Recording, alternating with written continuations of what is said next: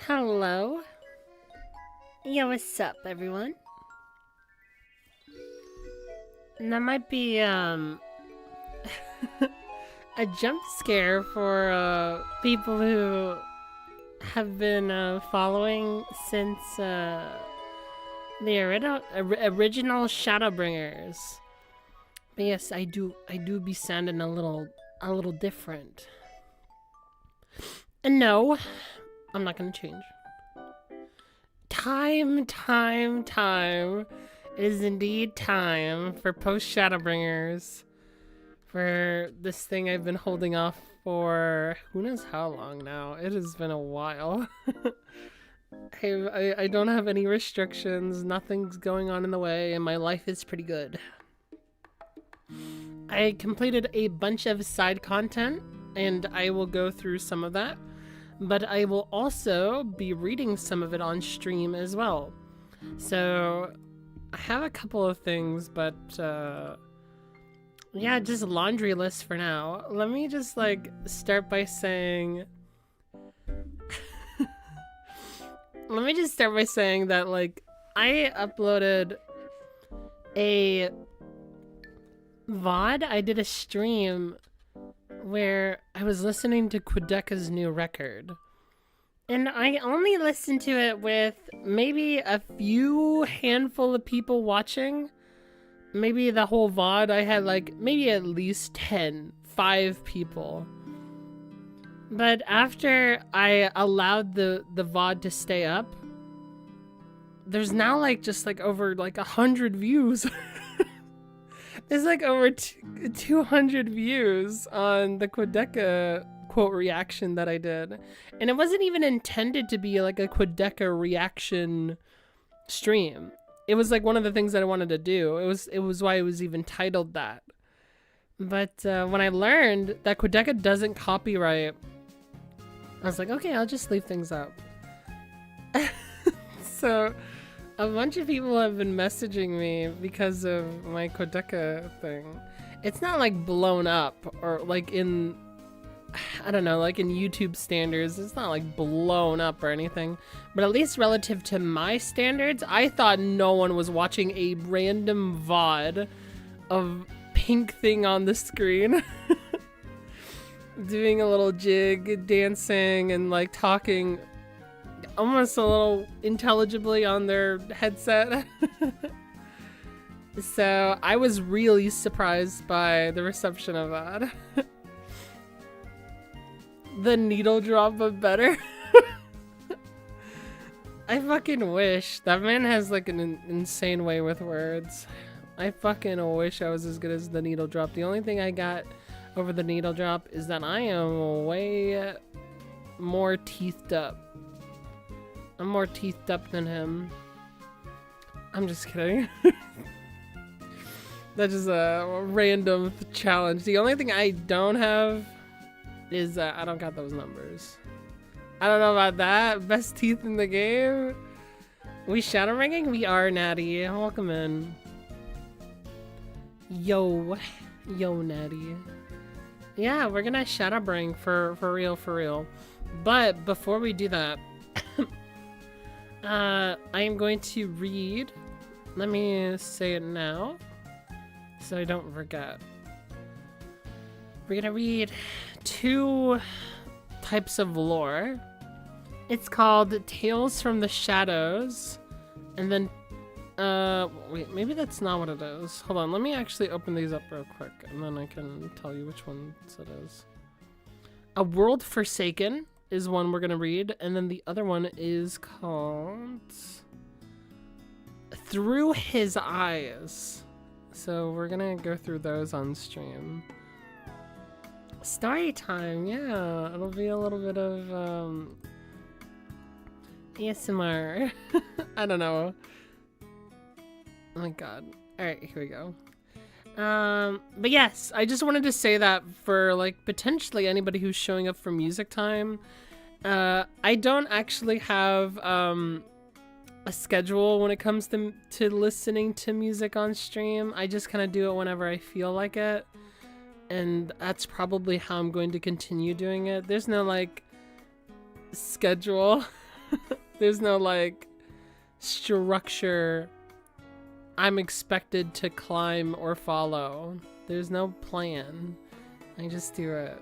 So to all my music followers right now, ugh, gosh, thank you. But yeah, I don't know. I hope I can reward your patience. Anyway, yeah, let's get into the story time for Shadowbringers. We've already waited so long for this shit, right? Oh my god, I totally forgot my bit. Fuck, it's over.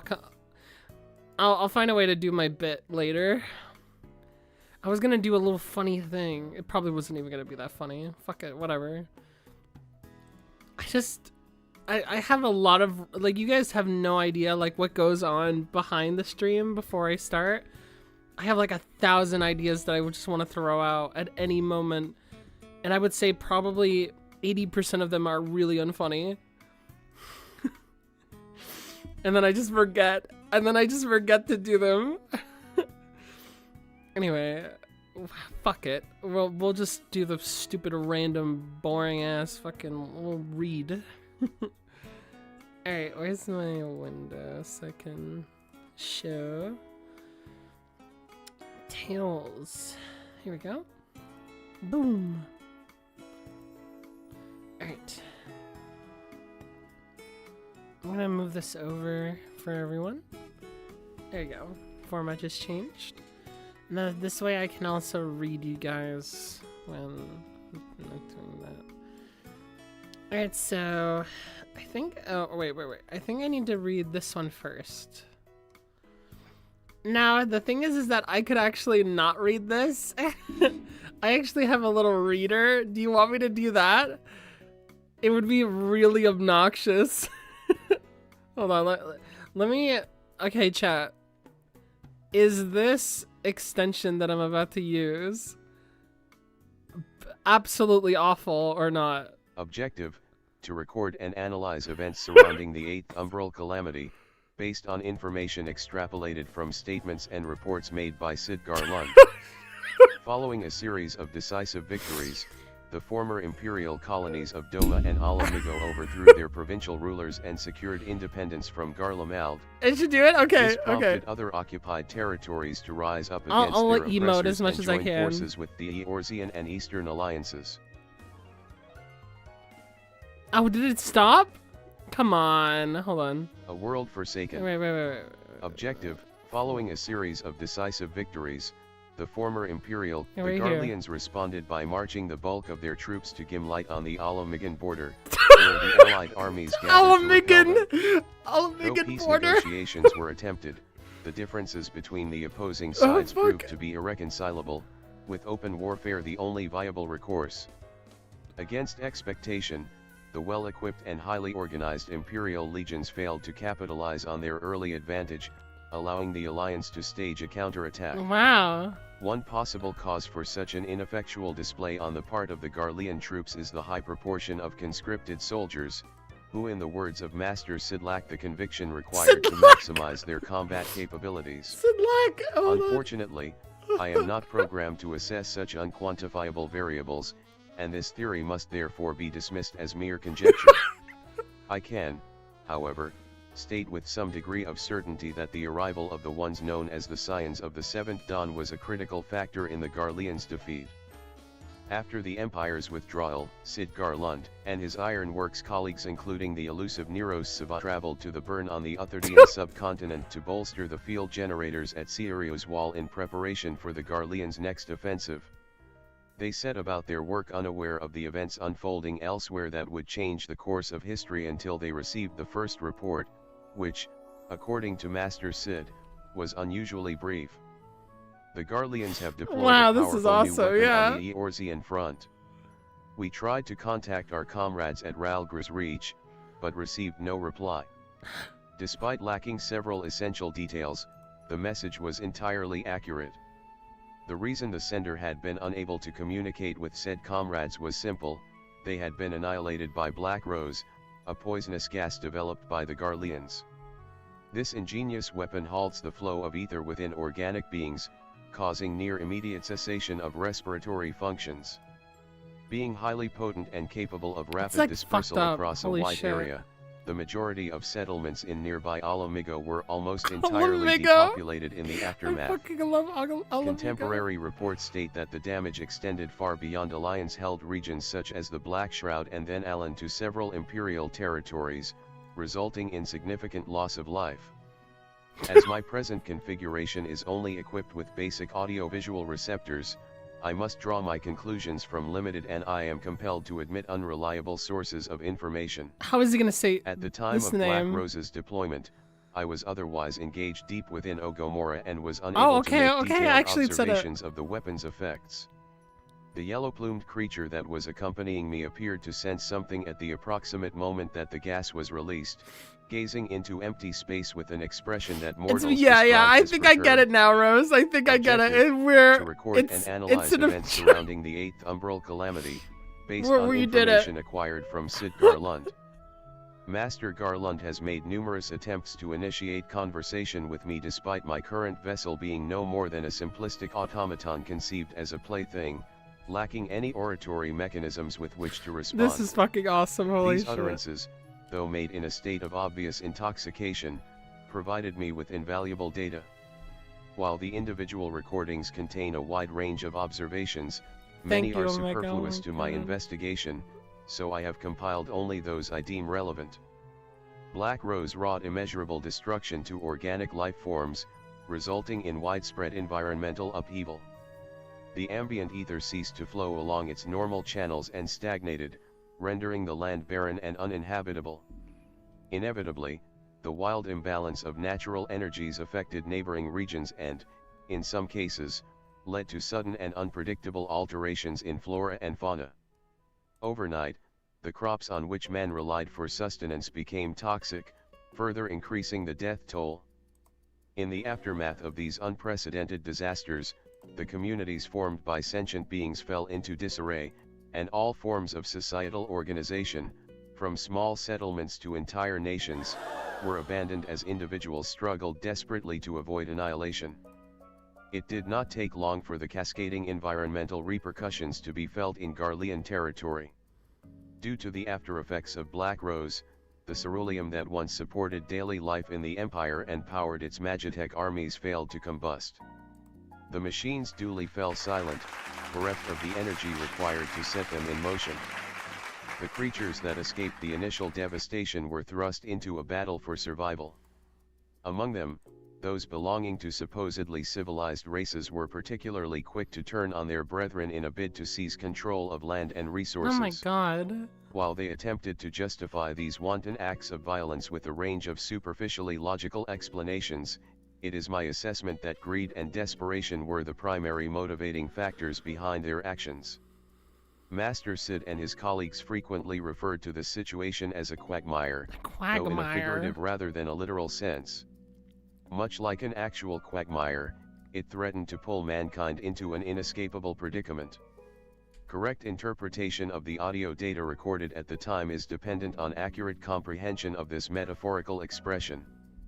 The mortals who found themselves in this quagmire were no longer governed or protected by social conventions or societal norms, instead reverting to a more primitive way of life, closer to those referred to as beastkin. However, certain groups of sentient beings were reluctant to accept this descent into savagery, with Garlund Ironworks being one such example. Its members expended considerable time and effort in largely unsuccessful attempts to bring an end to the numerous conflicts that had erupted. In addition, they hunted down and reprimanded those who sought to profit from the desperation of their fellow survivors, and offered a safe haven to the exploited. While their deeds earned them the support of many like-minded individuals, the number of comrades gained paled in comparison to those lost in the days which followed. I recorded one particular incident in which a Lalafellan engineer was carried back to headquarters after being mauled by a carnivorous beast while overseeing the digging of a well. Oh my god. Despite the treatments administered by trained chirurgeons, his wounds were beyond healing, and his vital signs began to fade.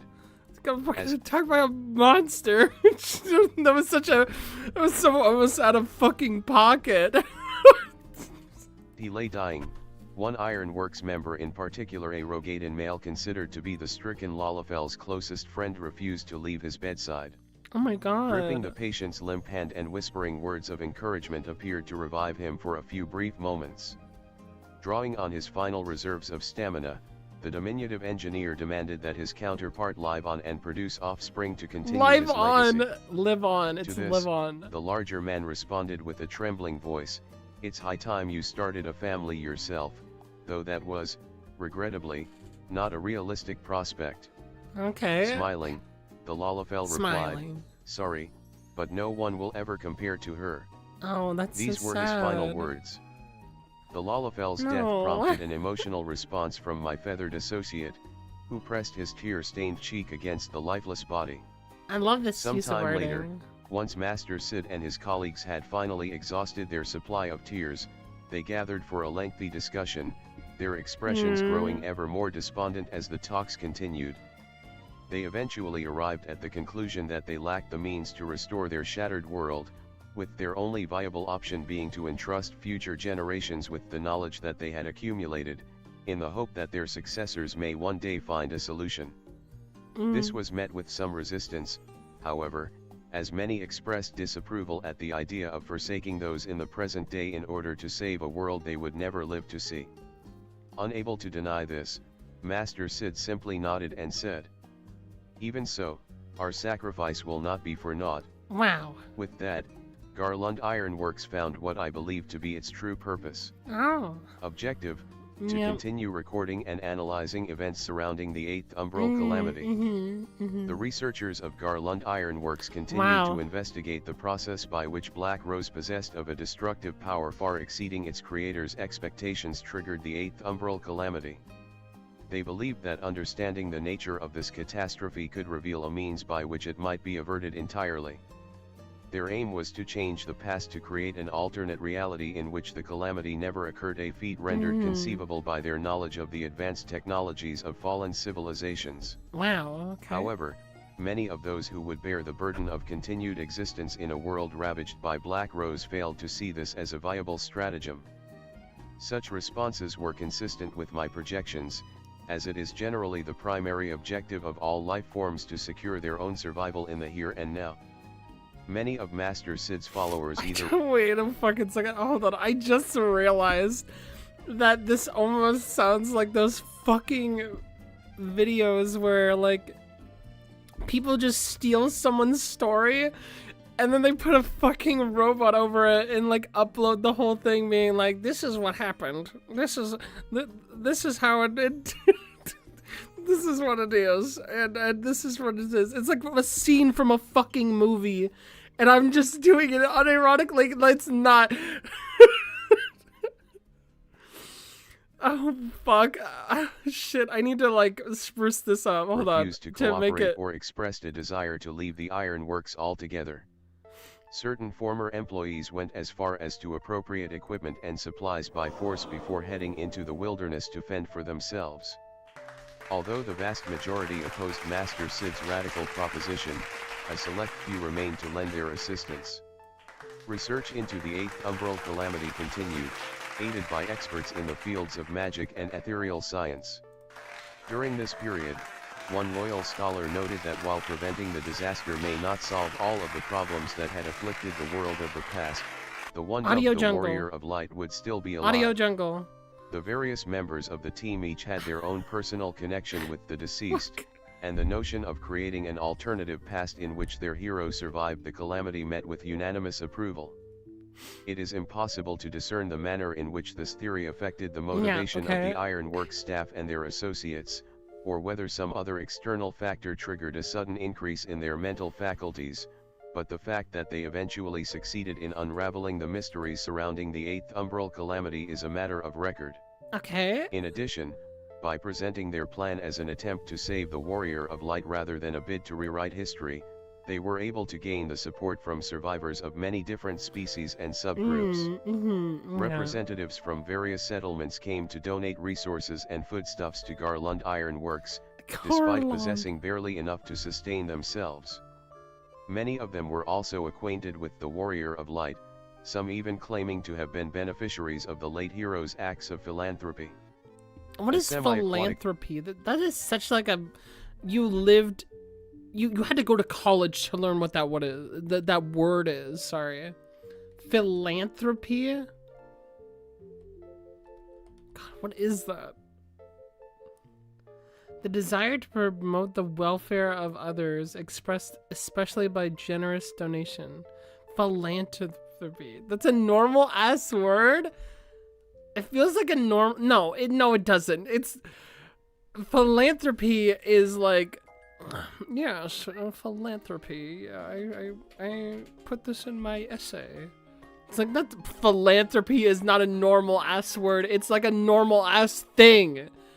It's fucking, it's charity. It's philanthropist. Jeez. I mean, I think listen, I have heard this word before, but I don't think I've ever heard people say philanthropy. Can't you just say charity, or is there like a stark difference? Is there even close to a difference? Gaming? Gaming. FR. Actually, now that you said that, because is my category set to Final Fantasy? Okay, yeah, it is. Never mind. Anyway, sorry. Philanthropy. Like, is there any different? Is this like one of those American things, or like it's just like we have a different word for that one? You can't just say charity. The desire to promote the welfare of others, expressed by the generous donation of money to good causes. What would you call someone that does charity? I guess that's the... Okay, well... Alright, maybe... I don't know. Good Samaritan? Oh, okay. Alright, well... I don't know. Philanthropy? More like Phil's astrophy. Atrophy? Man, we can't talk about this word. This word sucks. It's a good thing though. You guys should be philanthropists, I suppose. Like philanthropy. Hold on. Okay, where is it at actually? My little reading buddy. Where is it? Creature known as a Namazu who had arrived bearing donations imparted information apparently gleaned from premonitory dreams. God, he just has like he has no chill. He just goes right into it. A semi-aquatic creature known as a Namazu who had arrived bearing donations imparted information apparently gleaned from premonitory dreams. The following is an extract of his recorded testimony. The world was never in such a ruinous state in the vision sent to me by the Big One. No, no. Seijutsu the Enlightened said that the future I witnessed was part of another history, a different chain of events with no eighth umbral calamity at all. Whatever that means. It remains to be seen whether this is anything... It's a pretty common word for rich people. Are rich people common?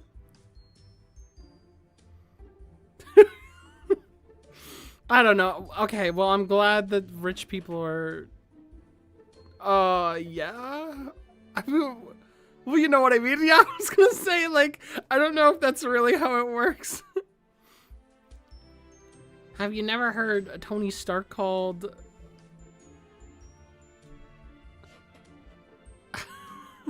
billionaire playboy philanthropist? I guess so. I get, like, does that make it common? That's not, doesn't mean, I don't know. Does that mean it's like a common word? Because it was mentioned like once about Tony Stark?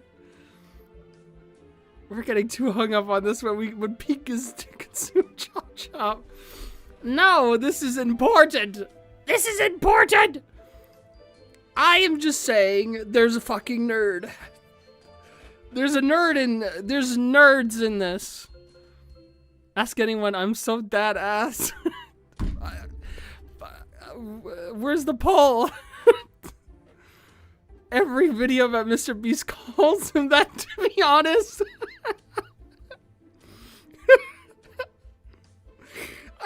I don't know. Okay, I don't watch Mr. Beast. You know what I watch? I just watch like I watch like cooking videos and like I don't know, like video analysis. I don't like they talk about like yeah, this is the history of Sonic the Hedgehog and he was like once called Jared Fogle. It's like I don't know stuff. I don't know what's going on. I don't know. Anyway, I'll let it play out.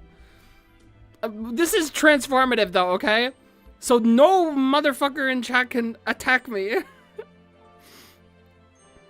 Maybe you should try cooking a word salad instead. Expelliarmus.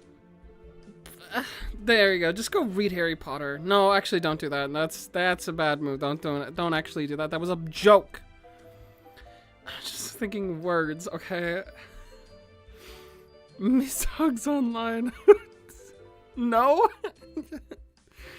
No. Okay, it was a joke.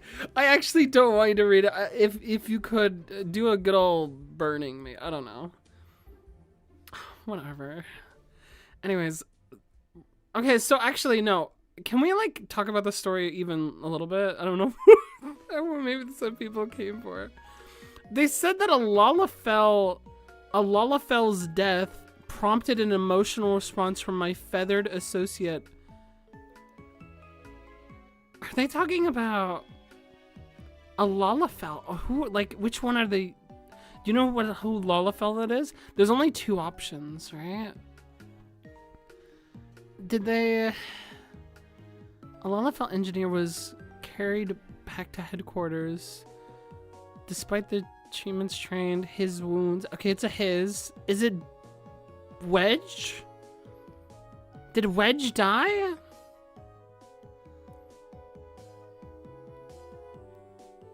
Drawing is final. Yes. Aw. Nod. Okay. Check against the lifeless body sometime later once Master Sid and his colleagues had finally exhausted their supply of the tears and gathered by a lengthy discussion. Yeah. He said something. Sorry, but no one will ever compare to her. Yeah. That's because that's what made me start thinking about that, but I couldn't.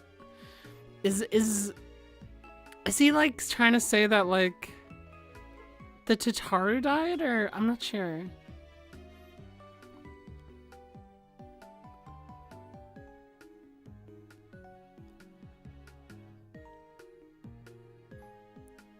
Lalafell's death prompted an emotional response.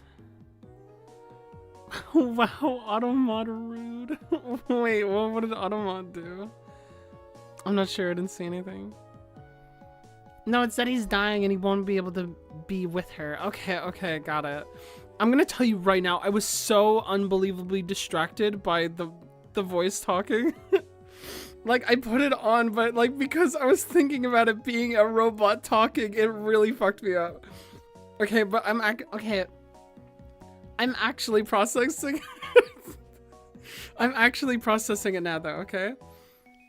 Where's Super Wholesome RPG? It's called Animal Crossing New Leaf Horizons on the Nintendo 3DS. You should finish the story before we dig it in proper. Okay. Let me actually do that then. More than the nonsensical ramblings of an anthropomorphic catfish. But I shall store it in my data banks for future analysis. Over time, support for the ironworks continued to grow, their cause finding allies in the most unexpected of quarters. Memorably, during a routine mission transporting research materials, one of their vessels was ambushed by bandits, only to be rescued by an immense airship captained by a golden-haired Ire female claiming to be a sky pirate. Hold on, I have to pause it. In chat, someone said, I think there's a game called Super Lesbian Animal RPG. That one sounds wholesome. You guys are fucking me up. I can't fucking pay attention. What the fuck is that? Oh god, it sounds like a fucking... It sounds like like one of those video games where you have to like choose like random nouns. It's just a random noun generator. Jesus Christ. Okay. I'm gonna play it back from the beginning. No, I'm not playing Super Ass Back. I'm not. Hold on, let me play. Let it play! Ironworks continue Hold to on. grow, their cause finding allies in the most unexpected of quarters. Fuck. Memorably, during a routine mission transporting research materials, one of their vessels was ambushed by bandits, only to be rescued by an immense airship captained by a golden-haired Ire female claiming to be a sky pirate. Oh, okay. She is reported to have made the following declaration. My mother was once snatched from the jaws of death by this champion of yours. As her successor as Queen of the Skies, I mean to see that debt repaid in full. Yo, that's kind of fire. Instances of Ironworks representatives being extricated from perilous situations were abnormally frequent, their apparent saviors including multiple non-humanoid entities. In one such example, an emissary who was attacked and thrown overboard while crossing the Ruby Sea reported waking upon the shore of a nearby island with a vague recollection of having been borne to safety by a large beast, possibly Chelonian or serpentine in nature. In a similar incident, an ill-equipped messenger would have fallen to his death while traversing the peaks of Somal were it not for the intervention of a colossal white-winged creature, later identified as a dragon. According to the official report, there was a brief exchange in which the Dravanian rescuer expressed its disinterest in the affairs of man, particularly his insatiable thirst for conflict, before disappearing into the clouds. It must be noted that due to the lack of independent eyewitnesses or material evidence, this account remains unverified. Objective: to continue recording and analyzing events surrounding the 8th Umbral Calamity. With admirable dedication for a mortal, Master Sid continued to labor until the end of his natural lifespan. The years of painstaking research clearly took their toll, however. One day, as he penned the final words of his grand theory, I observed his hand quiver as if the weight of his quill had at last defeated him. Breathing a weary sigh, he turned to Master Nero, who made the same shrugging gesture that I have observed on many occasions before, saying, "Well, it certainly took you long enough." Oh my god, the gay men are fighting. Previous analysis of Master Nero's behavioral patterns indicates that this was meant as a compliment, though Master Sid's exasperated expression appeared to suggest it was not received as such. Because they kissed. Be that as it may, it the was brief different. smile which subsequently crossed his lips led me to believe that he understood his counterpart's intent. Slowly rising to his feet, he then shuffled towards a well-worn device referred to as a boil master and poured coffee into 2 metallic containers, passing one to Master Nero. They duly raised the receptacles, and brought them together in a percussive toasting motion, a ritual I have seldom witnessed, there having been little cause for celebration. The pair sipped their drinks and, for once, Master Nero refrained from expressing his distaste for the brew, a noteworthy anomaly. Master Sid then turned his gaze to the stack of papers on the desk and initiated the following exchange. "So, do you think this mad scheme of ours will ever come to fruition? Only time will tell, Garlund. Lest you forget, the road to ruin is lined with good intentions which your young protégés have in abundance. We can but hope they do a better job of saving the world than we did. Indeed. It's in their hands now." No further words were exchanged, and my sensors yielded no indication as to the thoughts which occupied the pair's minds. So, as they stood in silence, I attempted to form my own answer to Sid's question. I could by this time emulate the cognitive processes of organic beings, as I had done on one particular occasion many years ago, in the moments immediately prior to the irreversible dissolution of my previous vessel. With what might be termed wakeful eyes, I reviewed the reports made by Ironworks members following their investigations into the Crystal Tower, the mechanical primal known as Alexander, and the interdimensional rift, the findings of which were instrumental in formulating the plan to alter the past. Thus did I discover that each of these missions had one common element: they ended with a key figure entering a form of self-imposed Alexander exile, actually mattered. not unlike a deep slumber. At times such as these, when one is to be separated from one's companions, whether it be by sleep or by death, there is a phrase which I have found to be particularly fitting. Good night. And after the night comes the morning, as the sun rises to greet the new day. While it may already be too late to mend this dying world, there are those who would strive to create a place where the sun will shine again, not for their own sake, but for those in a past that may yet be saved. I think this must be what mortals call hope. It is beautiful. Oh my god. It is beautiful. Actually, no, legitimately, that was not planned. I just thought it would be funny, but like the robot voice actually made it like so good. Especially that last line. Hold on. The last world line. forsaken. Hold on. What? Objective. Oh my god. Here, like, look at this. Look at this. I think this must be what mortals call hope. It is beautiful. God. Oh my god, that's so fucking funny.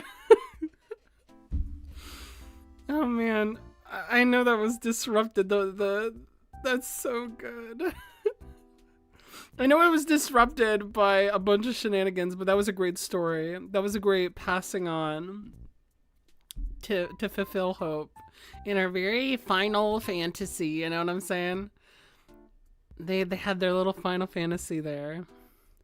So do you get what the story is? Yeah. So this is like essentially like them sending that like message to us, right? And then like what is it? Is securing the crystal tower. It's that dungeon that I did. What was it called? What was the dungeon called? It was the one that I did. I think it was. I got it. It was the Academia Ander? No. It was by the time you hear this, and then we went into the Crystal Tower again. The twinning, yes. Yeah. Yeah. I'm only reading through his eyes after this. That's the only one I'm gonna read next. Although there is other lore that I might get to sometime, so maybe we'll have a little plan for that next time. Yeah, no, that's so cool that the defenses of the Crystal Tower was also made by them. And yeah, there's always more chance for story time. Yeah. This is that was the robot speaking and everything, and then we use Alexander for time manipulation and stuff because we have to send. They went into the future but had to send to the past. It's so cool. Oh my god, it's so awesome. Holy shit. God, Shadowbringers is such a complicated story. It's so daring, you know? This whole, like, shenanigans is insane. This story's insane. Shadowbringers is so crazy. Oh my god. It certainly took you long enough. It's like a Metal Gear ass line. Yeah, no, that was really, really cool. Alexander. Yeah. Were instrumental in formulating the plan to alter the past. Thus did I discover that each of these missions had one common element. They ended with the key figure entering a form of self-imposed exile. Oh my god. At times such as these, when one is separated from one's companions, whether it be by sleep or death, there is a phrase which I have found to be particularly fitting. Good night. Oh man, that's so awesome. Was Omega the Metal Gear all along? Yeah. Wow, no, I'm so glad that like they found a way to like make those like Alexander sucks.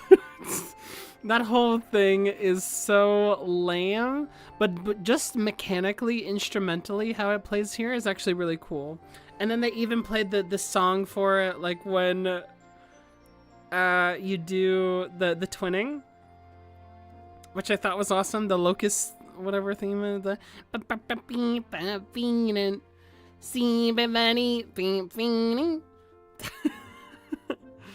I thought that was awesome. Also, I didn't get to say this because I didn't talk about it. Oh, the twinning was a great dungeon. What is the twinning music? The twinning OST? This shit slaps. Holy shit, this shit was awesome. Hold on. I need to actually pause this. Listen to this shit. This sounds so good. Get your peepo jams now.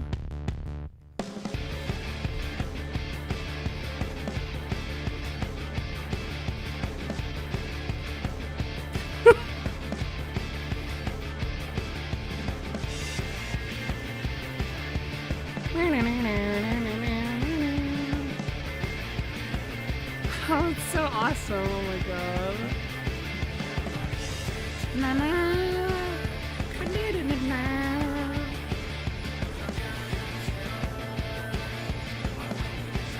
Oh, it's so fucking good.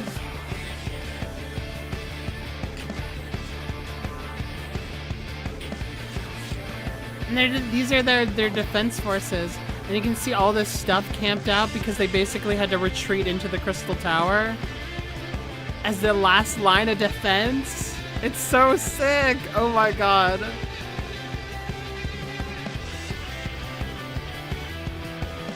Yeah, it's so fucking awesome. I hope I don't get like copyright striked for that like I fucking did last time. Ugh. Yeah, there's like, I'm playing Final Fantasy 14, but because I play music every now and then, it still like messes it. And Looney, what the fuck? Thank you for this sub. What the hell did I do? Why are you attacking me? Oh my god, thank you, Looney. Holy shit. The 1 month and have been subscribed for 12 months. Holy shit, it's been that long. Was it 14 that got you struck? Like, 14 music? 14 was what? They got me struck? Like, what do you mean? That's like the most... What do you mean by that, Rose? I might misunderstand the reading of what you're saying. Copyright? Yeah, okay, so, you know, like, my last stream that I did for Shadowbringers, the base game, it was the very last song. It was the night theme for Final Fantasy 14, and it was playing in the credits. And I said to myself, I was like, wait, huh? I didn't hear this before. What is this? And I wanted to like listen to the full thing, not realizing it was like the night theme. And then I just like stopped for like at least 10 seconds and then resumed talking. And then yeah, they're like copyrighted. Copyrighted. You're not gonna get any AdSense. You're not gonna get anything from this video. And I'm like, go fuck yourself. Like, what the fuck? That's so, it's so annoying. Final Fantasy is such assholes about their music. I swear to God. They're not as bad as Atlas. Atlas is much worse. People don't know that. And it doesn't get muted? I mean, on Twitch it was fine, but it was on YouTube. I took it from like Twitch and upload those to YouTube so I can, you know, save them, right? But yeah, they got copyrighted. And I was like, what the fuck? Yeah, it was YouTube. Although that does happen on Twitch though, where like things get muted sometimes. It isn't often, but it does happen. So, I don't know. I'll be lurking while I edit a video. That sounds good, Looney. That sounds good. Sounds good. Sounds good. Thank you again. Have a good edit of your video. I hope the video turns out awesome. I will keep an eye out if I can even watch it. But yeah, YouTube is like really annoying with its lines. The Quedeca thing is like, it's so surprising like how that works, right?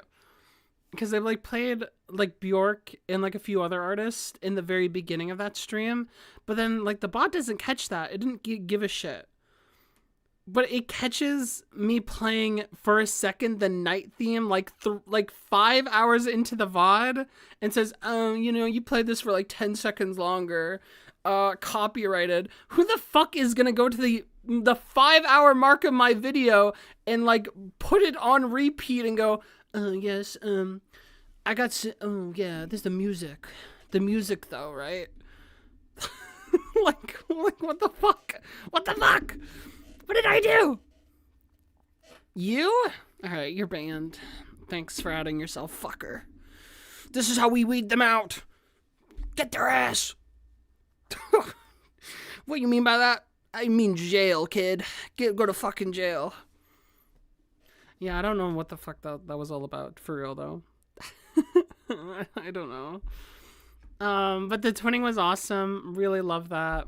And then I also loved the academia research thing. Although I'm going to be honest, I'm a little vague on what happened in it because I went through it so fast.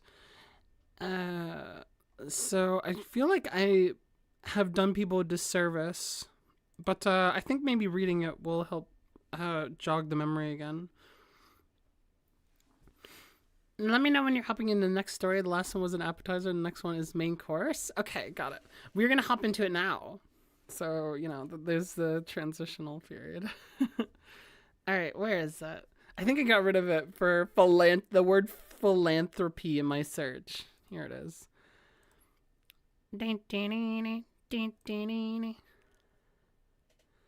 All right. Through his eyes. Okay, this one... I was advised not to use Omega's voice. Oh, yeah. That was the one thing that I couldn't do in academia. What is it? Andrew? I didn't read the notes because I was, like, too afraid of, like, not letting my team go. Like, I just, like, played it by myself with other people, right? So I felt bad trying to read it. So I was like, okay, oh, shit. And then, like, it just, like, went forward. But yeah, we can run that sometime. Should I ask the gang to run the dungeon? Yeah, I know. I just wanted to like whatever, I didn't want to wait either. Yeah, I'll do that next time though. I'll try. Yes, P. Through his eyes. So here we have through his eyes. I'm gonna close this. Oh shoot.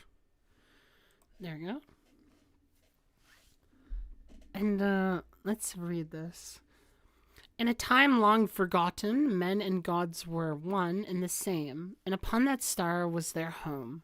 Men ruled supreme over the corporeal world, within and without, which existed in ethereal realm. Throughout the ages, this realm was been called many names, but in the beginning it was known as the underworld. The place to which departed souls returned. As water flows to the sea rises to the sky before raining upon the land once more. The underworld was a fundamental part of the circle of life, and for this reason, it was regarded as once with familiarity and reverence by men, who, despite their godlike powers, could not claim dominion over it.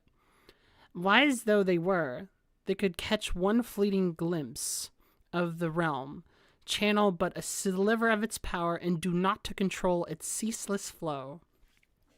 However, among those who abided in that age, there were a chosen few who possessed an affinity with the underworld, and among their number, one stood tall. Are they talking about the man? They have to be, right? Like, just the way that this whole thing is written, The poetry of it. Oh, man. They gotta talk about... Okay, let's see it. Another idyllic, even descending upon Amarant, citizens strolled carelessly along the streets of a gleaming capital. Identical black-robed figures bathed in gentle torchlight. Some would while the night away in agreeable company. Others retire early in their beds. The illumination served equally well for both. But he had chosen to spend the time alone at a park, reclining upon the manicured lawn. The cowl of his robe had fallen back to reveal locks of white hair, which framed the unique red mask covering the upper half of his face.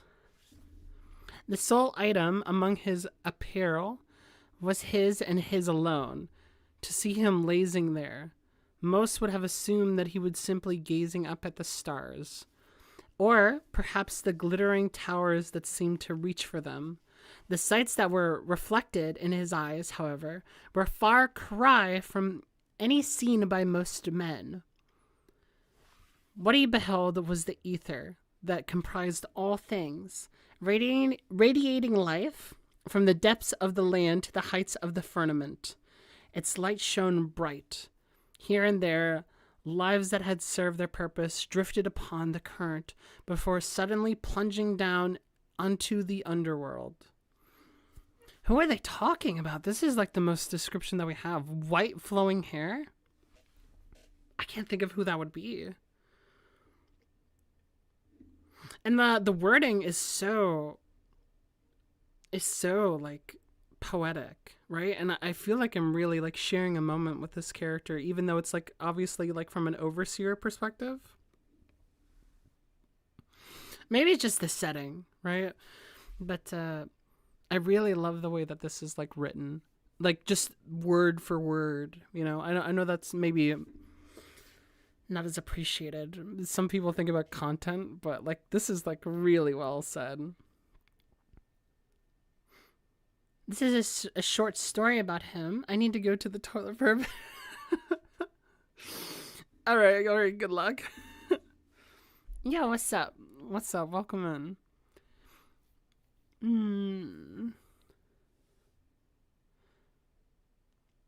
He drifted along. Okay. All right. That he could behold those wonders was not a wonder in itself. Many were blessed with the sight, yet very few indeed were as strong in the gift as him. As a man focuses his gaze upon the object of his interest, he needed to direct his attention towards the ether to behold all the lives borne upon the currents.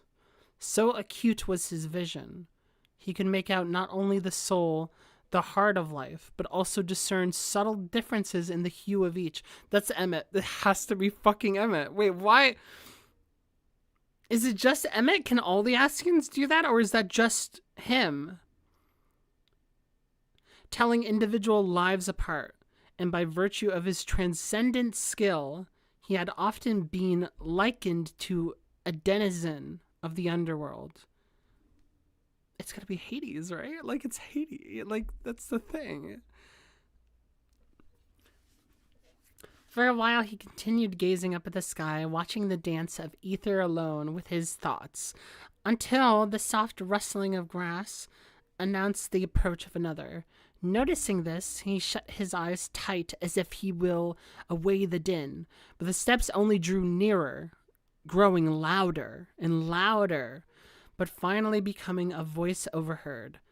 I heard the tidings. Congratulations, Hades. Oh my god. Or should I say, Honorable Emmett Selk of the Convocation of 14. Oh. Oh, fuck, it drives me fucking crazy. If I pretend not to notice, perhaps he will leave me in peace, he thought without much hope. And as expected, but no less in his disappointment, the owner of the voice did not make to leave. Resigned, he grudgingly rolled over and heaved himself to his feet. Having repositioned his cowl, he addressed the grinning visitor with the unconcealed displeasure. Is this, I can't remember I don't know how to say his name, but it might be who I'm thinking. You don't have any mods around. If I could be one. I could slap any bozos. Yeah, sure. I actually don't mind that. How do I do that? Oh shit. Hold on. Actually, we might have a problem. Because I have to go to Twitch real quick. Give me a second. Because I'm using the restream. Because I know how to do that on stream. But I cannot do that with... Here, there we go. Rose mod. Yeah, there we go. And then Rose THFC. Boom! There you go. Yeah, I had to do that on Twitch. I couldn't do that from my OBS because I'm using Restream to be a little sneaky. Alright, there we go. Alright, sick. Everyone else behave or else? Jesus, Rose! Yeah, Rose is violent. Oh my god, it's coming out. Oh no. Alright, okay, anyway. Here, let me get out my screen so I don't eat internet. Alright, there we go. So is this, what's his name? His friend that, you know, the trick of the light. I forget how to say his name. Heidelith? Is that his name? I can't remember. Anyway, the Honorable Emmett Selk. Maybe a soft rustling grass.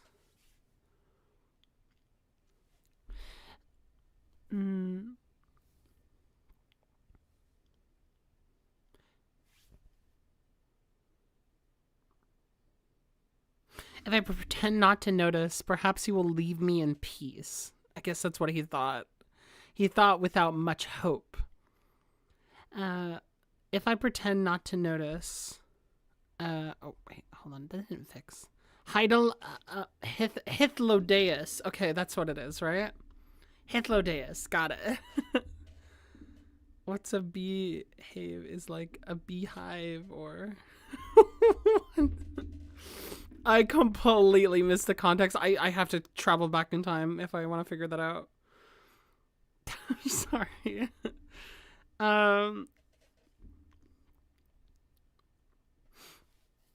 He thought without much hope, and as expected, no less did his Actually, I should probably... Okay.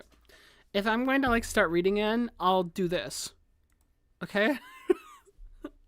It'll be the break. So I'll do this when I'm not reading, so people can be more... so they can know what's going on. So this is not me reading right now. And as expected, but no less his disappointment, the owner of the voice did not make to leave. Resigned, he grudgingly rolled over and heaved himself to his feet. Having repositioned his cowl, he addressed the grinning visitor with unconcealed displeasure. There is not to congratulate. I merely filled a void. One which, I would remind you, only existed because you refused the honor. Come now. It went to the candidate best suited to the office. You find practical use for that which you see, while I enjoy seeing it for its own sake. What does that say about your suitability for your own office? Perhaps I shall raise the subject at the Hall of Rhetoric. So Emmett Selk has white hair. I still can't get over that. So why did his hair appear the way that it did to us then, if he has white hair? Long white hair. Like, what the fuck is that about? Like, I don't get it. That's so fascinating. And then refusing the honor here. Yeah, I don't know.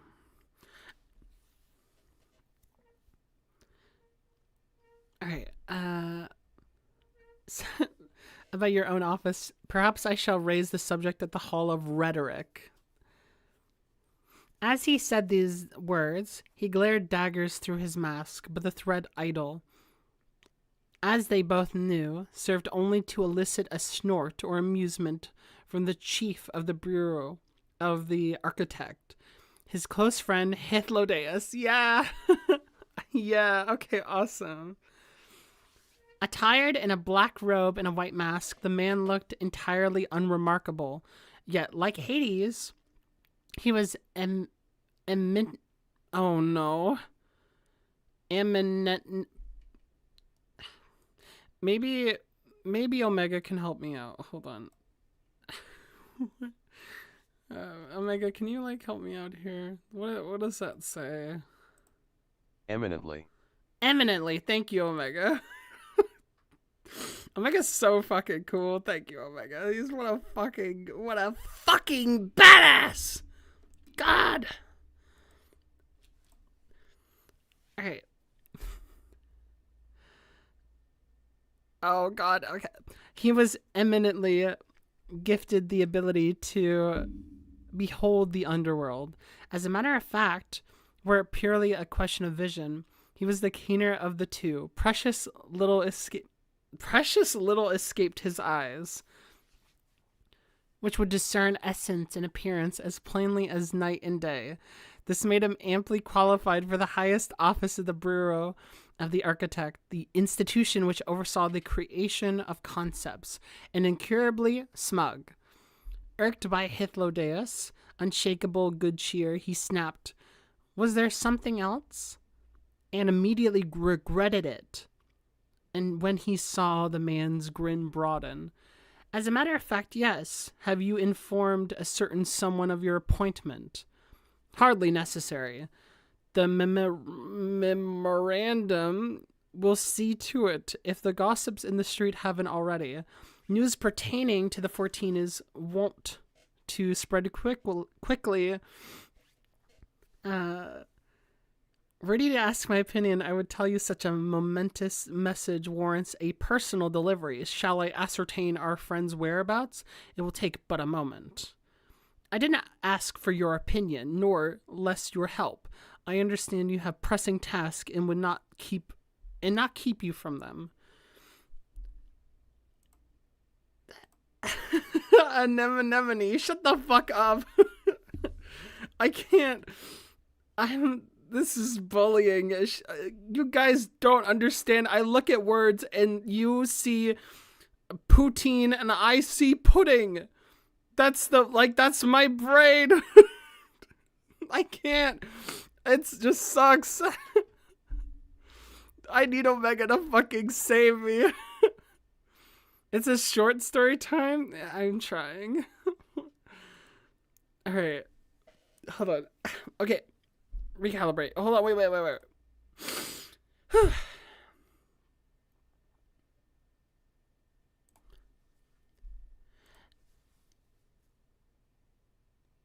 For the first time since then, Hythlodaeus arrived. The grin faded from his lips. The tilt of the man's head all but asking how Hades could have known, and though he was certain he would regret answering the unspoken question, in the end he found himself yielding the interminable?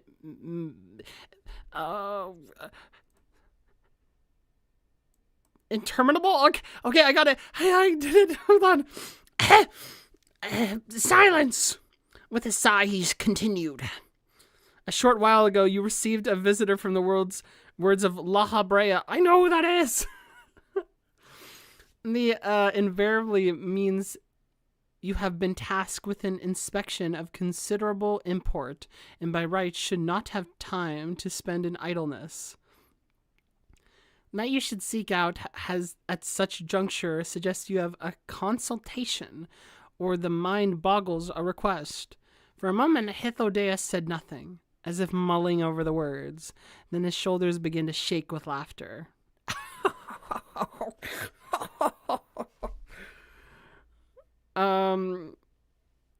You wound me, old friend. I merely chanced to notice you lying here and wished to offer my congratulations.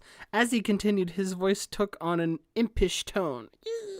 I dare say, given your new responsibilities, you've less time than me to spend in idleness. Of course, you will never want to rouse yourself and save when you deemed a matter worthy of your attention. though said in jest. The uninvited observation did not improve his mood. You have offered your congratulations, he said testily. If there is naught else, I shall be on my way. Seeing him turn to leave, Hythlodaeus hastily changed his tone. Wait, as you say, I have my consultation for you, and a request. Will you not hear me out, most eminent Emetselk? I'm not gonna lie right now. My voice sounds free after doing that imp voice. Like, I feel so, like, I like really stretch my muscles. Like, I feel limbered up. Holy shit. Oh my god, that was fucking freeing. Oh my god, like there was like a rock in my throat. An immortal bird, Hades repeated as they made their way through the restricted area of the Bureau of Architect. Hythlodaeus nodded. To be precise, it is not a living being, but magic woven in the likeness of a bird. One possessed puissant healing powers and befits a masterwork of the words of Laha Brea. It is a thing of beauty. That guy was the biggest fucking nerd in the game probably so far, by the way. He's a... I don't doubt it. So what then is the problem? As I said, it's not a living being. The concept proposed was a magic in avian guise with this in mind. Hythlodaeus stretched out a hand in the enormous gate that stood before them. Soundlessly, the towering doors swung open, and Hades found himself wincing at the ear-rending cry that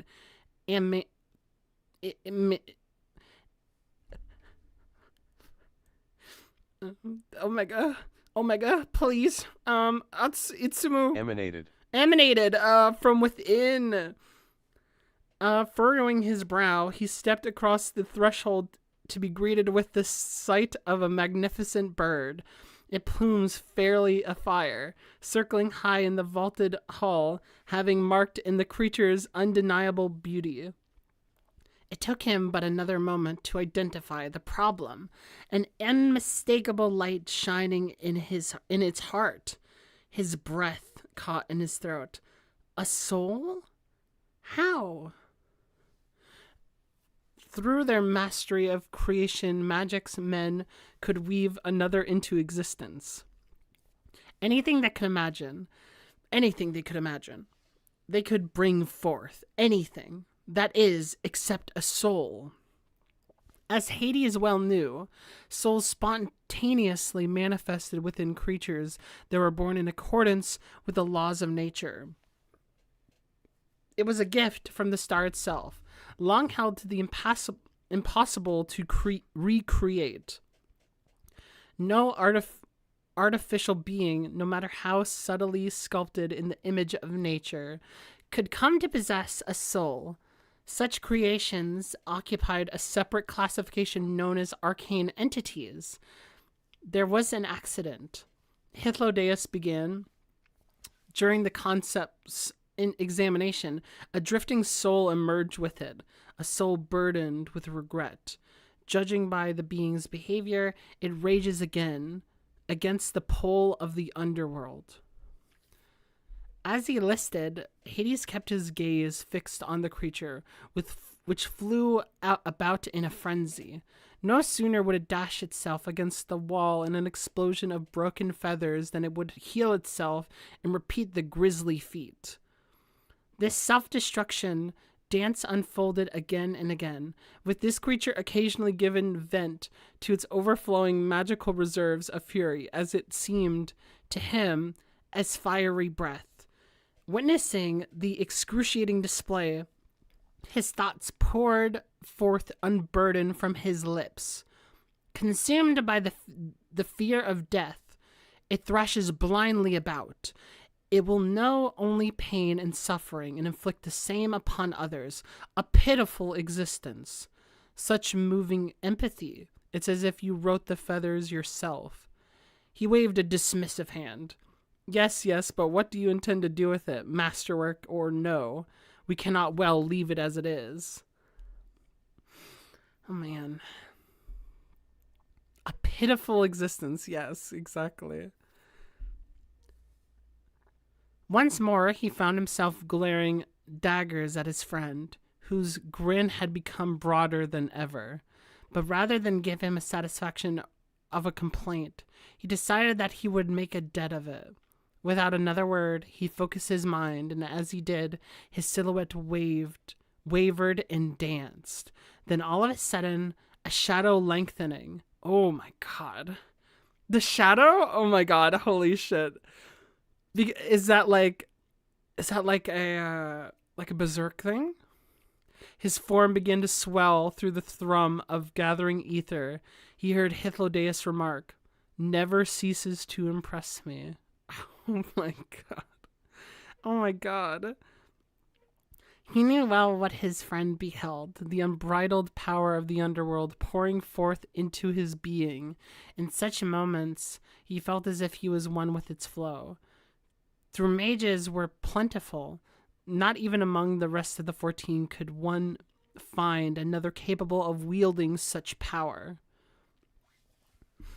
Ere long, his transformation was complete, and Hythlodaeus was left to crane his neck up at him. Indeed, there is no better candidate. Allow me to congratulate you again, Emmett Selk. He let out a quiet breath and sighed, mingled with laughter. Then he faced the bird and set about his task. Oh my god, we're almost done. Okay. Man. Oh my god. Oh my god. Your radiance, your radiance. The voice rumbled from a distance, impatient and insistent. Drowsily, he opened his eyes, and though the haze of sleep inadvertently focused upon the flow of ether, the habit of eons, unlike eons ago, however, there was no brilliant shine to greet his sight, but a wan, sickly glow. A guttering candle where once a signal flame blazed. His face reflexively contorted in disgust, gathering his scattered thoughts. He finally remembered where he was, dazed off in a chair again. Ah, the joys of old age. Oh, man. Oh, my God. Your radiance, it's the appointed hour. The voice rumbled from right behind him. He cast a bleary gaze towards the sound to see a young man, tall and strapping and golden hair, regarding him anxiously. Though he was still well shy of his 20th namesday, the crease which adorned his forehead added years to his grandson's appearance. Oh my god, hold on.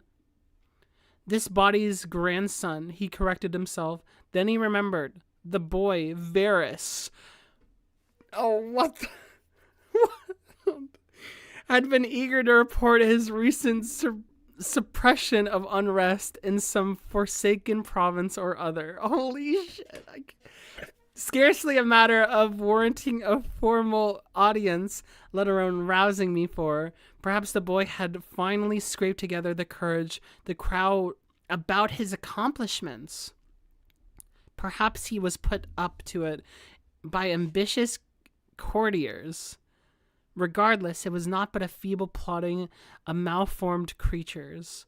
Warily, he hauled himself to his feet and shuffled past the youth towards the door.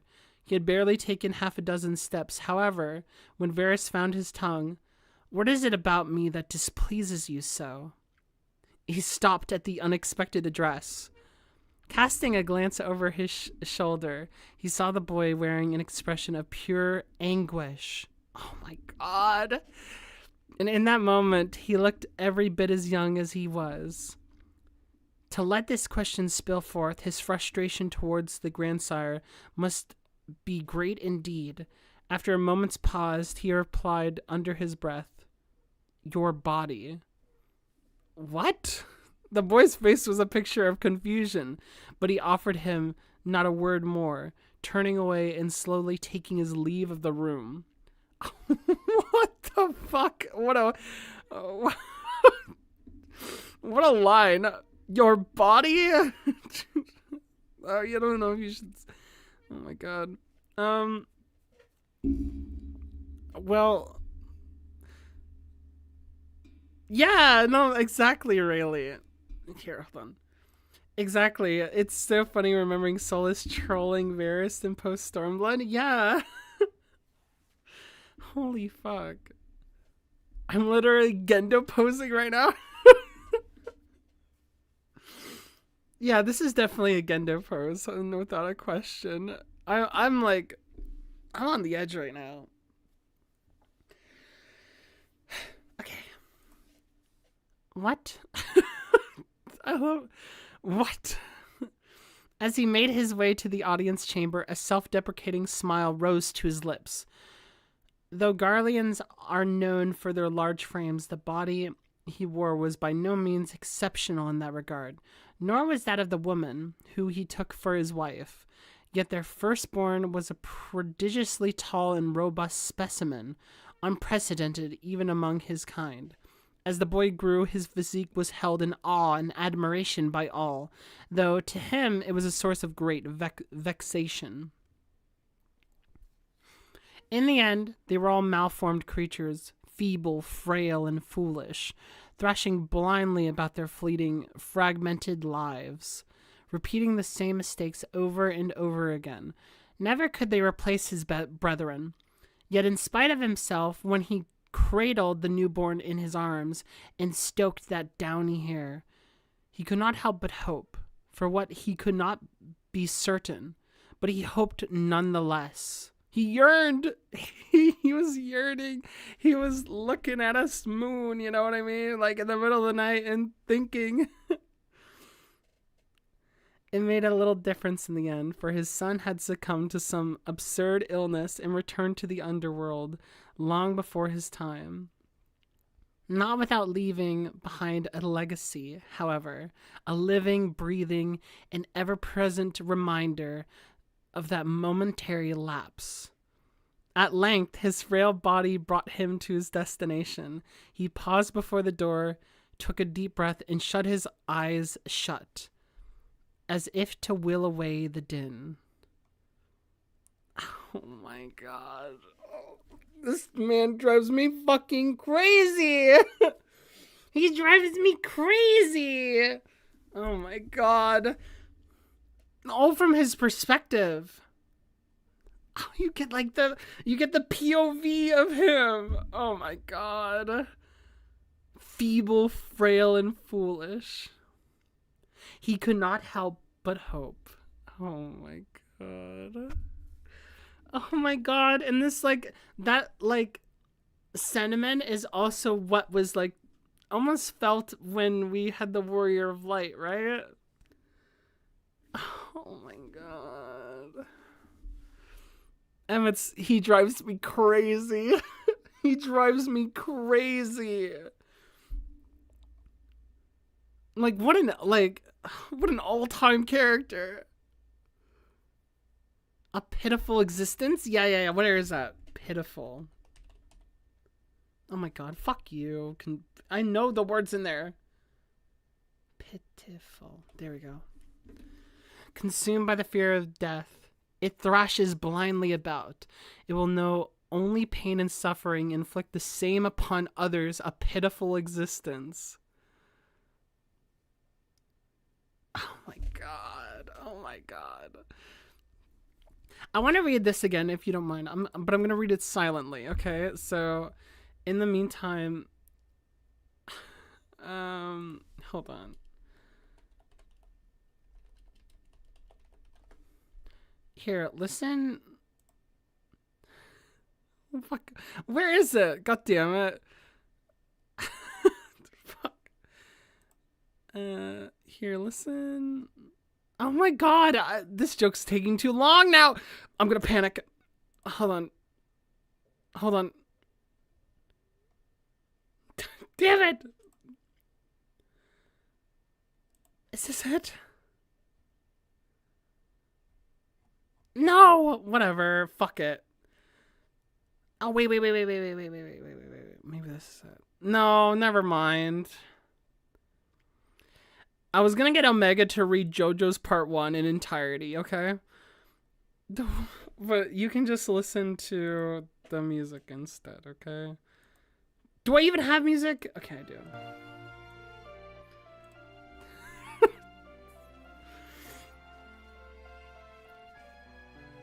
Omega's a staple now. Like, Omega's not fucking leaving. If you think Omega's leaving, it's not happening, okay?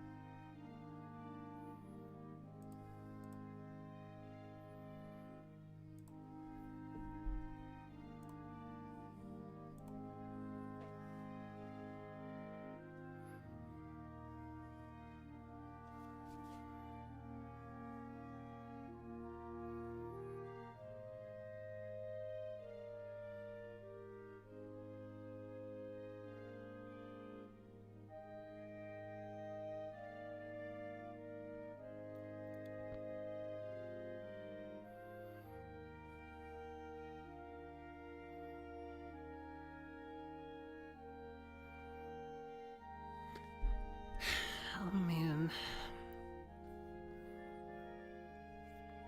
Man, Hidlo Deus.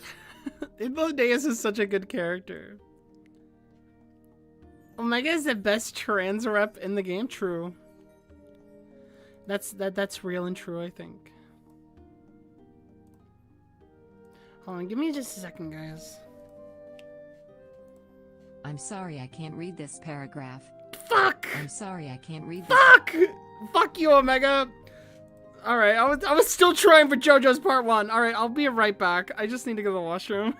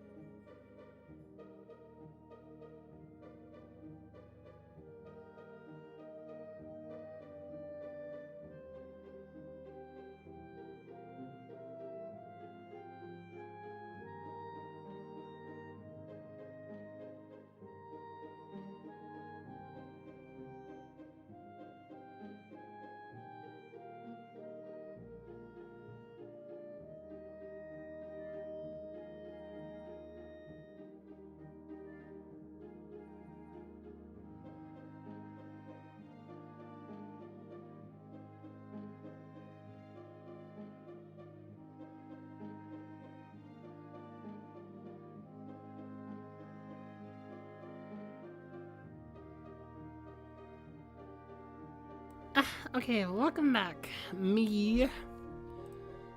Sorry. I don't know why I said welcome back. I had to like improvise at the end there. Welcome back, me. Fuck. I'm so tired. Please, like, I don't know. Like, I was about to fall asleep before I streamed. Okay, I'm alive because I'm here. Oh, I need water. Get me on there. I'll do my best Andres live read for real. Can I check my DMs? Okay, let me a sec then. I can check my DMs. I can do it. It's possible.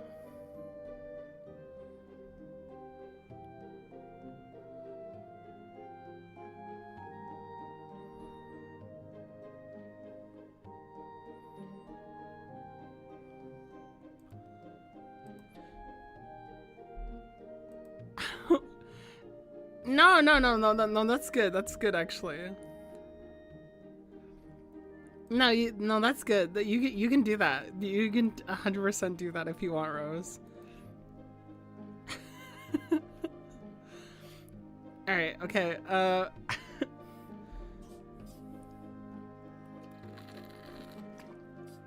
Okay, nodding my head.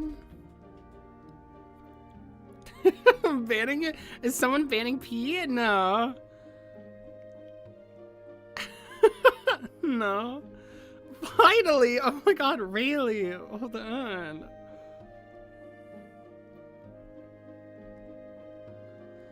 Yeah, I'm a little lost here at this part here that we have, but I think I, for the most part, get it.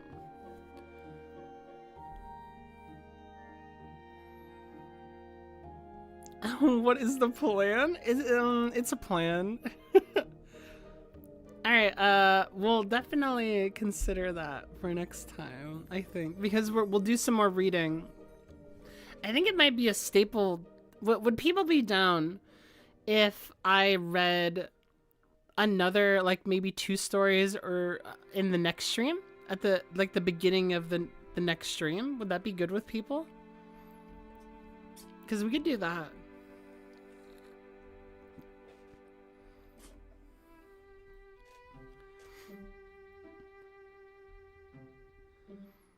There's a few I think you can't read yet? Okay. Yeah, there's definitely not one, like, I can do right now. I can't do everything. Some better for later? Yes. Okay. But if it's possible, we'll do something like that. Alright. Alright, okay, let's actually play video game now. Because this is the gaming category. We're now an hour and 30 minutes in and we're finally gaming. Alright, let me set the thing up. Let me set it up. Alright, I'm trying to set things up. Can you like read this for me? Can you read? Oh, fuck you. Omega, just read this. Omega! There you go. Read it. Hello. I wanted to record a message for you to help you get settled in on your first night. Alright, hold on. I guess I actually worked in that office before you. I'm finishing up my last week now, as a matter of fact. Where's the game? So, Hold on. I know it can be a bit overwhelming, but I'm here to tell you there's nothing to worry about. You'll do fine. So, let's just focus on getting you through your first week. Where's my window? Okay. Let's see. First, All there's right, an okay, there we introductory go. greeting from the company Okay, the game that is I'm up. supposed to read. It's kind of a legal thing, you know. Welcome to Freddy Fazbear's Pizza. A Hold on, magical shit, place I gotta for stop it, kids and grown UPS I'm alike, here. Where fantasy...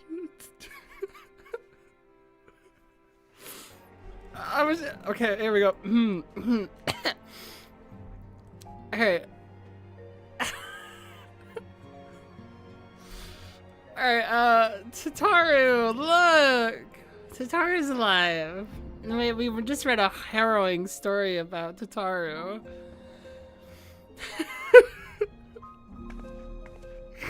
I love that he couldn't say the line, it was like an, like it was, so he just said,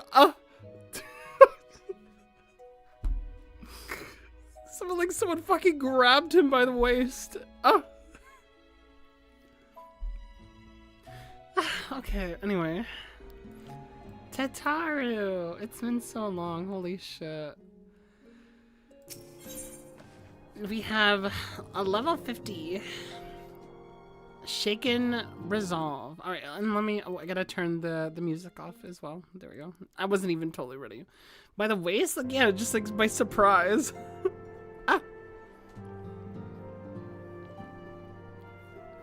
I don't know, like, is the waist like a wrong thing to say? Like, somebody just, like, just grab you, okay?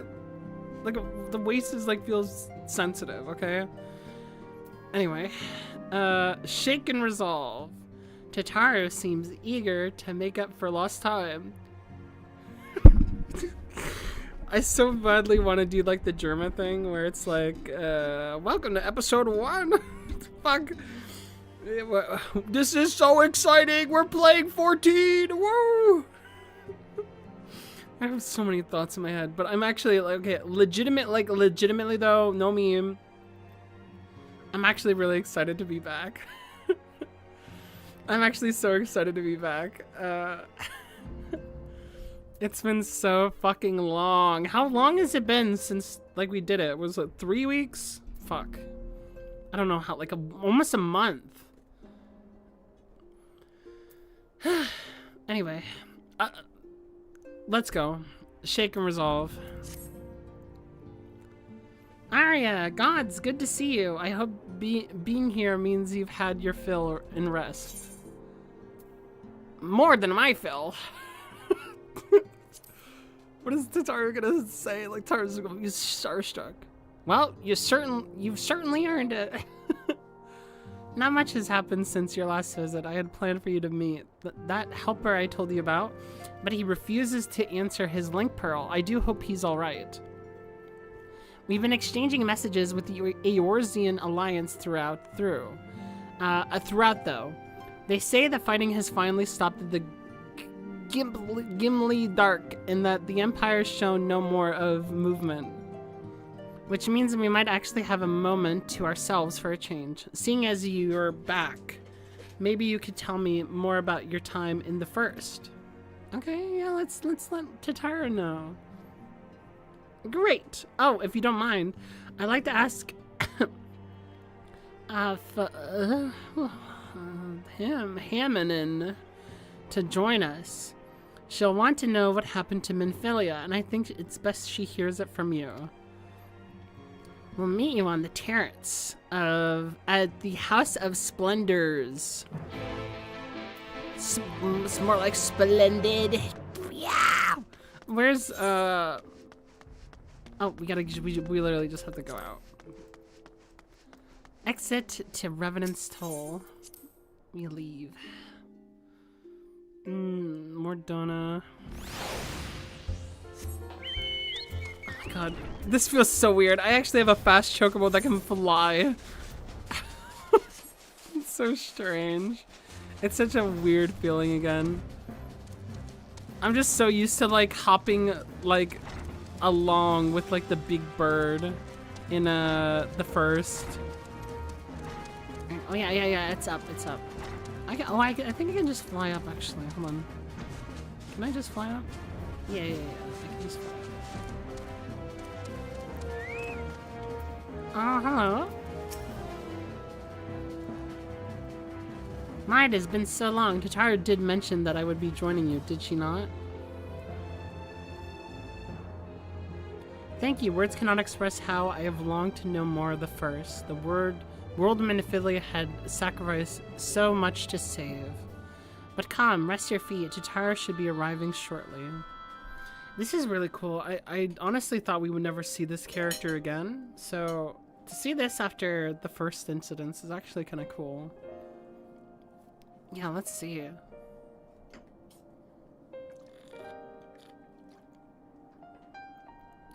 And so Minfilia chose to pass on her gifts to the next oracle, this girl who Thancred's named Reen.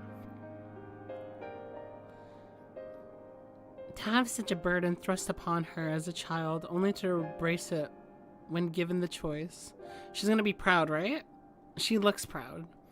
In that respect, they are quite alike. It would seem her legacy is indeed in capable hands. Arya, might I ask a favor of you when next you return to the First, to tell Reen what I cannot? To tell her thank you. Now, there we go. And I would offer thanks to you as well, staying with her to the end. Begging your pardon, but could I have a word? Who is that? Look at this fraud. They just look like a fraud. Ryle, I hope you're here to tell me you received word from our helper. I wish nay. I'm not at a peep out of him. It's been a good long while now, too bloody long. Yes, Zaylin, like, Minfilia's adoptive mother, like, has had, like, quite the ringer of, like, news. Like, even, she gets, like, cast that message where, like, Minfilia's like, I'm leaving now. And then, like, she gets over it. And then, like, she gets a word again. Like, how many months later being like, oh yeah, by the way, she's dead. And she's passed on. Here's our substitute Thancred since Thancred is napping. Oh, true. Yeah, we finally have a good Thancred again. Like, I mean, look at him. He's got a better eye patch. This one's got an X's on it. They're extreme. Remember when that was like a thing back in the day when like an X in media was like the coolest thing ever? Like this is the studio Gynax is literally like they added an X in the name because it was extreme. He's hotter? Never cook again. Yeah, Rose is a mod. On account of which I'm going to sneak over the border and see if I can't get a signal to him from closer up. And what if they catch you? There must be another way. Well, if it ain't... Well, it ain't as if we asked Thancred to do it. Besides, I shouldn't have no trouble picking me way through Gimlet. Now that the fighting's died down, gods knows there's enough shadows to hide in. And it beats waiting around here twiddling my thumbs. Any road, I just thought I'd let you know. Now I'd best be... I nearly forgot. Kryle's at the stones. And she wants a word. Something to do with the patients. She was getting ready to examine him again when I left. Oh, okay.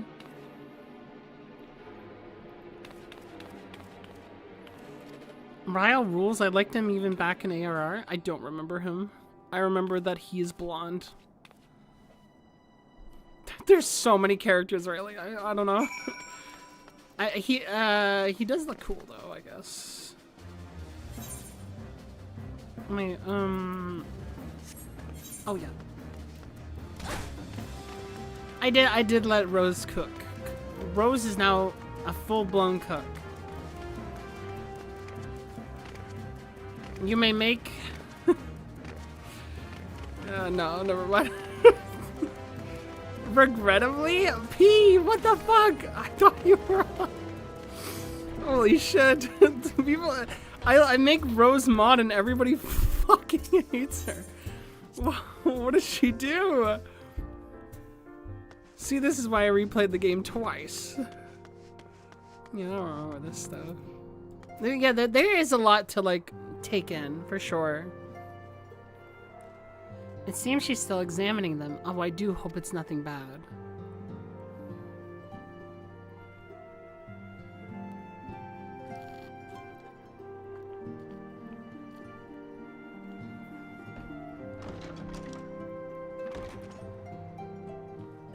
Oh my god! Good. Oh my god, we hear a voice cry. It's been so long. Holy shit. Oh my god, I haven't heard voices in forever.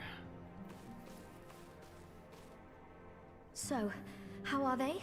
Oh my god, Taru. Still locked in slumber, but otherwise in good physical health. Okay. For the present, at least. For the present? Oh no, is something wrong with them?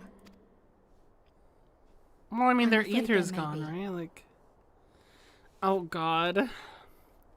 I summoned you after detecting faint signs of instability in Thancred's corporeal ether. But subsequent examination suggested all 5 might be affected. And when I examined them just now, my fears were confirmed. Tellingly, the degree of instability varies between them. Thancred exhibits the most notable signs, Right, followed by right. Y'shtola and Urianger. The twins' ether, meanwhile, remains relatively stable, but there is a change there too if one knows to look for it. Right, and this is all dependent on how long they've been in the... They've been out, right? Oh, God. Hold on. Isn't that the order they were called away in? Indeed. Which leads me to believe the instability will only increase with time. Though I can but speculate, I fear this may be a symptom of a weakening link between body and soul. Yeah, yeah. By the gods! What happens if the link is broken? I cannot say for certain. This is all unknown territory to us. Yet whatever happens, it cannot be good. So, do you think that... This is a question. Do you think... I actually don't want it answered. But I am thinking, like, if they die in... If they die in this world, does that mean that they die in the next world? I think that there's something that indicates that, isn't there? I can't remember. Would they just, like, shift over into the first? No, because of the way that it's made, right? Oh my god. We can't have them die here, though. Rhetorical, yes? Right. God, I can't remember. You die in the game, you die in real life? P, we all know that. Don't tell us what we already know. I'm not stupid. Yeah, whatever happens, it cannot be good. Oh god. Oh god. Mercifully, the instability is still only slight. And you may rest assured Master Matoya and I will do everything in our power to keep it from worsening. Be that as it may, it is imperative that you find a way to restore our friends' souls to their bodies. Leave it to me. What is that one character? Well, leave it to me. Thank you. Oh, But I where's love she even Cryo. supposed to start? We had the greatest minds in the realm hunting high and low for an answer, and they ran out of places to look.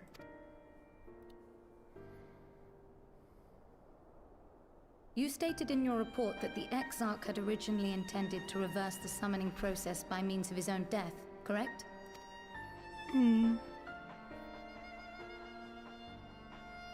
Raha always was a reckless young fool, ready to die for the first righteous cause that came along.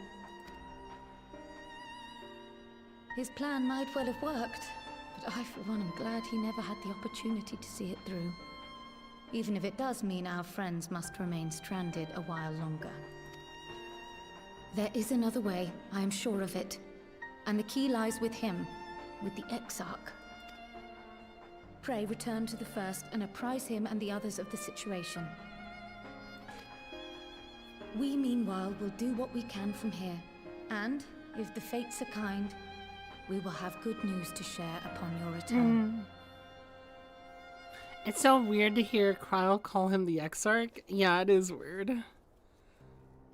Like, does it... Actually, that's a question. Does Kryle know? Like, what did we call it? Like, wouldn't it just be Grahatia? Or is it just, like, I don't know. Like, what? I don't know. Oh, I guess because of the message, right? But yeah, they would know that. Oh, that's so strange. Huh, interesting. So, I guess because in the Exarch didn't... Yeah, she called him Raha in this cutscene. Right.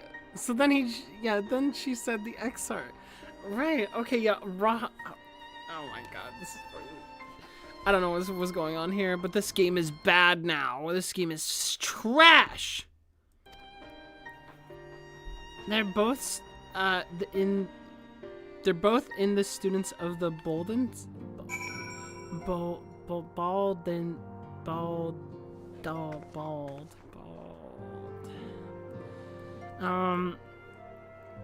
Okay, shake and resolve. Where's the next part?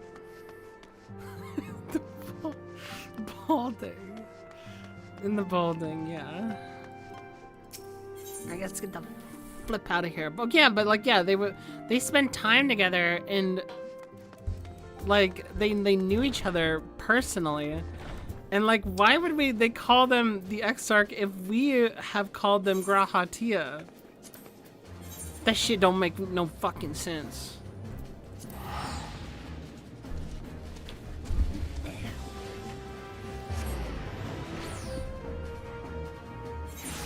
Anyway, I like hearing the name Raha at least. We at least got a Raha, right? So that was good. The writers for gore? The writers for gore? They forgot to make a good game. They forgot how to make a good game ever since the very beginning. They haven't fixed it. Does anybody know anyone like that? Regrettably.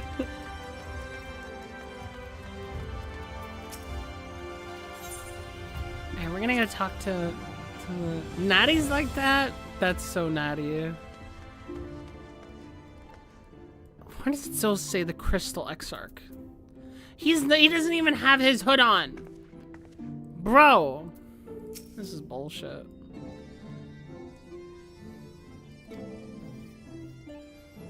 But of course, it wasn't. Go on. Their corporeal ethers signs of instability, but by the gods, the possibility never even occurred to me. If you have returned in the hope that research has yielded a solution... Oh god, what the fuck was it? Oh god! Nah, I fear you will be sorely disappointed. 'Tis but a mercy we have the likes of Mistress Kryle and Master Matoya to keep our friends' bodies safe while we wrestle with the problem. JP lets us call him Raha. Let me call him Raha in English. Slam stable. we don't even have we don't even have the redeem anymore for that. So watch yourself, really. The others must be told. Okay.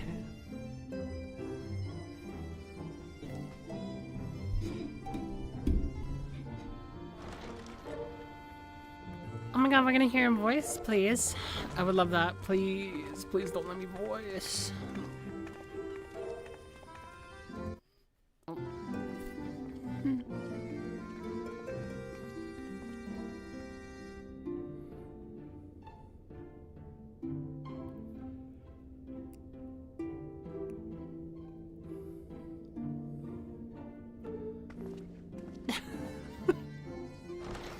Do you think Matoya will ever die? I don't know. I'm not sure. Pray excuse my late arrival. Yeah, what's up, your ranger? Will Thancred and Reen not be joining us? Nay, milady. With apologies to all, they beg leave to pursue their investigation of the empty to its conclusion. Should matters here demand their presence, however, they did assure me that they would make themselves available.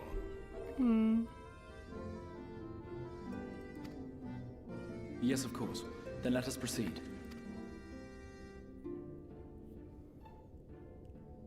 I think it best that you begin by providing a summary of Mistress Kryle's findings.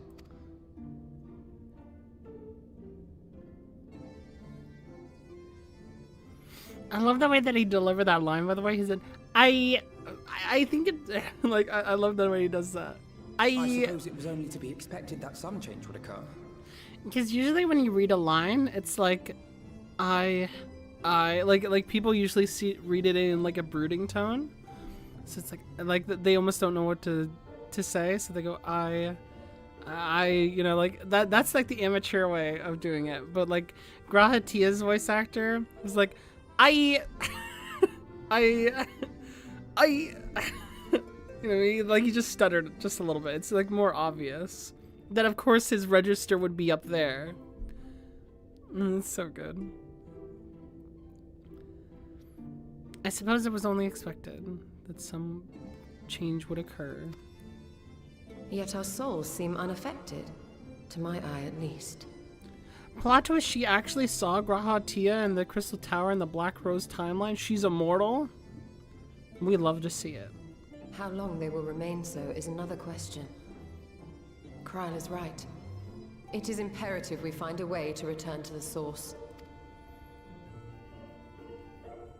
Perhaps an explanation of the method by which I brought you here will yield some inspiration. Ere I begin, it must be noted that I am by no means a gifted mage.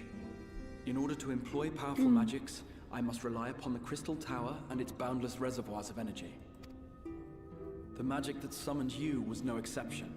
'Tis a singular spell, adapted through painstaking effort from the technique that transported me to the first. To use an analogy, it works by cutting a hole in the fabric of reality. A hole tailored to the object of summoning, through which it and it alone may pass unscathed. Though I succeeded in creating said hole, I failed to latch onto my intended target. Instead of you, the spell found those close to you, and ended up summoning them in their incomplete state.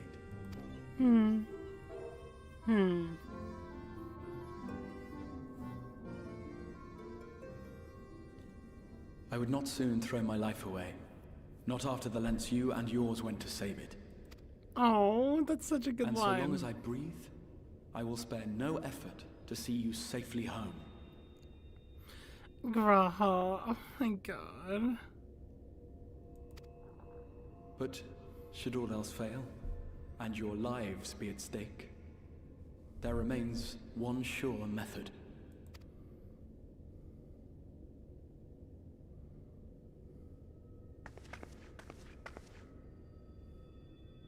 Oh, Oh my god! what was that for?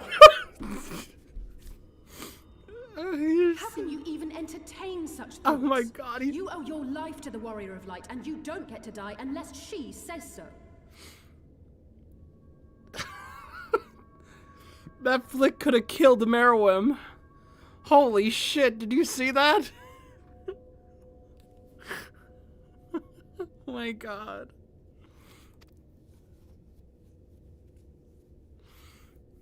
Your followers await your divine judgment. What did you just... Oh.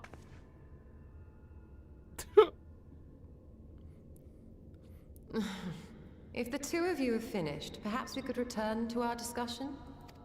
Rather than dwelling upon the multiple failed attempts at transference, I think it would behoove us to focus on the solitary success. Yeah.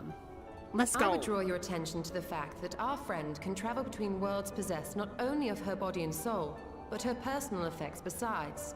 This is no different from the teleportation magics to which we are all accustomed. Magics that allow for the transportation of those inanimate objects one considers to be an extension of oneself. Are you suggesting that simply by considering us her possessions, she could carry our souls back to the source upon her person? Well, it would be nice if things were that simple for a change, but vague notions of ownership seem a rather tenuous thing to stake our lives on. So much as a moment of doubt on her part and we'd be left floating in the rift. Yeah. The lady hath the right of Pretty it. dicey. The requisite fixity of belief would be too much to ask even of our friend. Yet were we to immure our souls within an object in her possession, mayhap then our safe passage could be assured. White auricite would, I believe, serve as a suitable vessel for this purpose. It was conceived to imprison the massy soul of an Ascian, and should house one of ours with relative ease. Oh, wow. Okay, yeah, cool. We would need only to ensure our soul's safe preservation inside the stone, and identify a means by which they might be transferred back unto our vacant bodies. Right. Soul preservation and transference. I believe I know of someone who may be able to assist us. Ooh, I can't remember. On the far shore of the source, there stands a great palace built by the elves. It was forsaken in the wake of the flood, but a certain new Mo chose to make their home there soon after.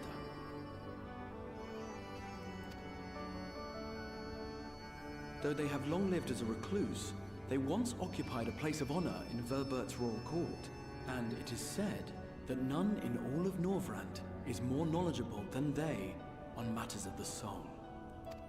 Well, I've no objection to seeking a helping hand, but if they've gone to such lengths to hide themselves away from the world, what makes you think they'd be willing to lend us one?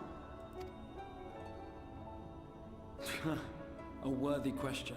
Years ago, I myself tried and failed to solicit their cooperation in the battle against the Sin Eaters.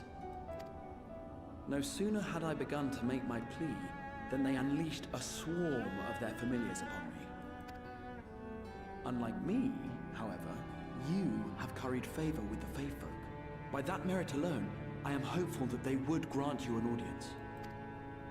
They may still be inclined to turn you away, of course, but if their knowledge might feasibly facilitate your return home, we have to try.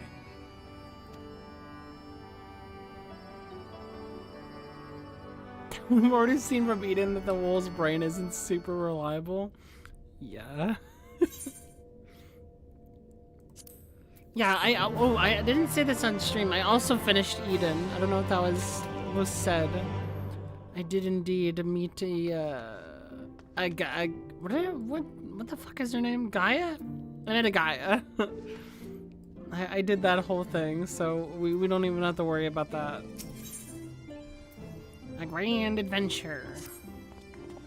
Is this gonna be our like introduction dungeon? I wonder. Whilst the journey thither, I think it best that I devote mine energies to the creation of white auricite. By thy leave, of course. The process of the requireth a no small amount of time, and should the new Mo consent to lend us their aid, we will have need of a suitable vessel ere long. Agreed. Then I would ask the rest of you meet me in Sullen, and do be prepared to a warm reception. Okay. A grand adventure. Let's go. For Job.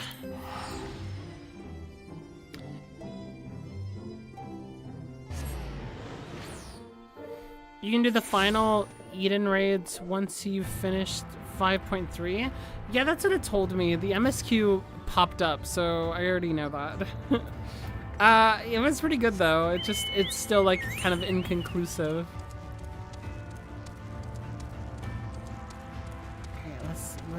Okay, we got this. I appreciate the information though. At least a little bit.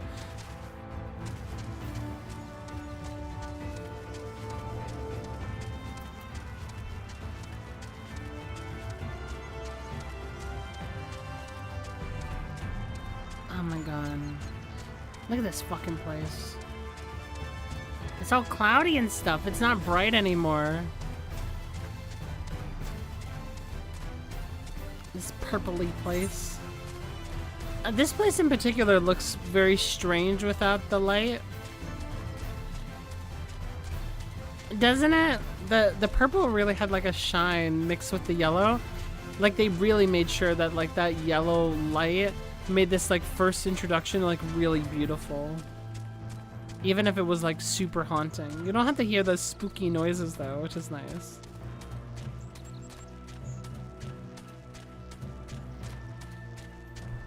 Actual weather. Yeah, and then there was like, what was that? There's a person in this area. I think if you're looking at my screen, it's in this part of the map that is like, they report the weather, and in game they just report that the light is still light. And that's like their job.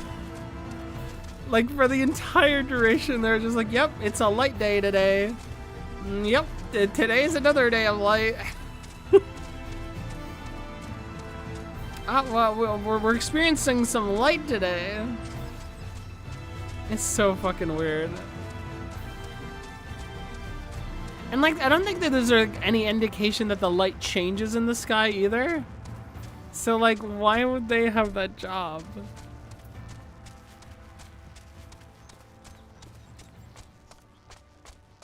That's so weird. Like, I would make sense, like, it would make sense if like they're like, oh, the light looks stronger here today. There might be sin eaters, right? But that doesn't really come across like that. Yeah, who's paying them for that? I don't know. Like, maybe it would have a utility, but it doesn't show in the mechanic of it, right? Instead, to our player, it's like light day, light day. As I told you before, I have scarcely set foot on the palace grounds when I was set upon the host familiars, and I expect our reception today to be no different, which is why I propose we march through the main gate, weapons drawn. I'm sorry, but are we not here to petition for assistance? You can't honestly think barging in looking for a fight is going to persuade them. I mean, it could. Actually, I believe the Exarch may have the right of it. They have no doubt poured a great deal of time and energy into their creations. Were I them, I should be most interested to meet with those who could overcome my defenses. What the fuck does that mean? I mean, like, does that make sense? Like, that they're excited to actually test out, like, their machines for killing us because we're just going over there? I mean, I guess it, like, somewhat makes sense, but there's some cartoon logic going on right now. As with any true seeker of knowledge, there is little we can say or do to convince them to help us if we know nothing of their character, no less why they chose to hide themselves from the world. But if we can seize their interest, maybe we can earn ourselves an audience. Yeah, we definitely, like, okay, like, we definitely need to, like, do something. But holy shit. And I must say, Exarch, you certainly seem to be enjoying all this.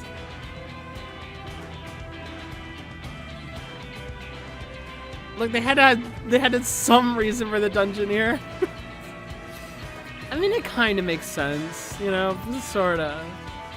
Will I not deny that I enjoy the thought of fighting alongside you all rather than pacing around the Crystal Tower. Oh my god! Rob, come on! Oh, shoot. Wait! No! Oh, I missed it! I missed what they were gonna say.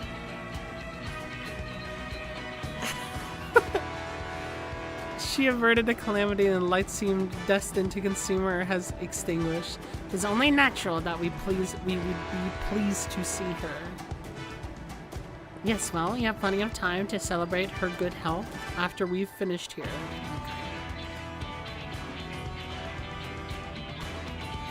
Of course, let us proceed to the palace. Well, last time he went, they attacked him, so fair is fair. Yeah, I mean, like, you know... We'll seize an opportunity of some sort. We gotta do something, I suppose, right? We're on the edge right now. Okay, let's talk. What is it, Alpha now? How long has it been since we went on the same expedition? I cannot help but be reminded of the ruins of Scala. What do you have to say? You stole? I can't but imagine of what manner a beast keep guard here. No doubt that will they afford a scant opportunity to explore the palace. A pity. Okay, yeah, I agree. I think we've done enough talking, don't you? We have new Mo to impress. Okay, fuck off. Graha, what do you have to say?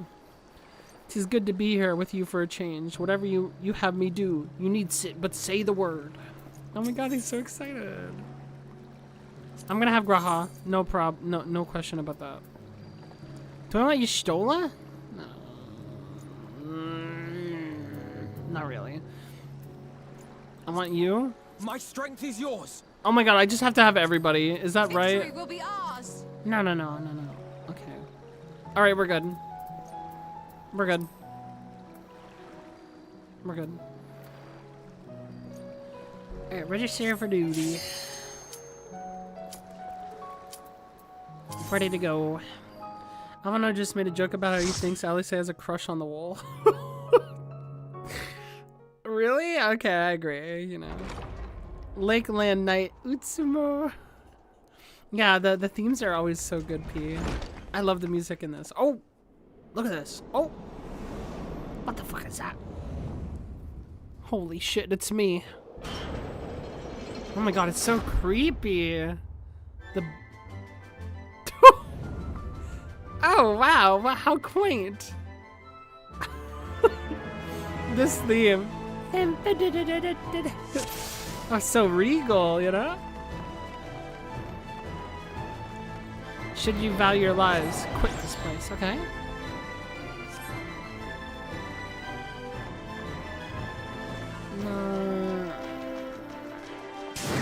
Oh, what the fuck?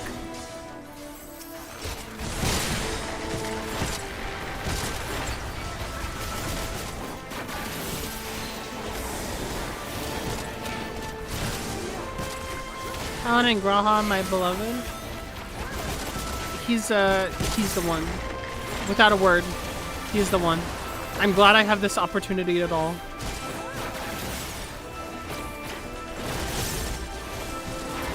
Oh my god, we're doing no fucking damage. What is going on?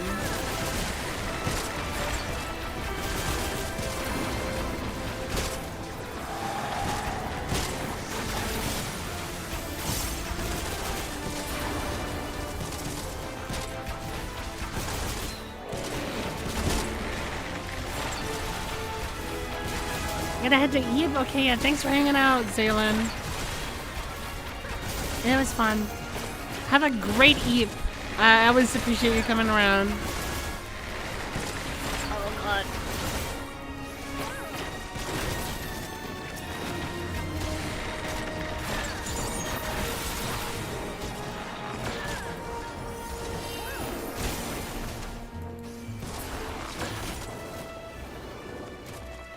I should have used my other fucking ballad. Now it's gonna be gone. Gone in Kilowatt. Don't need to do that, do we? Oh my god, we do. Okay, well. Alright, there we go.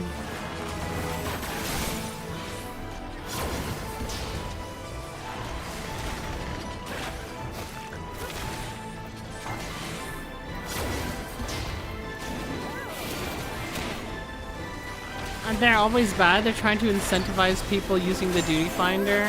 Oh boy, don't I feel that.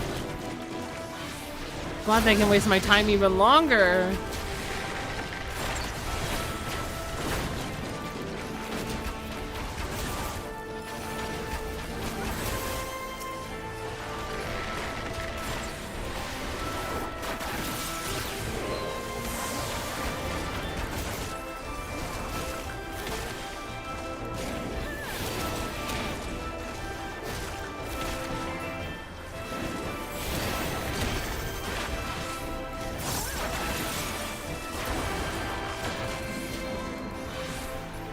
Okay. This castle looks kind of dope, actually. I don't know, like, how to put... Oh my god, that broom? Hello? That's a beautiful broom. I love the moving little brooms and stuff. It's so cute. I'm so done with the sickness. Oh my god, let me...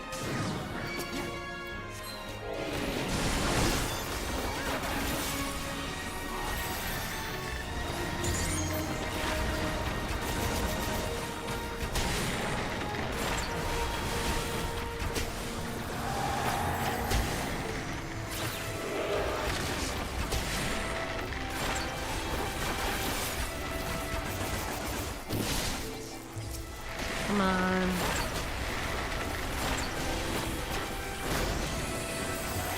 Come on. Die. Die, you.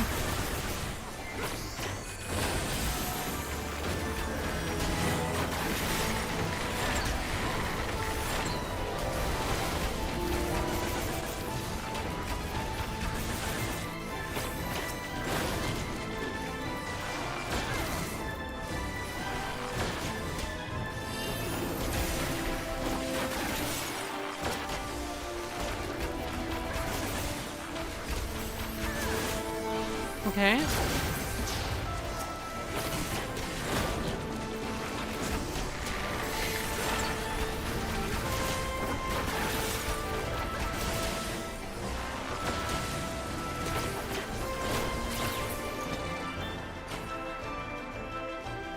Okay. Now what? Now what? Here? Yeah, this is definitely the right way. Oh, God.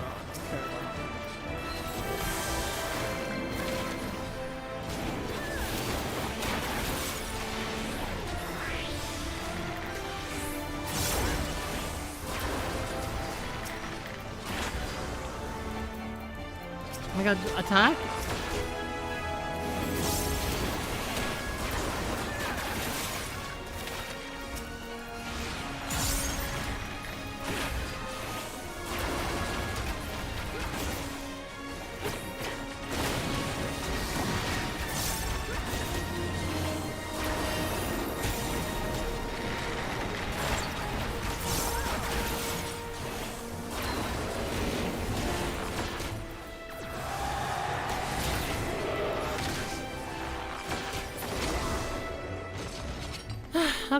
Okay, got it. Make a mess in my place, then you leave me no choice. Okay. Cringe. Oh my god, Gratia! Oh my god, he's so awesome. Oh, and this song? Maybe a Pepe Jam?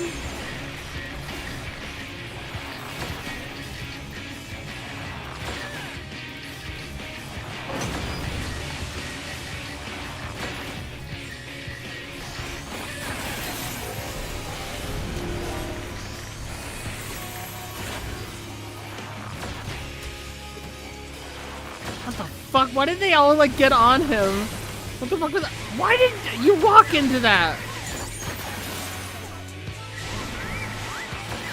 Oh shit.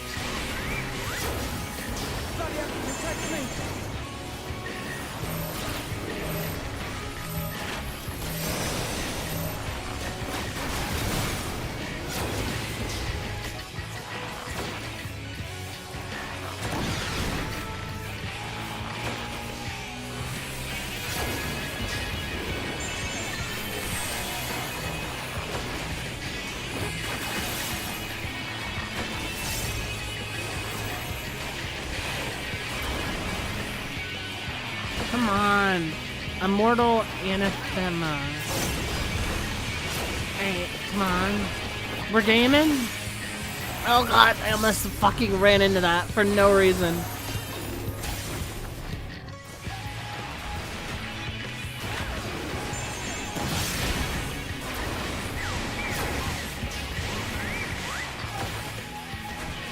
Ow.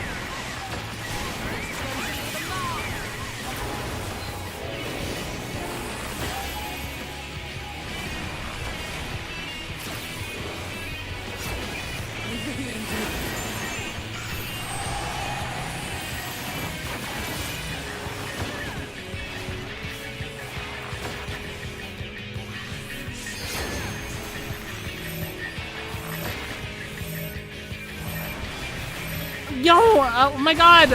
Bruh! Didn't give a fuck. Oh my god. It's okay. He's our Catboy savior. That's fine.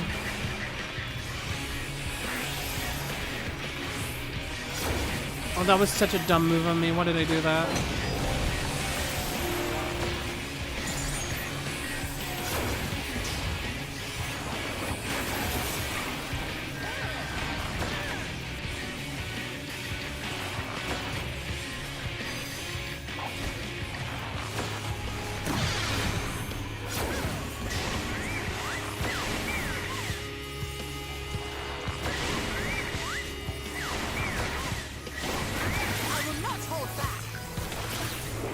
I'm gonna die.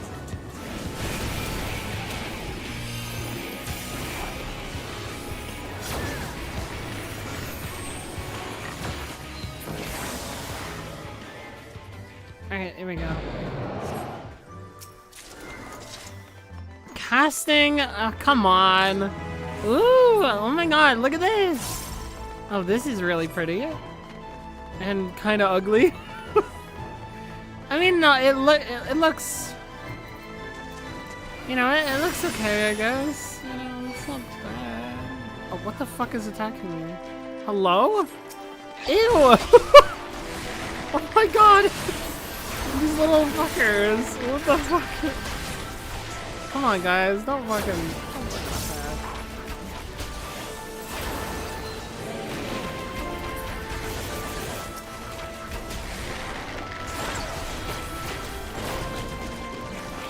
They're just like little beans, aren't they? What are they? Oh my god, they're so cute! Actually, no, actually...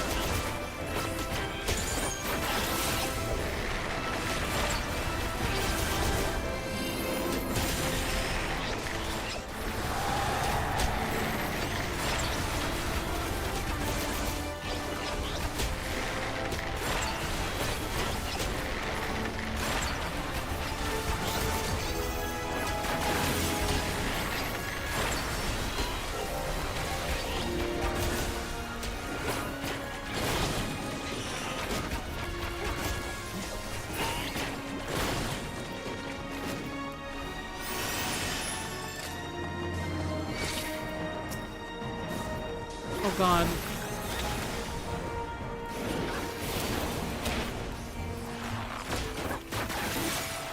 I genuinely think I've done this dungeon a single time. I do not remember it. You don't remember the Cosmo Wishweed? That's their most powerful one.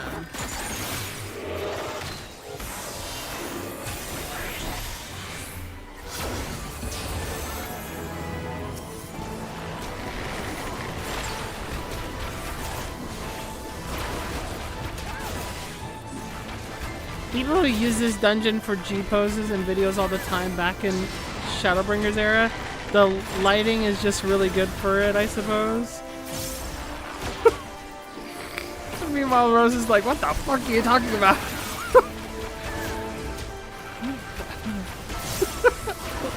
That's so funny, actually. What the fuck are you talking about? There was no people posing. The most we had was nothing. This doesn't exist.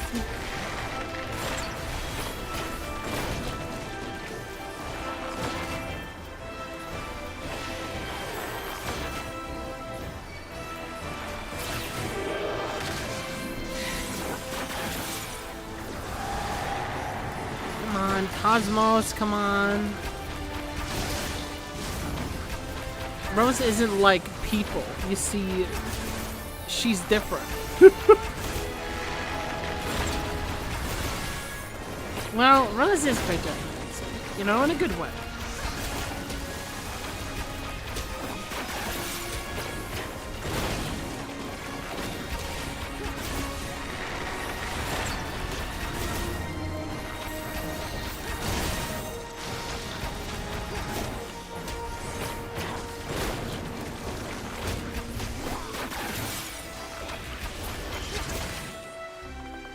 Alright. Okay. Look at this. Look at these little fuckers. You know what they look like? Do you know what these, like, little things here look like? They look like, like a Digimon. You know what I'm talking about? There's, like, a Digimon that has, like, ears, like, for wings. Or, like, wings for ears, I mean. Not ears for wings. That would be disgusting. I guess it's not the same. Well, no, it means the same thing. Fuck! I don't know. Okay, but you get it, right? I don't know. Fuck, I don't know what I'm saying. Shit. Pokemon? Yeah, Pokemon. Pokemon. Yeah, they look like Pokemon. Away with you! Oh my god, what the fuck is Y'shtola doing?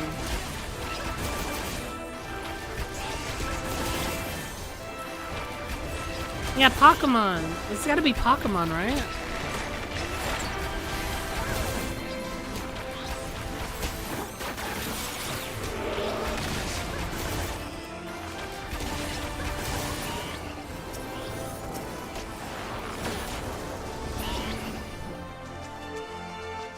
Alright, like, no, I'm cooking, okay?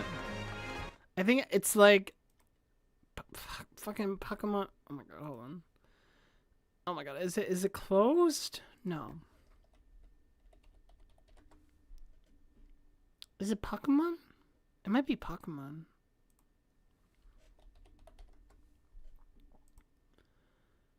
Yeah, I mean, like, it's kind of like Pokemon, or the orange one.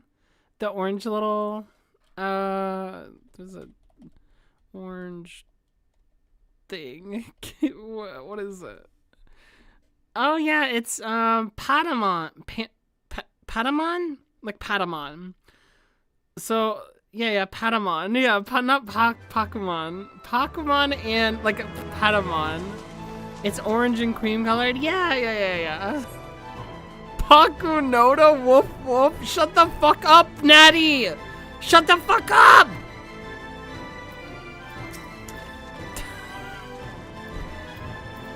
I thought we were making a Pokemon. No, we're not making a Pokemon joke.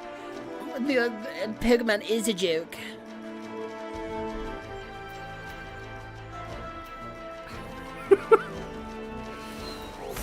Okay. Not a Pokemon. Alright, we're playing now.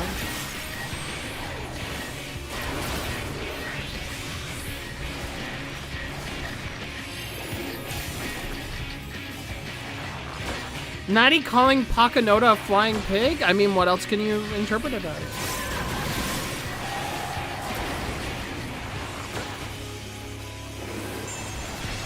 What the fuck?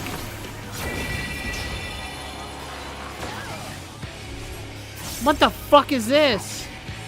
I will not hold back.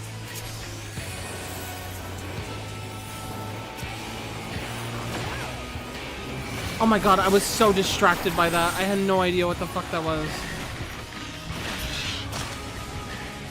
Okay, I guess we killed them? Holy fuck, I totally messed up my song for that. I was so confused. That was actually kind of awesome.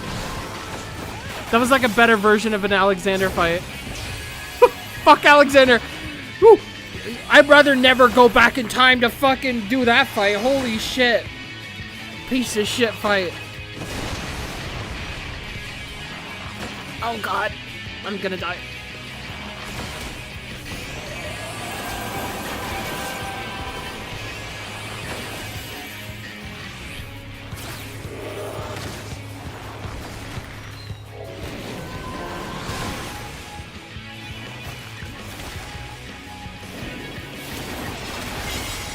Oh my god, where the fuck are they?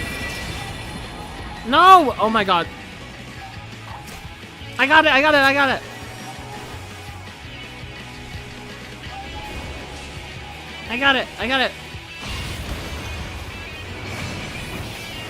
Yeah, fuck you, buddy.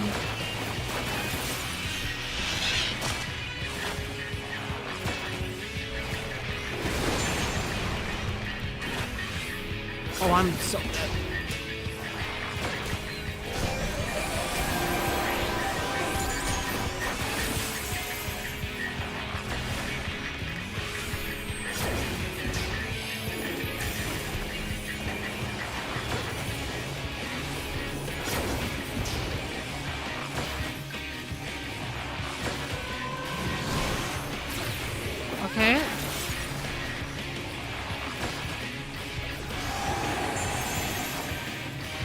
Alright, this bitch is so fucking underwater, motherfucker. Goodbye!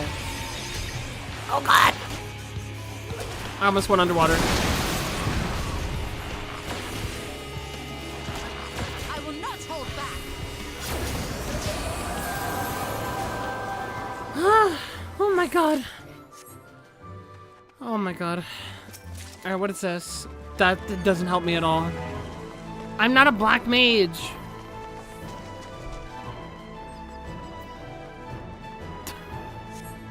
Yeah, actually, I like this fights mechs a lot. Yeah, this is actually a fun one. I really like it. Very silly? I like some silly. I like some gimmicks. I'm a big fan of gimmicks in games. I'm like that annoying bitch who thinks that like the not hard fight is like cooler when it's like, oh, you have to throw rocks at its feet and then it like drowns. You know, like I think that's like way cooler. I'm just built different like that. Oh my god, why did I poison it? What the hell am I doing? Oh, this fight's kind of annoying to not pull big on. Quit thinks all thoughts Emmett Selk? Quit thinks over Emmett Selk? Alright, well, I guess we can all be wrong at least once.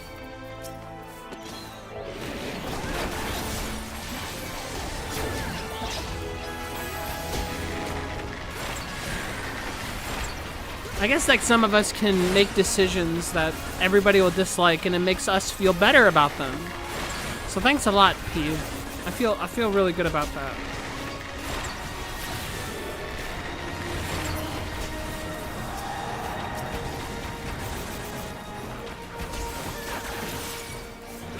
Oh god, I'm gonna die.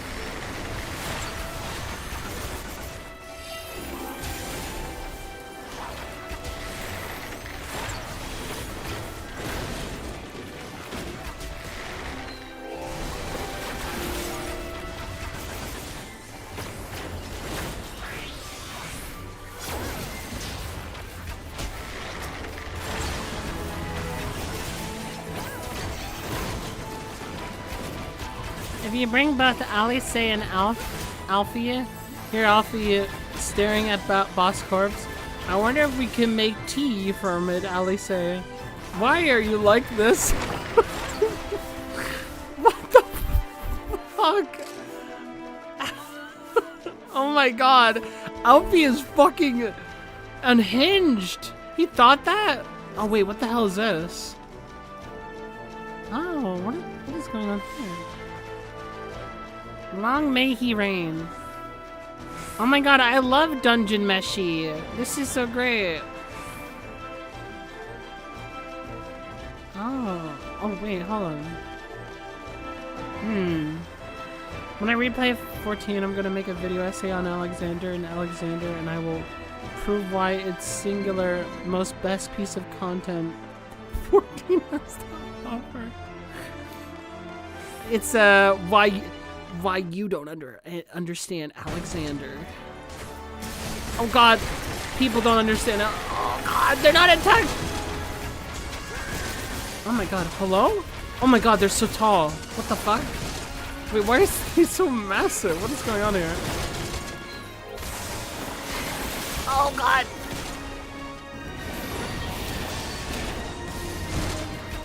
Alexander, an emotional analysis?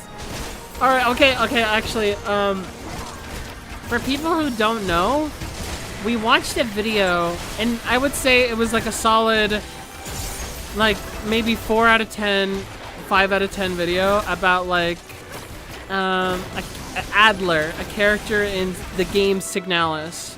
The details kind of don't matter, so don't worry about that. But basically, they were doing this a character analysis video, and the entire time, they were just like talking about theories that other people would say, and then they would go, well, and I don't agree. And then he would like make another theory and be like, and now I don't agree with that. And then the very end of the video is him just going, oh, that's it. I don't agree. It was like 10 minutes. Like 8-10 minutes or something. And it was just him like just like politely agreeing, actuallying. And that was it. That was just so fucking I can't fucking get over that. Oh my god, look at this person on the horse. Oh my god, guys, look at this. Xenos but good? Let me know. Is this guy a Xenos but good? Oh, I can't even look at him. Oh shit, I should actually play the game.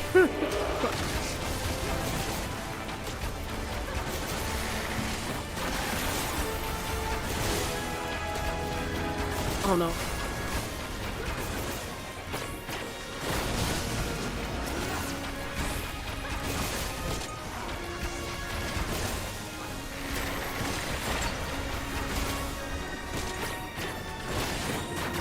Fucking die. Holy shit, these guys do not die. Yeah, that was the thing that convinced Andres. I mean, like, the video, like, had at least, like, one kind of good thing. And then, like, we talked a little bit more about it. And so, like, their bad take made it more obvious what their character was. And I'm not going to question Andres' methods completely. But, I thought it was very funny.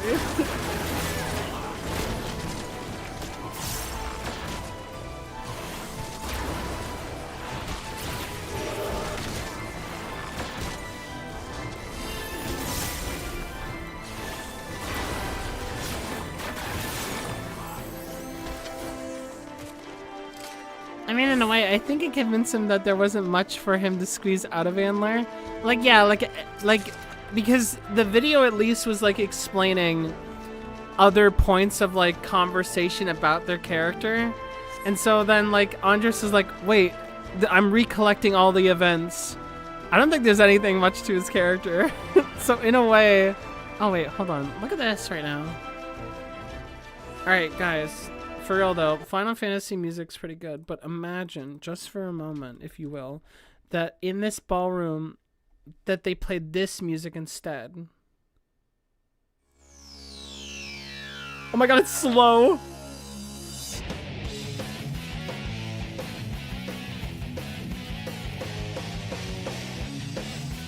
That would be a better game, right?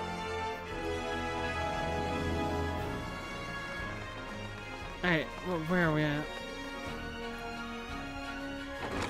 What did I do? It was just on 5p. I didn't mean to do that. It...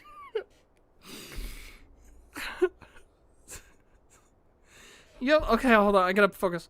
You have sullied these halls long enough. Come, Longus, our guest yet here. Yeah. The fuck is that? What the fuck is this?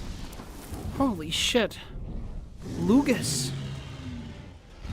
Insatiable flame. Somebody really wants to be Ifrit today. Or Ifrit.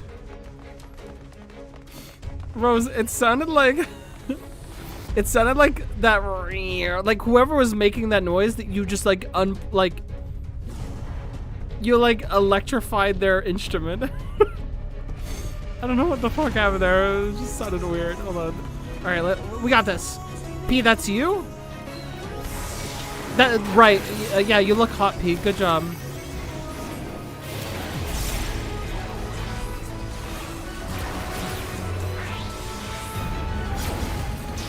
Oh my god, I'm gonna die.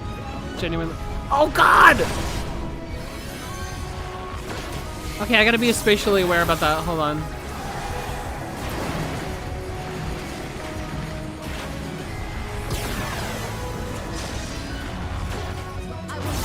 Oh my god, Jesus! There's so much shit going on the screen.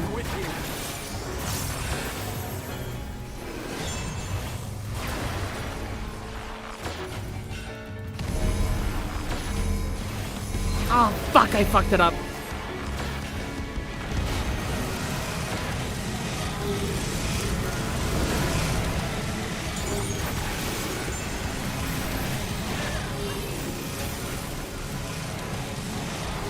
What is that noise? What the fuck is going on? Did I die? Was I like losing health that whole time? Holy shit. I wasn't I was so locked in. I was like I was so messed up. I didn't know what was going on. You need to set I was on fire. That's what that noise was. I was just on fire and I was just like I was on fire and I literally did the is something cooking or is that just me? I did that gag unironically. God damn it. Okay, whatever. Fuck! Okay, now I have to run all the way back.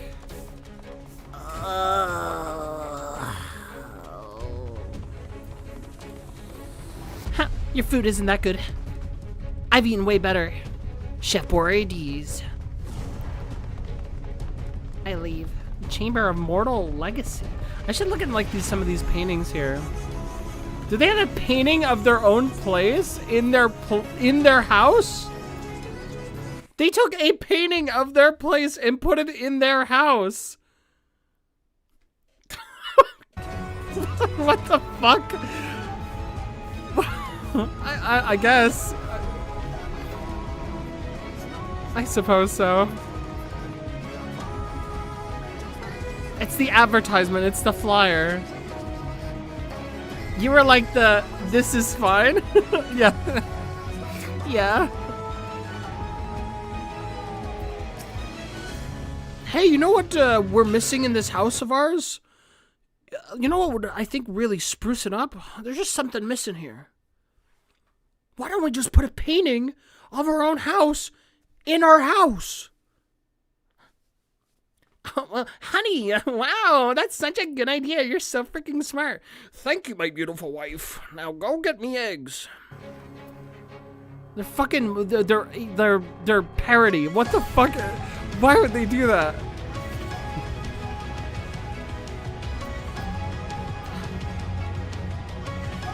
All right, let's go. All right, let's go.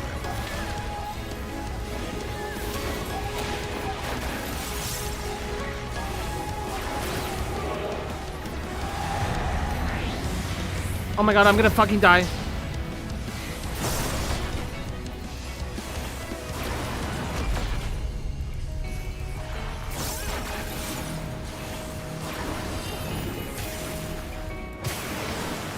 Alright, I'm on fire now. I'm on fire now.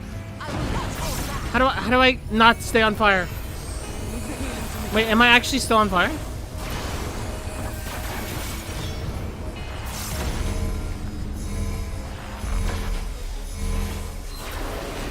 Oh, I don't think I'm on fire. Oh, now I'm on fire. Come on. Jesus. I think they're gonna really work with us now, guys. They're just burned their fucking furniture. Jesus.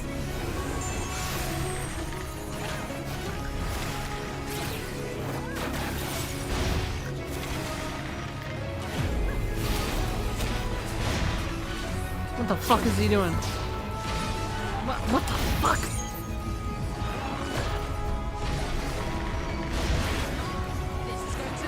He's such a fucking moron. Oh, I can't have him hit any of the furniture or we're gonna run out. Oh shit. Oh no. Left. Okay.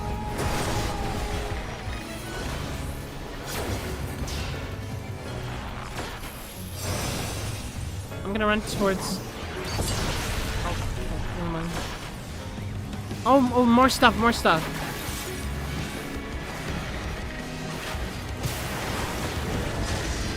Oh god.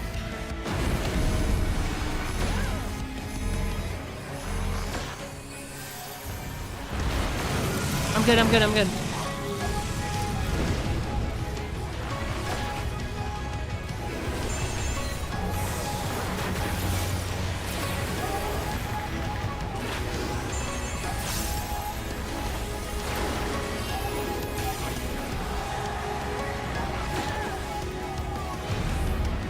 Right? Oh, I'm fucked. I'm fucking dead. Oh, I made it! Holy shit!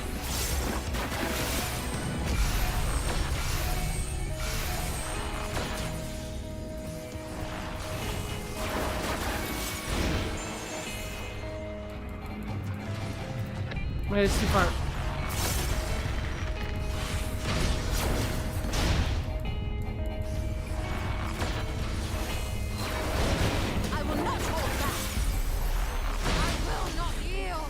Oh my god, Yashtola is almost fucking dead.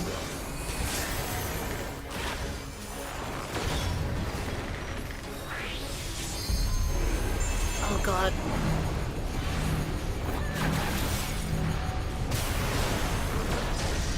Oh god!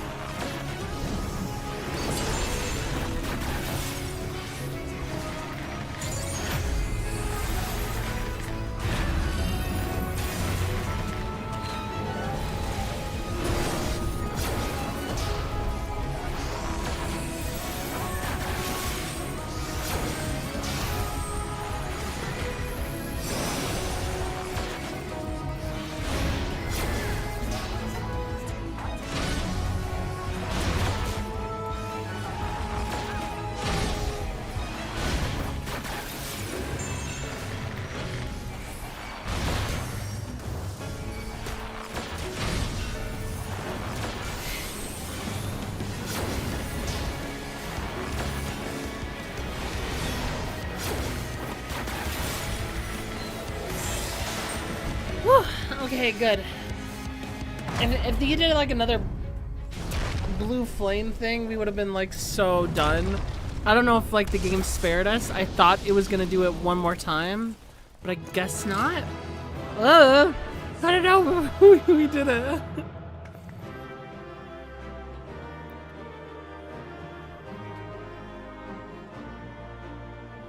You're joking about this, but so often I've been in the banks that have oil paintings of the bank itself. The self-indulgence is insane. Like, yeah, no, I actually do believe that's a real thing. It's just, like, why on earth would you do that? You can't just, like, look outside, like, hey, you know, share here. I don't know. It's been a long time since your woe was happy to finish a dungeon. Yeah, I almost like forgot like that she's done that. We've been so serious for a long time. We were so happy to fuck over rich people. We finally got joy out of burning their furniture. We're just like we're like little pyromaniacs. Yippee! Goodbye, piano.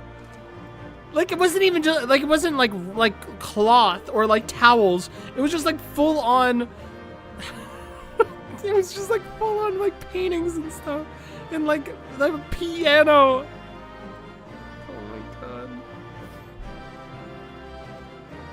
In front of my mirror, I affix a rather flattering portrait of myself as well. A trick of the light. That's me looking in the mirror. A trick of the light. You are a broken husk, nothing more. Oh, someone's congratulating me.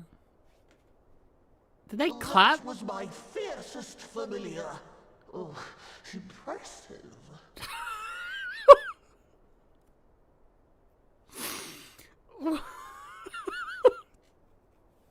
This guy had exactly the same fucking voice that I thought he would. He sounded exactly the way I thought he would. What? Listen to him again. Hold on. What did he sound like? Oh no, he transformed. What the hell is he now? Hello? Oh, it's one of these. Oh hey, what's up? Oh, chillin', I guess. The warrior's eyes are. The warrior of light's eyes are bugged. It's good to see you again after all these years. And judging by your vigorous greeting, I dare say the feeling is mutual. To be sure, a simple shake of the hand would have sufficed by way of welcome, but I shan't complain. Is that But how you it must be is? wondering as to the purpose of our visit. We come to beg your assistance in a most urgent matter. I want to hear them again. Shake? Beg? Our comrades' very souls are in danger. If we are to save them, we will need the benefit of your unsurpassed knowledge on the matter. Please. They're will you they not them, sit by the way? and hear Oh, I our didn't plea? know. Oh, how dare you! How dare you speak thus in my presence! This is what every non-binary I've met is like, by the way. This is actually accurate. It was to escape such words of temptation that I hid myself from the world of men. You are sinners, one and all, and I swore never again to have any part in your affairs. I do like their voice. I do like it. I can only imagine what terrible events forced you into a life of seclusion. But I know that the new Mo are a good and noble folk. It is not in your nature to turn a blind eye to the plight of those around you. And in treating with us, I am certain whatever mistrust you feel for man will begin to heal. Heal. Why do you say it like that? Alphino, are you okay? Oh god, okay.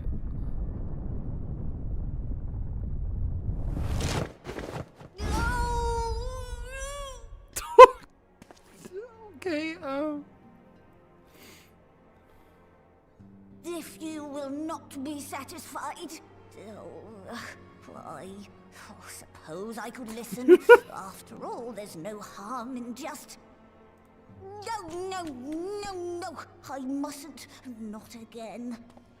They're having a battle, holy But shit. damn court mage seem to have the best of intentions too, and countless innocents died for my naivety. I fucking love their voice, holy shit. It is so funny. No, not what you ask of me. What horrors my knowledge has wrought. This is actually a very pitiful state, like, even though it's, like, funny.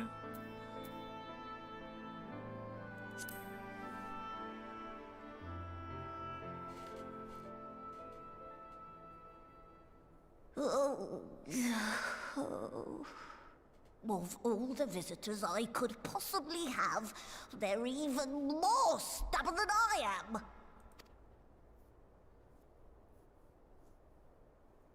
Oh.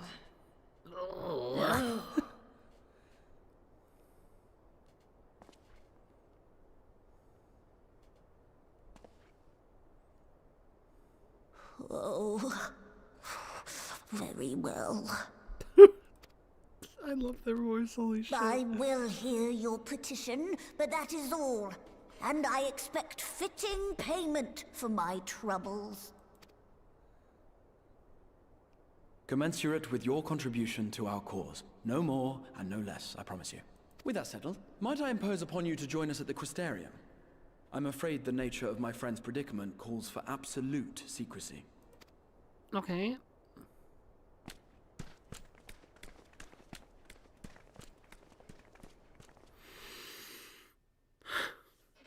Wow, Post-Shadowbringers is so... Wow. Yeah. When it rains, it pours. The others have gone ahead to the Crystal Tower. For the record, I truly wish we hadn't had to resort to such words when treating with them.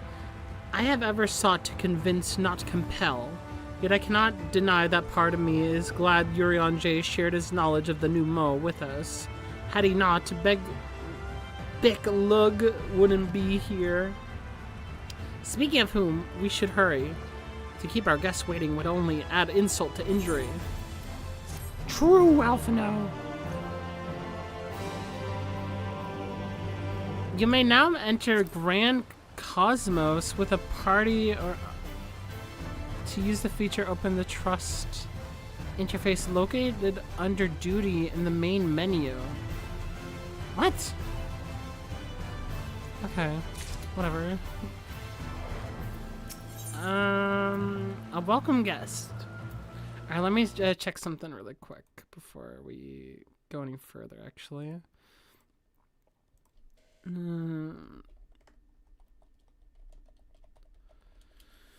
just want to check what mission we're on. Oh, shit. Okay, well... let us hurry. We have made staggering progress, it seems. Let's go. We mustn't dally here any longer, Arya. If Big Look... what? Okay, just basically... I should be present. Alright, I'm on it. I'm on it!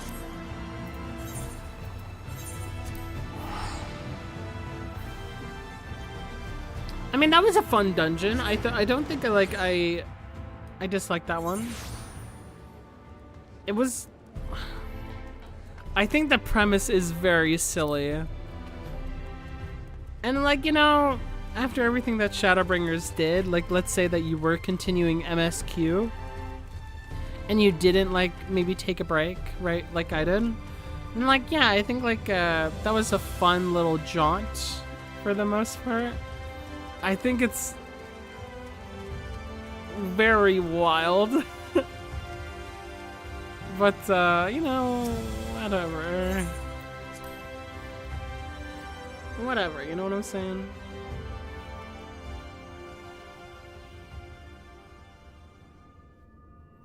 Oh, what are we doing?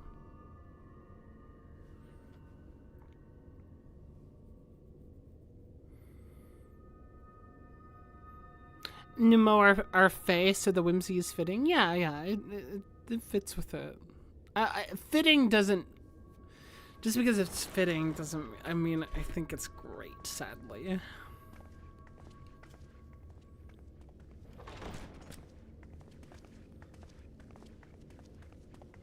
I did like burning a piano, though. Right, sorry. You mean to tell me not only that the return of night was your doing, but that you hail from another world as well? Yep.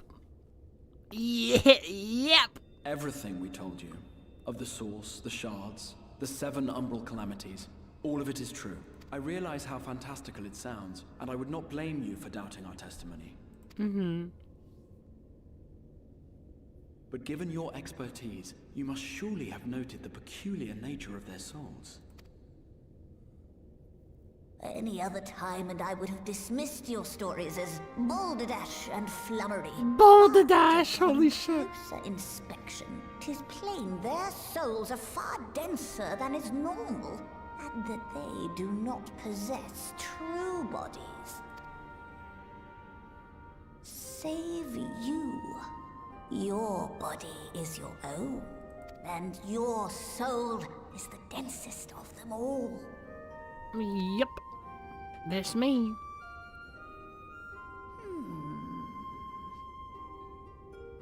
As I said before, were it not for their heroism, the skies over Norvrant would still be awash with light, the realm yet at the mercy of Vorthri and the Sin-Eaters.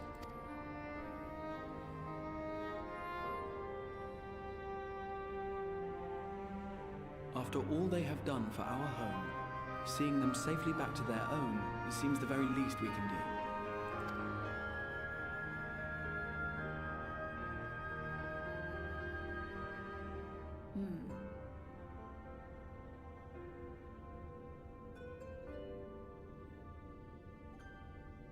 Your tale is intriguing. Yes, very intriguing indeed.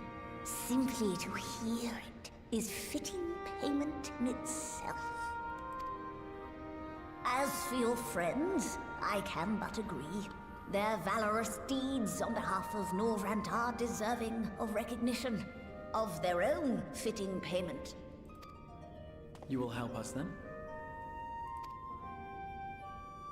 I will. I would see my knowledge put to good use for a change. I do have one condition, however. I am not the spry young Numo I once was. As such, I will require assistance in my fieldwork and testing. It would be our pleasure. We'll be laboring for our own benefit after all.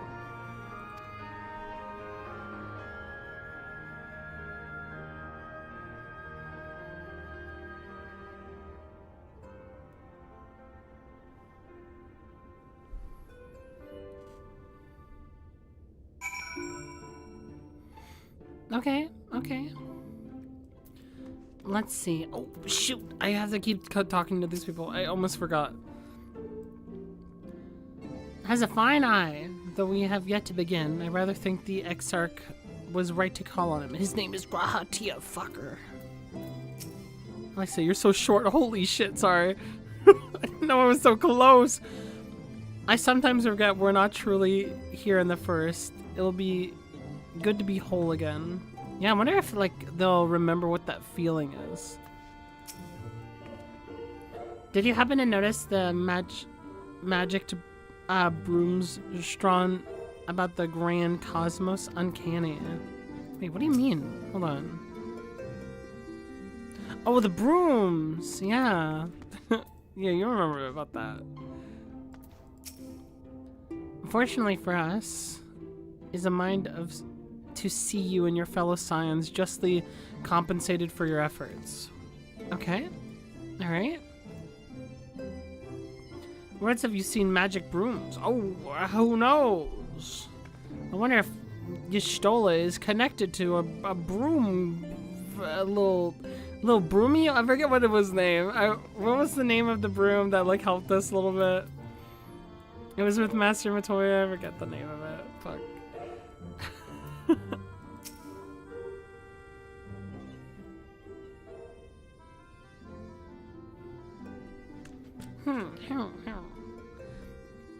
You have spun quite a tale, but tell me, have you given any thought as to how you might return to your world?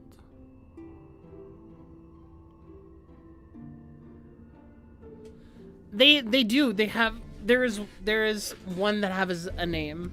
I at least remember that. There's one that doesn't have a name, and they call it like Broomy or something, and then in the next scene they give it a name, Broomy or whatever.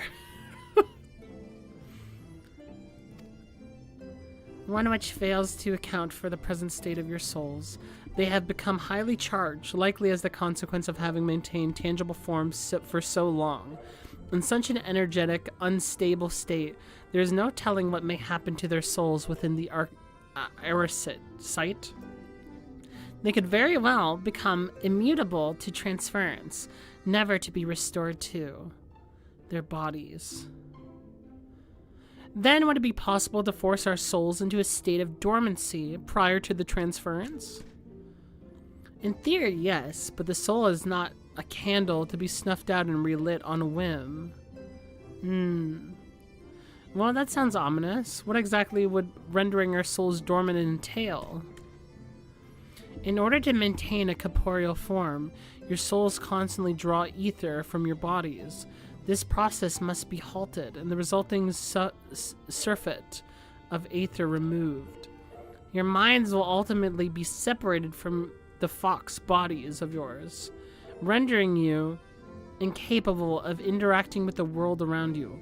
A cruel fate under normal circumstances, but one which would be rectified upon your return home. Oh my, okay. Leaving lifeless husk. Like these poor souls at the inn at Journey's End, corrupted by sin eaters, their ether made stagnant by the light. Man, I always say it's so haunted by that experience. It's hard to like. I love that like that still has a mentionable effect on her. Corrupted, stagnant.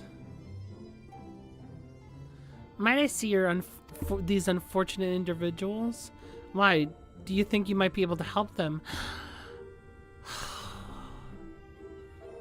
I might or I might not, but I shan't know for sure until I've seen their condition firsthand. then I would be glad to take you to them on the understanding that you won't do anything which might increase their suffering. Oh my god, Alice is so kind. It was my faith in man I lost, not my compassion. Ooh. When I see no need for all of us to accompany... Well, I see no need for us all to accompany you. While you escort our guests to the inn, I will assist Yurion J in creating the requisite aerosite. I believe my talents would be better applied to that endeavor as well. Might I leave the three of you to assist? Yes. Let us make for Amarang. Alright, let's go. I wonder if, yeah, like, if we'll actually be able to have, like, a profound effect on, the people from prior. What do you have to say, Graha? Why are you still called the Crystal Exarch? It pains me that there are those who yet suffer despite our victory over the light. We might hope a way we can be found to hope both them and our friends. Oh my god. My friggin' throat closed up there for a second. Alright, I should drink water.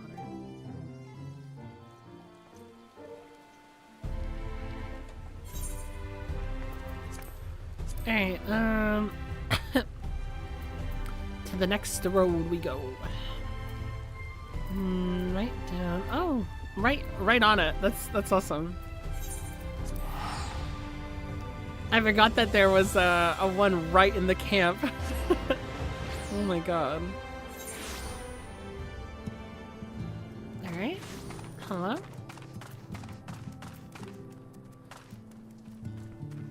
I wonder if they say the same thing. Let me see. Yeah, they don't say anything else.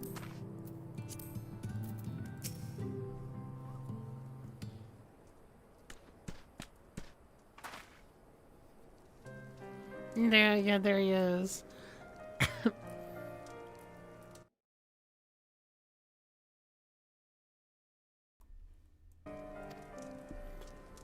Towards stasis. What do you suppose will happen to him? Not too bright, are you, boy? The same as all the poor souls corrupted by the light. He will become a sin eater. You don't know that. We've defeated the wardens and banished the light from the night sky. Halric was completely unresponsive before, but now... Mumble. Then perhaps there is yet hope. If I may, there is a treatment I wish to administer to the patients. What sort of treatment?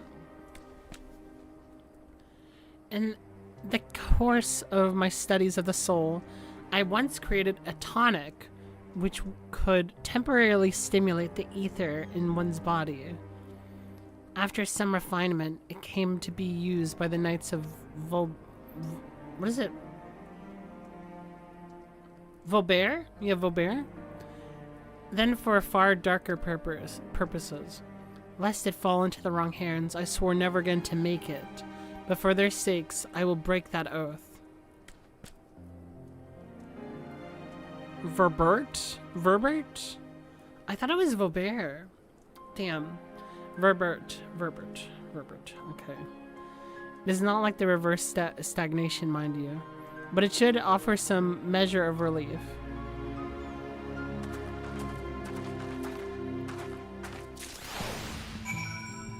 Okay, let's see. Let's see if we can apply it to you.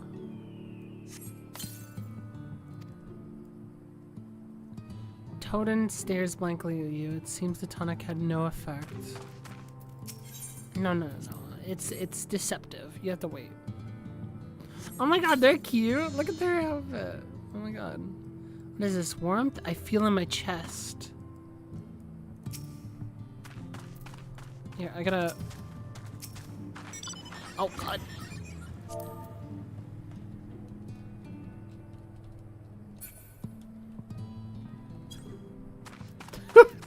I said you are so pink and cool. Godspeed.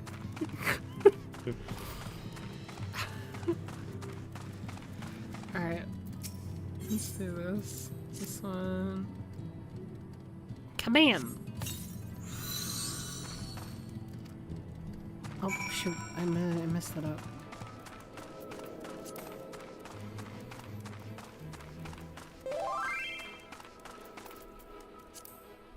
Thank you. I do my best, you know. Alright, let's see. So the tonics are applied. Let's see. Now then, have you noted any change in the patients? Notable rise in body pressure and increased motor function in most of the patients at least. The most severely afflicted show no response. As I feared then. 'Tis true that with the restoration of night, the corrupting influence of light will no longer grow. And yes, their bodies will naturally return to equilibrium given time. But this holds true only for the corporeal ether. Their incorporeal ether, that of the soul, is not so easily mended. Oh, wow.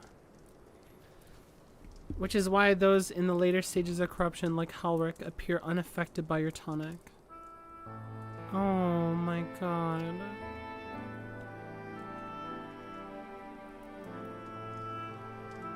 The boy's soul is too far gone. His mind is held together by the finest of threads. There's a chance he may one day recover, of course, but it could take years, decades even. By the gods, he could wake to find himself an old man.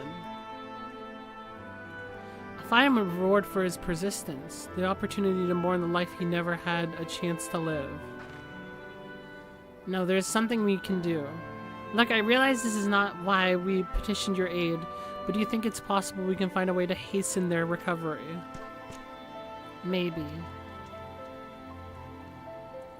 Nor do I think it impossible that, in treating them, we might learn something of relevance to your own predicament. Oh, okay.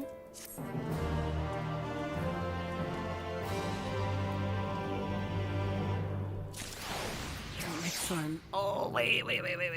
I need to talk to Alice. Did they just say what I think they said? Might there really be a way to help Halric and the others? And help ourselves in the process? Corporeal and incorporeal ether. I confess I never had a cause to make the distinction. Yeah, me neither. That was like one of the most intriguing parts is that which is gone is like gone, right? Did they say what I think they say? Okay.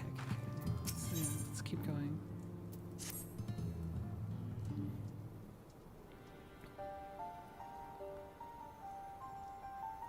I suspect the Crystal Exarch had told you of my past, that I was once a mage of the royal court of Vobert. Oh, Vobert. Verbert. I got... Verbert. And that soulcraft was my field of study. The tonic you administered and the patience here is one of the fruits of my labors. I hope to do great things for the kingdom. But in the end, my knowledge brought only suffering, a plague that the like of which none had ever seen, the hands of unscrupulous men. What should have been my greatest triumph instead became my greatest shame. You mustn't dwell in the past. Yeah, mustn't dwell in the past. So fucking wake up, motherfucker! I know that only too well. Alas, the knowledge we require is steeped in such bitter memories. But let us return to the task at hand. Finding a means by which we might revitalize these people's incorporeal ether. Do you think it can be done? Were the skies still ablaze with primordial light, I would call it an exercise in futility, but now we may have a chance. The method I have in mind will entail the conjuring of a familiar. They are able to amplify the energies poured into them, making it the perfect conduit for ether revitalizing magics we ultimately employ. If you're about to launch a lengthy explanation of the metaphysics of your plan, don't bother. I'd rather get on with doing whatever it needs to be done, if it's all the same to you. Whatever regents might be procured and spells invoked, I'll do it. Oh, Alice is so gung-ho about this because it would mean, oh my god, all this like dedication was not for nothing, you know? Especially having lost her girlfriend. Very well. Your first task will be to gather the necessary materials, the purest of waters and finest of clays, as well as a fey lantern brimming with pixie magics. If you're convinced the resulting familiar could help the patients find. I also know the water and clay will be simple enough, but I think you know what we'll have to do to get the lantern. You don't mean... The pixies took a liking to us before. If we humor them with their company, I'm sure they'll be willing to help us. Fine. I'll pay a visit to Ilmeg. Though I never thought you'd be the one to suggest going back there. I'm impressed you've been there at all, let alone befriended the Fey folk. And while you're about it, seek out the Numo too of Pla-Eni. They'll be able to supply you with water suitable for our needs. Okay? Let's get this over with, shall we? This still remains the matter of clay. Might it prevail upon you to find it. I'm glad that we don't have to do everything ourselves. I think like in ARR, we would have been like, can you go over there and over there and over there? I think like the missions are way more... The miners? Not the miners. Clay. Probably the miners. Yeah, they have to have clay. While the twins are occupied, I will see if there's aught else I can learn of the stagnation. Okay, well, whatever. Yeah, but yeah, one thing that's changed drastically over time is that you would like travel like 5 different places in like different parts. Like you would go to Thanalan and then go to Lenosia and then go back to Gridania, or like multiple times, and it's just like, oh my god.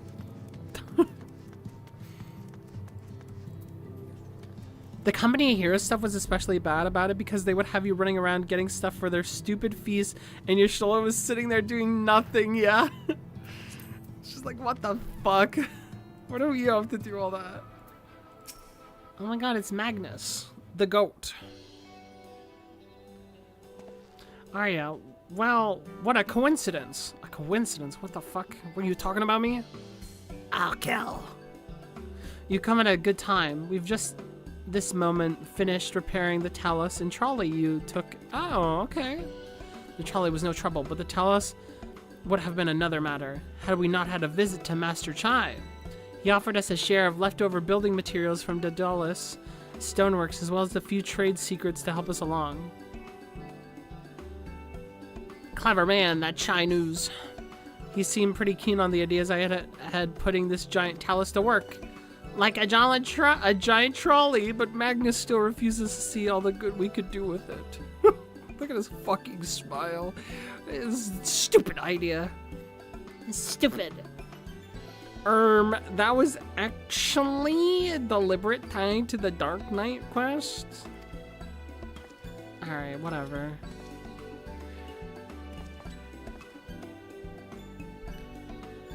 Magnus just doesn't get it. That's true. If it's bigger, it's better. That's just how it is. You're entitled to your dreams, but that doesn't mean you can go harassing our guests with them. Master Chai was just being polite. And something tells me Arya here didn't come all this way to talk about trolleys. What is it you need, friend? It's bullshit, bro. I was here to talk about trolleys. Like, I was gonna help out, but now the trolley? I get to talk about the trolleys! Of course! This is another sign that the Warrior of Light has their own agency. I wanted to talk about the trolleys, but the Warrior of Light had other plans. I see, and this familiar requires clay. We get clay. Well, look no further. If anyone can find your quality clay, it's us. Saying that isn't exactly a commodity nowadays, but there must be some lurking somewhere or other, waiting to be dug up. If I'm not mistaken, there was a time that they used to take clay from Mount Byron Mines to make adobe bricks. What the fuck? place is swarming with coyotes now, but if you, after the good stuff, you could do worse to look there. Okay, alright, I'm on it. 07. I thought Adobe was just a program. It's like a brick. An Adobe brick. I didn't know that. Of course, like, I thought they just made up a word. Adobe. And someone was like, yeah, that sounds cool. I'm such a fucking idiot. Of course it was a thing. Oh my god. Oh my god. Of course it's a fucking... It's an actual object. Adobe. It's like a nerd just like slammed his finger on like the keyboard or something and it like popped up. And they made the program. Whatever. Wait. Actually, wait, what am I doing? Yeah, okay, I gotta go over there. I'm on it.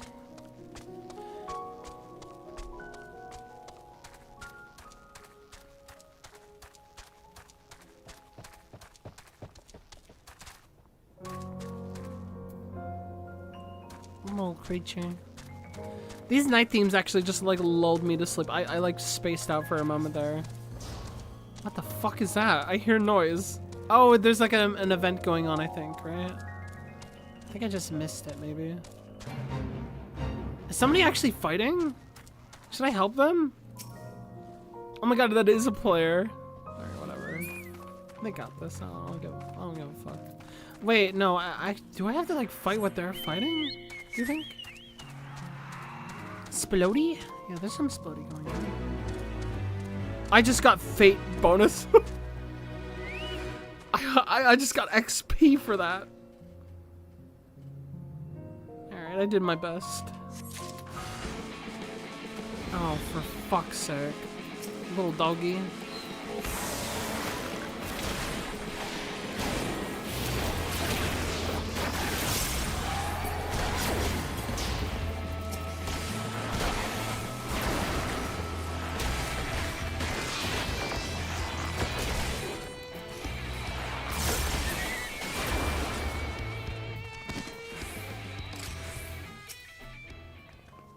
Give me that fucking rock. Jesus. Such a powerful noise. Alright, there should be one more, right? Like right here? Come on. Oh no, I'm not gonna be able to save my freaking thing up. Oh, okay, there wasn't anything anyways. Big win.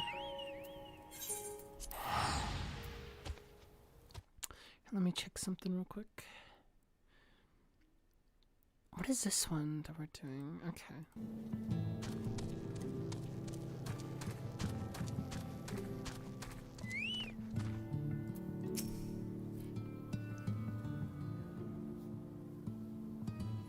The twins have returned in one piece. I was convinced the pixies would turn at least one of them into a garden ornament, but no.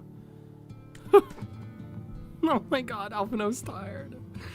You have the clay. I should have talked to them. Oh man.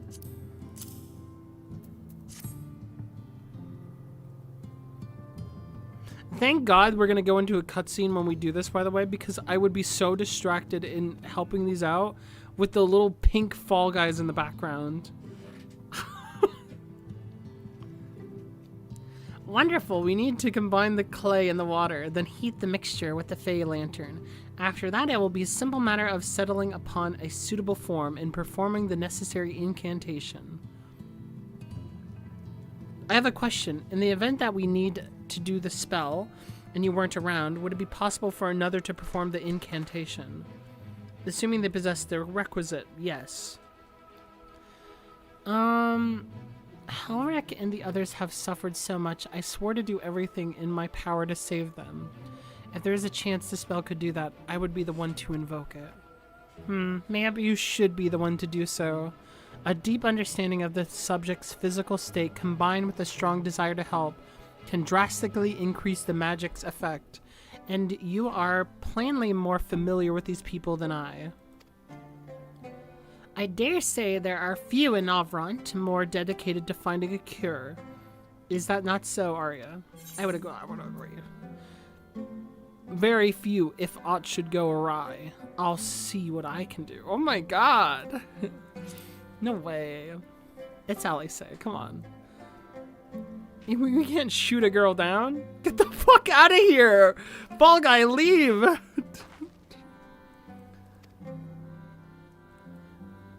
They're all mind on the matter. Alice should be the one to conjure the familiar. Epic.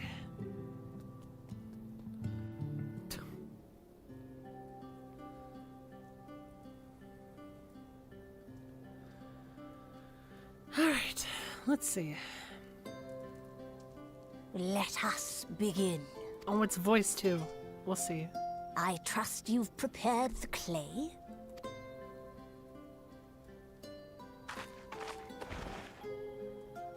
Oh my god, Jesus. That's fucking massive. Very good. Now, I would have you sculpt for me a Porksy. A Porksy? Okay. Plump, with floppy ears and a short curly tail. Oh, a ribbit. A rabbit. A Porksy. I think I know what you mean.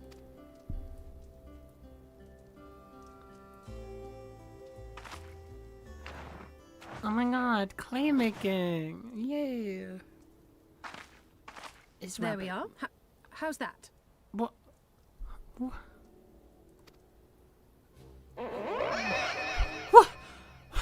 What? Alex!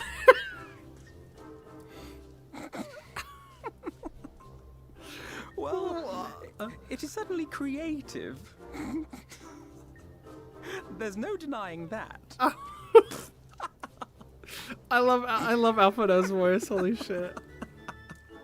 Yes, I'm no artist. Very At the Warrior of Light. Alphado, you're not subtle. You're so no funny. mind, child. Alphado's Though so it may look fucking like funny. a grotesque parody of reality, it is what the invoker believes that matters. It may look like a grotesque parody of reality is the most insane diss ever. Holy shit. Oh my You're god. not helping. But I speak the truth. If successful, this incantation will turn imagination into reality. Which is why the only thing of import is what you believe this figure embodies. You must focus. Hold the Porksy's image steady in your mind's eye.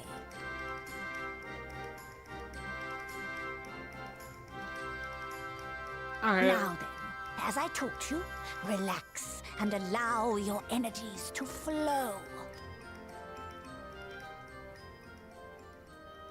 Okay.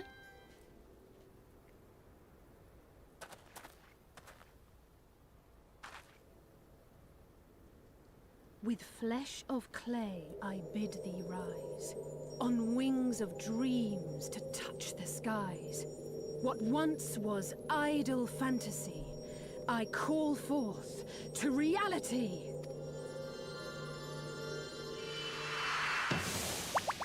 Oh my god. Yeah! Oh my god, they're so cute. Holy shit. Not bad for a first attempt. Now, let us see what can be done for young Halric.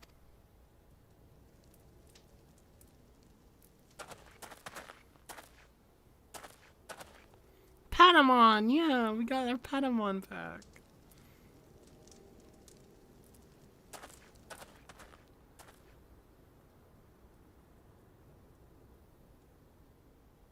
Through the operation of the magics you invoked to animate this familiar, it is now replete with the energies required to stir the boy's soul. Okay. You need but give it a name, and it will do as your heart desires. Oh my god, what is its name gonna be? What's its name gonna be? It has to. Come on. I swear to god, if it might be who I think I am. A name. Okay. All right, I've decided. Oh, now. I cut out the now. Angelo! Angelo! Oh my god.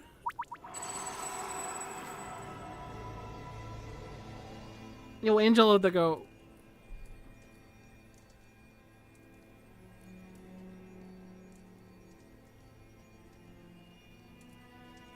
Oh my god, the slow hand.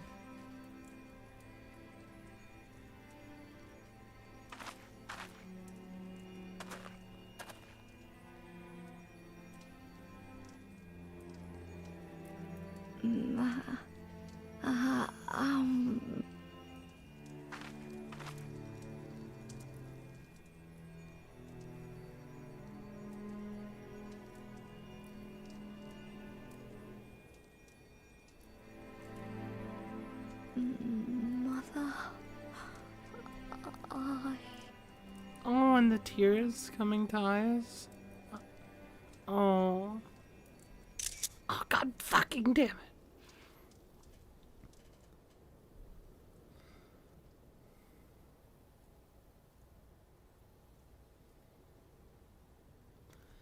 Damn, I'm washed. I'm washed. I fucking missed that one.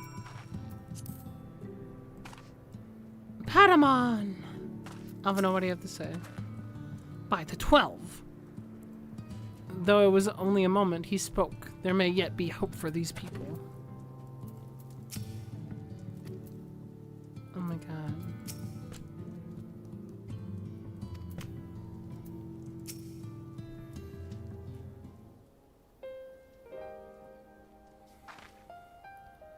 How is... Oh god, I can't say that name to save my life. I believe it did. Your fledgling familiar has done well. If my eyes do not deceive, a hint of color has returned to his soul. Gods, I would jump for joy if it weren't so exhausted.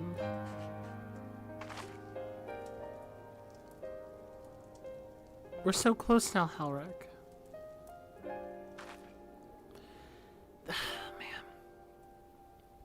As yet, ever now, the process of discovering the magics ask much of the invoker. What you may not realize is that the same is also true of the subject. As such, we proceed with caution. However, with further treatment, I have the utmost confidence the boy will make a full recovery. Observing the reanimation in his stagnant soul has been most enlightening. I will need time to put my theories to the proof, but I believe I can fashion a spell to produce the opposite effect, that is, to induce stagnation, thus enabling our safest transport back to the source via Arcite.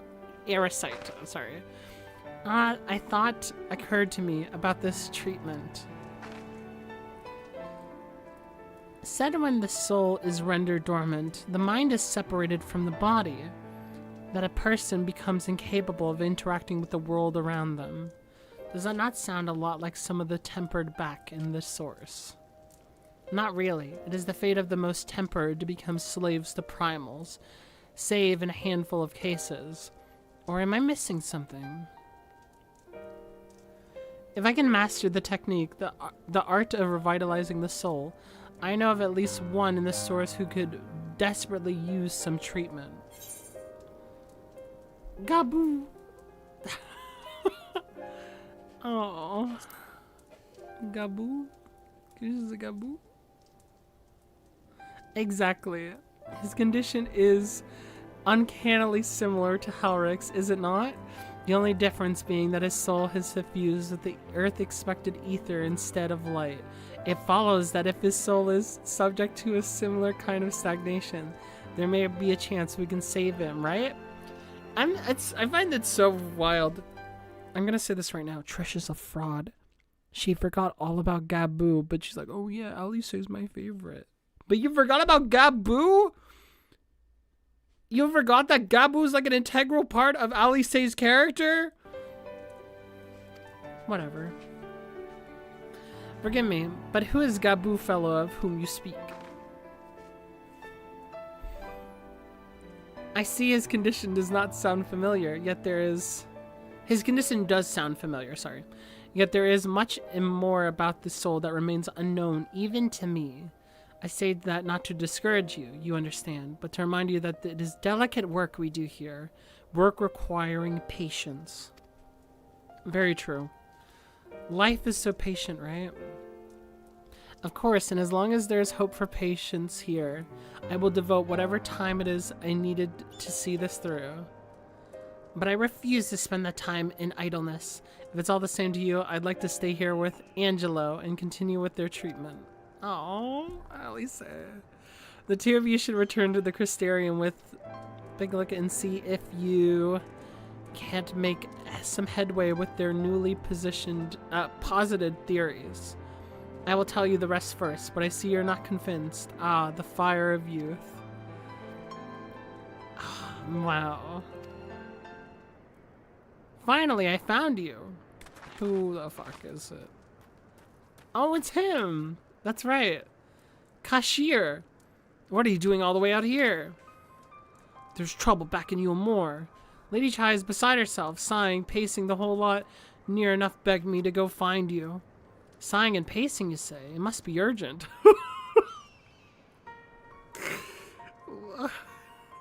Okay. I take it I'll be returning the Crystarium alone. Go on then. It's not as if I have anything for you to do. Thank you. Sighing and pacing does not sound urgent, but because it's the character, it's so funny because I don't know. Alright. I'll say good luck. Keep an eye on Alpha Nova, do you? See, it doesn't involve himself more than necessary. No, he will. He will. Yeah, to summon us. For real. Kashir, what's up? Yeah, we won't keep them waiting. Well, let's go, let's go, let's go.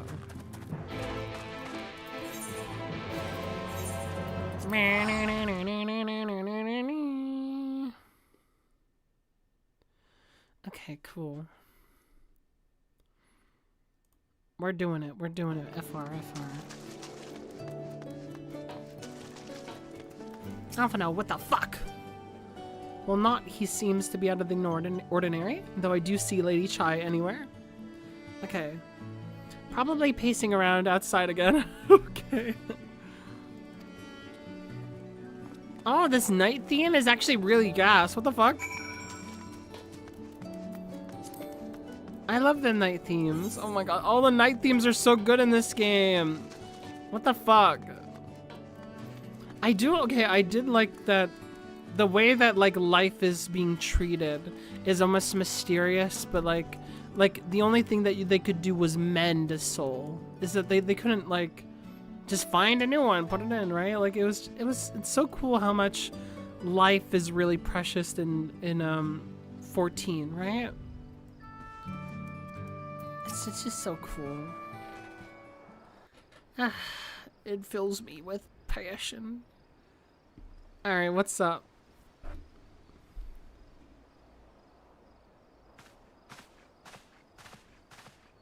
Oh, thank heavens you're here. The best Lalathel. Lady Chai, there she is. I knew not where else to turn. Oh, this is all too much for my poor heart to bear alone. Dulia the god. Alone? What of Master Chai? Master Chai's fucking dead. That is the very reason I summoned you. He's gone. What? What happened? It all began after the events at Mount Gulg. With Lord Vorthry out of the way, we all agreed that a new leader must be chosen. And so you held an election? Yes, well, sort of. Not a single person volunteered to stand, you see. After a lifetime of leisure, we free citizens have grown somewhat indolent. Readapting to the harsh realities of life is trying enough, but to take charge of a broken city as well, no one wanted such responsibility. Right. Nevertheless, Yulmore could not well do without a leader, and so We decided that anyone and everyone should be considered a candidate.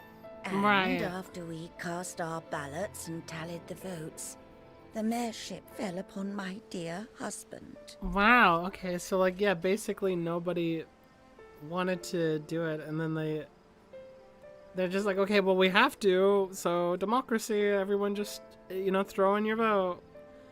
And then it came to them. So then they just had to given the manner inherit. in which he orchestrated the construction of the giant Talos, none could deny his leadership qualities. But even before then, he had proven himself at Daedalus Stoneworks, don't forget. He is more than qualified for the role. The perfect choice. Indeed. I told him as much when his victory was first announced. But perhaps I was too forceful in my attempt to encourage him. For shortly after that, he vanished without a word.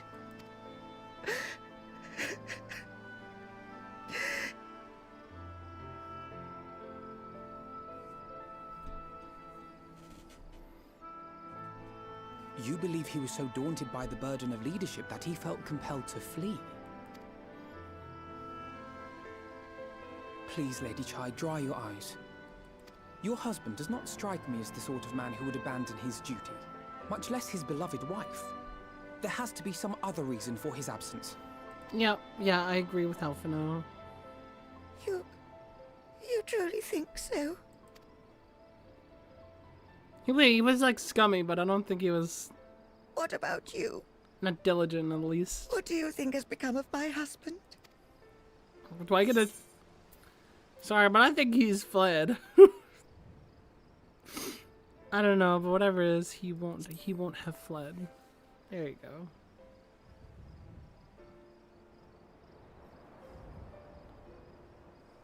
And there you have it, Lady Chai. You needn't worry. Master Chai loves you more than all the world, and he will return. Dooley could kill you without a thought? That's why we gotta be careful here. This is a, quick time event. Wherever We may gotta have not gone, waste her time. Rest assured we will find him.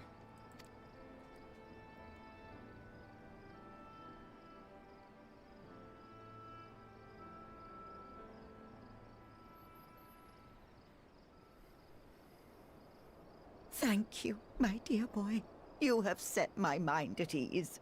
I will trust in my husband and await his return. She has 10 infinity stones on her hands. The ultimate power. What did it cost? My dear husband.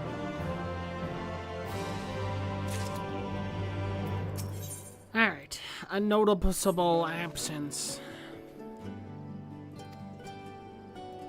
And we're just gonna look around, basically. We're gonna look around and see if we can find.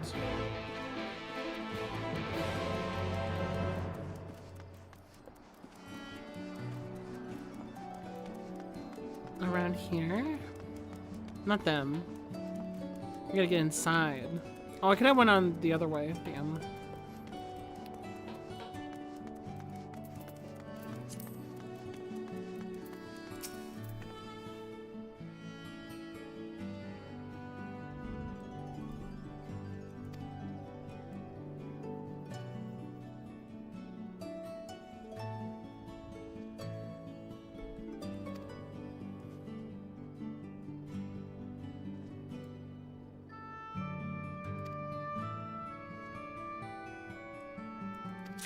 Yeah, the stagnation of the business is definitely something quite notable.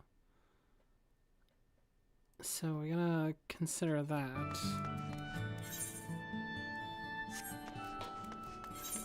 Alright, and then next we can go to... outside. Okay, got it.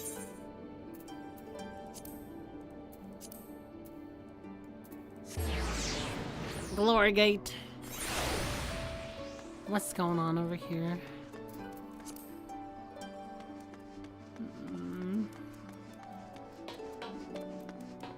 Yes, yes, yes. You right there.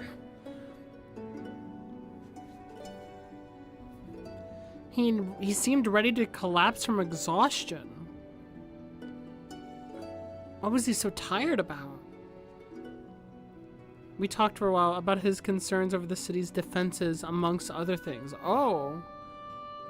He made more of a few valid points. Many of our men are still recovering after your confrontation with Lord Vothri, and finding General Ranjit in a heap in the middle of the plaza shook us all to our core.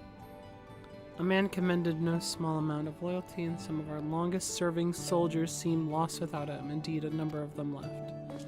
Not that we blame you, of course. Without you and yours, we would still be blind in the error of our ways. Anyway, funding permitting, I propose replenishing our ranks and volunteers from the derelicts in the gate town. Okay.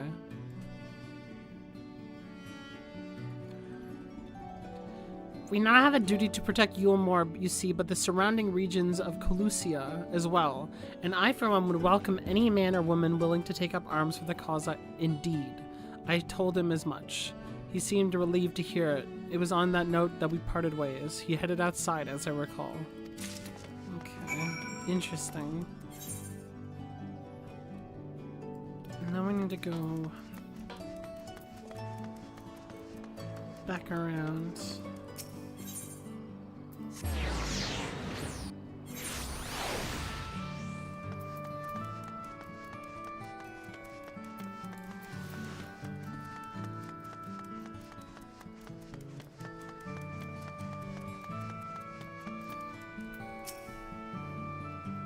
I recall a man fitting that description asked to speak with the poor buggers lately come from Rot. Said he wanted to know the state of things down in the derelicts. You can be sure we gave him an earful. Lack of food, medicine, clothing, there was plenty to tell. We hunt high and low for whatever we can scavenge. It's barely enough to fill our bellies, but folk don't just want to survive, they want to thrive. True. When he heard that, he started mumbling to himself, something about finding us work, I think. Interesting, okay. Let's go back.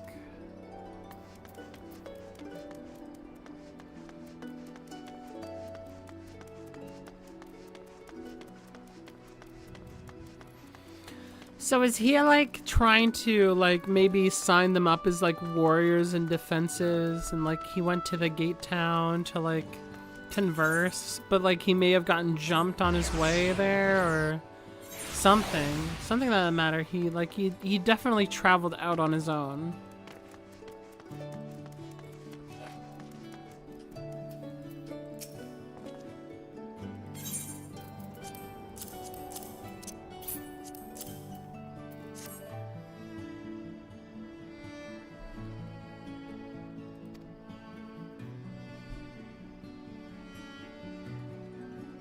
Yo, hey Andres, what's up? What's up? Welcome in. How are the side stories? Good.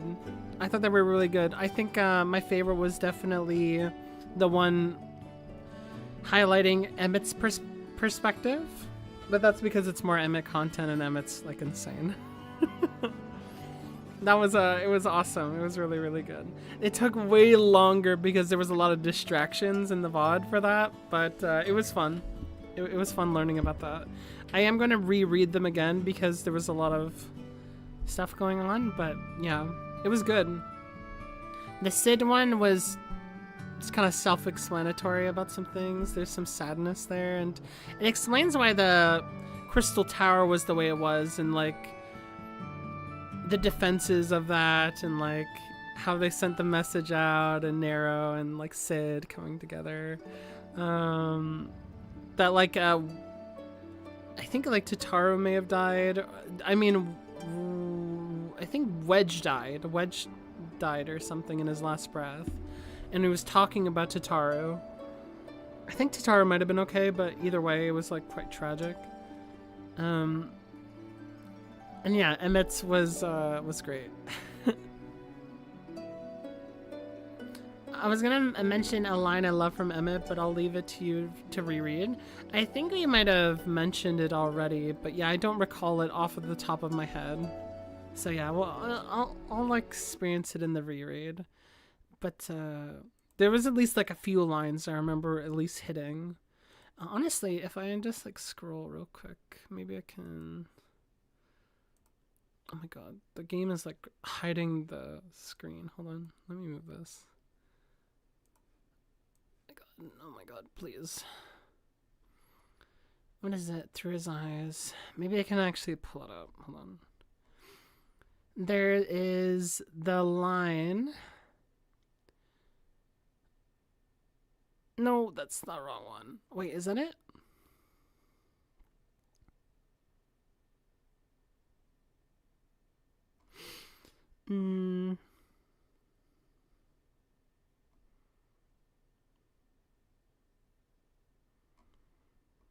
It was the one where he was talking to Hythlodaeus.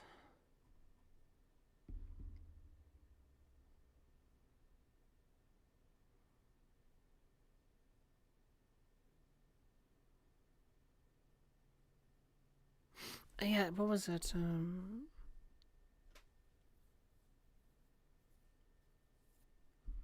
God, I can't find it. It's through his eyes. Yeah, I think it's a line that is the ultimate encapsulation of his character. Fr. Okay, let me see. I definitely felt that when we were reading it. No, what's it?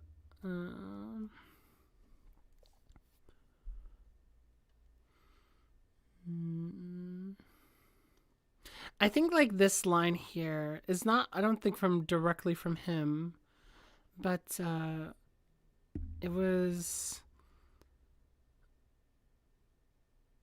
Yet, in spite of himself, when he cradled the newborn in his arms and stroked the downy hair, he could not help but hope. For what he could not be certain, but he hoped nonetheless.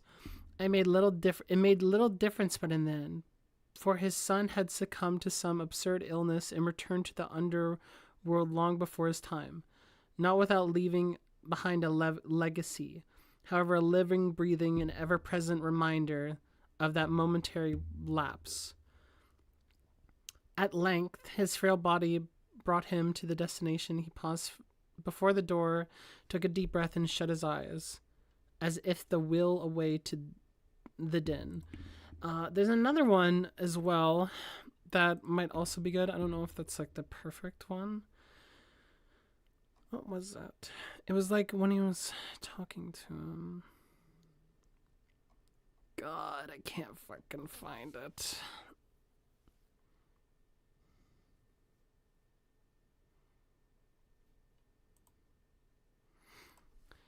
Drowsily, he opened his eyes and through the haze of sleep, inadvertently focused upon the flow of ether, the habit of eons. Unlike eons ago, however, there was no brilliant shine to greet this sight, but a wan, sickly glow. A guttering candle where once a single flame blazed.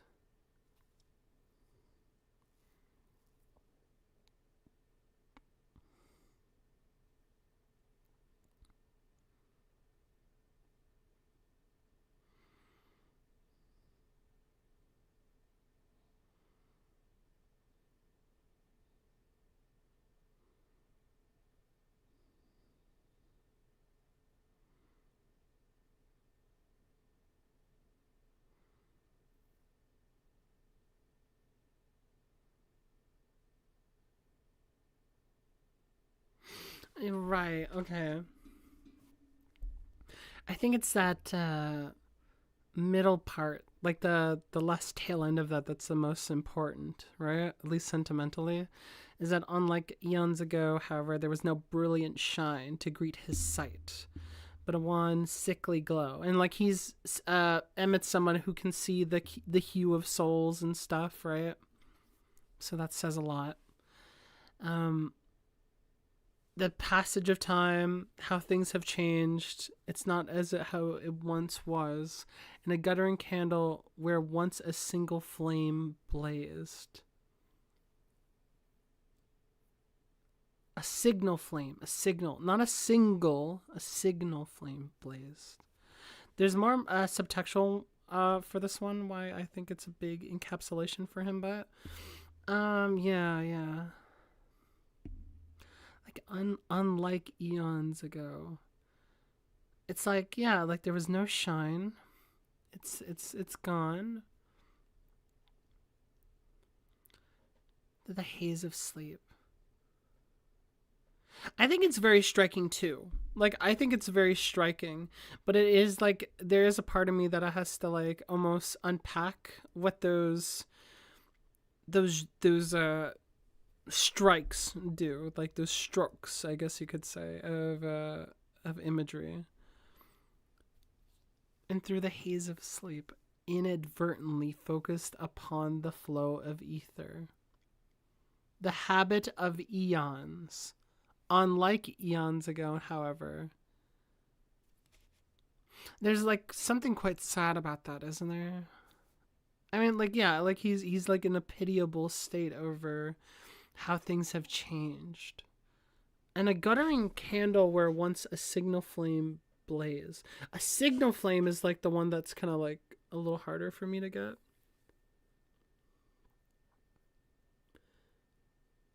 And the haze of sleep is also a really interesting way of like, you know, that he's dazed, right? Through the haze of sleep, inadvertently focused upon the flow of ether, like almost like an impulse, right? But it was not there. It feels very like Soulsy, doesn't it? I know that's the most fucked up thing ever. But a lot of these, like, you know, fire being brought into it, and like hope, and trying to feel like a warmth from what was once ago. It's like, at least I think it's like somewhat consistent in my brain, even though there's like clearly more text here. Degrita's sight. And I'm wondering if he said there's no brilliant shine to Degrita's his sight. It's like you can almost like interpret that as like a person, the people, the place itself, right? It's like all of that. I do think that okay, so like I will say this, even though I don't think I fully understand it, I do think it's like a pretty good encapsulation of his character as I understand it right now. So I will at least say that. So I think that's really cool. We'll talk about it later, FR. Okay, cool. I must have had tomorrow and tomorrow stuck in my head because I thought the candle bit was referencing that. I'm going to purge Shakespeare from my head real quick. Okay, cool. All right, but yeah. Yeah, I just wanted to think about that. That's interesting. I genuinely need to just like actually reread everything, and I've said this like I think even last night. This is Shadowbringers is the only expansion that I haven't like shuffled through all my pictures of like that I captured of events. So there's like things that I generally like am missing about text or subtext. So I think I need to do that either tonight or tomorrow. We'll see. Okay. But yes, we'll keep continuing. Why Shakespeare? Oh, because it's Shakespeare. It's a Macbeth thing. Tomorrow and tomorrow's a monologue from Macbeth. Yeah. Sounds like it's got plans for the place. Yulmore must not be the bee. Perhaps the question remains, where did he go after leaving the city? I do not know. For the people. All we know for certain is that Master Chai has shown great concern not only for Yulmore, but its surrounding settlements. It seems logical that having consulted those within the walls, he would wish to do the same to those without. And if you would go and make inquiries into the right, I shall do likewise in Stiltude. Gate Town I leave to you, Cashier. Fair enough. Where would we meet when we're finished? Well, Top Rong seemed to me to be the next most likely destination.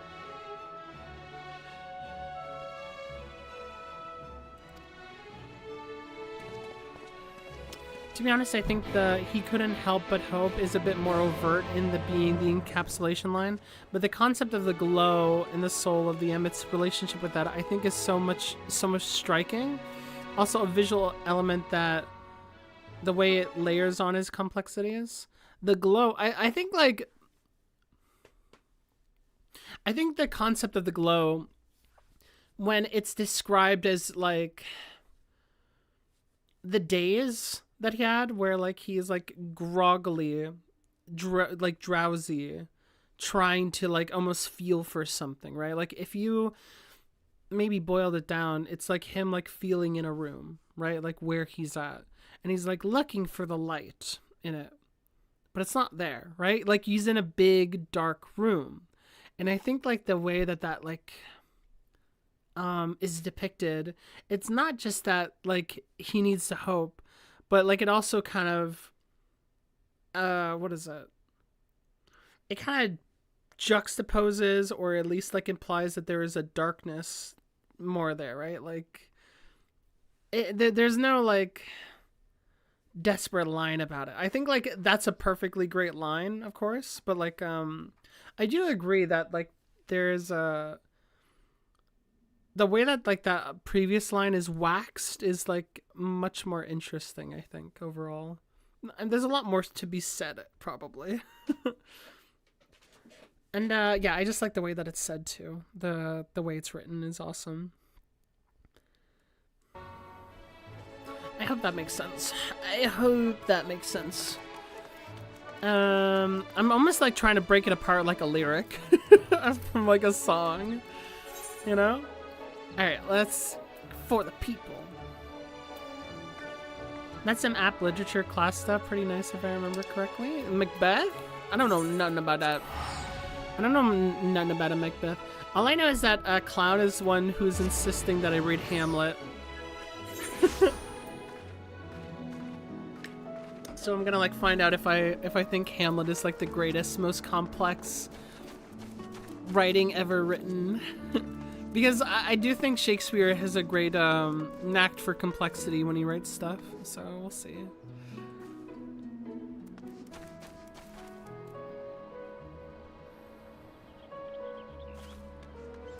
I'm not gonna lie, this comment brings to mind all the fan arts of Emmett sinning in Amarant in its splendor, light, dim, and dreary. Yeah, like, I mean, I haven't seen any of the fan art, but like, yeah, even if you just look at Amarant, it feels like that's what it is, right? I lost not many great people, a mule, its chance of lavish life. And Vothray thought to take even more from us, conscripting a few able-bodied men who had left the guard in his paradise. I needn't tell you what happened when the Sin Eaters came. Such things are hard to forgive. But Vothray's gone now, and we're curious to see what will become of Yulmore in his absence. That's what I told your friend Chinuz, was it? I'm not sure the others are the same, but what he wanted to hear, I suppose, because he left soon after, and that was that. Oh, okay.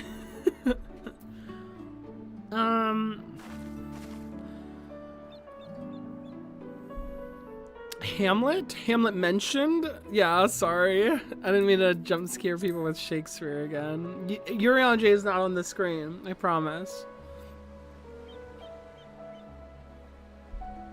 I don't even remember what happened in Hamlet but King Lear. We'll find out. I know nothing about it. Is Hamlet like... Okay, you can tell me this. This is totally fine with me. Is Hamlet the one that is like... to the east and something the west and you are the sun? Is that Romeo and Juliet? Or what is that? Is that a Hamlet thing? And they are the sun. I don't think I'll ever revisit Shakespeare, but I enjoyed what I experienced. Oh no, we'll see. It's not really something I'm itching to do, but if a friend really loves it, you know, you gotta give it a good college try, you know what I'm saying? Also, like, as a kid, I don't think I could have appreciated Shakespeare nearly as much as I did. But we'll see. Okay, wait, where are we going? Oh, up there. Oh, we gotta go up there. That's Romeo and Juliet, and Juliet is the son. Is that how it is? Okay, yeah, okay. Yeah, then I know nothing about Hamlet. Oh, no. Actually, Hamlet is like the story that like is the inspiration for The Lion King, isn't it? I'm pretty sure, right? I gave a good high school try. Get it?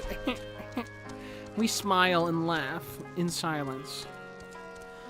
All I recall from Romeo and Juliet is the modern adaptation of the movie. Yeah, it's kind of like... I'm very much a visual person as well. At least to me, Pete. So like when I think about like most things, I don't really remember everything I pictured in stories when I was a kid. You know, actually, so I was talking about this. I don't really read books a lot, but this is gonna say a lot about me, okay? And you're gonna like hear what I'm saying and think I'm absolutely insane. But one of the only books I remember reading when I was younger that I chose to read, this wasn't like, oh, you're gonna read Lord of the Flies. Yeah, it was your class assignment, right? One of the only books that I ever picked up on my own was a book called The Hate List. I am not imagining people know what I'm talking about. But basically the Hate List's premise is this. There is a boy and a girl, they were dating, and they write a list of all the people that bullied them and they just despise for either striking reasons or little to no reasons in their school. And they basically like throw ideas around with each other about people that they absolutely dislike, and then like the literal beginning of the story is the girl dealing with her boyfriend taking initiative to become a school shooter, and then dealing with the fact that like that's something that he's done, and then he kills himself. This is like really dark. and she's like going through that trauma and also trying to talk to a therapist about like what she does from there, especially when they know every school member like that's okay.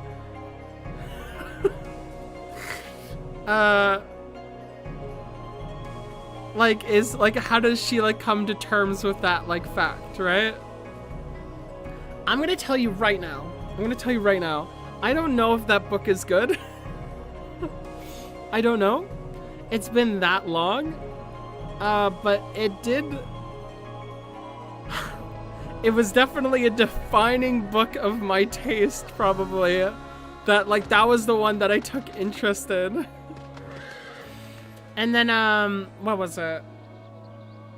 It might have been formative as well, because ever since then, I guess I've had a certain fascination with certain types, I guess you could say. I mean, I hope it's good. It's just been that long. It's one of the only, like, so when people say like, what's some of your favorite books? I just think about that one and I go,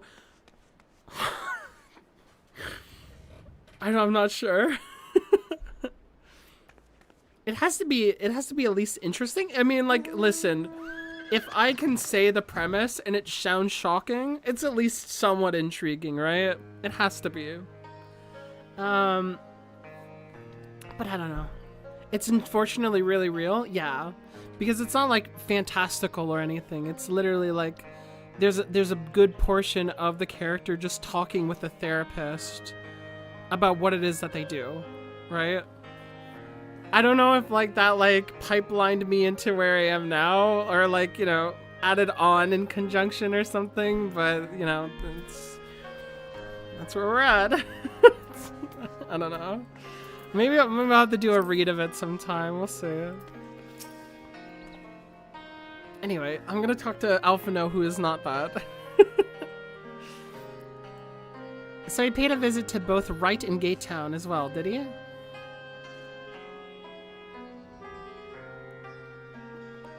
Cashier, I gleamed much the same. He seems determined to salvage what goodwill might yet remain among the settlements of Calusia, and only likely he has left to go being amenity. Come, if we are quick, we may yet catch up with him. I think I said that wrong. Amenity? Therapist? Sopranos reference? You know what's really funny about The Sopranos? Is that the first episode of The Sopranos is like one of my favorite first episodes of anything.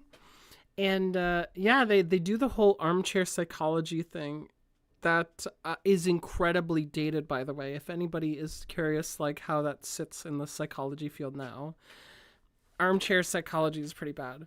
But it has an effect that does not really work as intended, and there's a lot of things that you learn about what are they, a psychiatrist or therapist? And yeah, I think it reflects that there's some inadequacies with the things going on in it.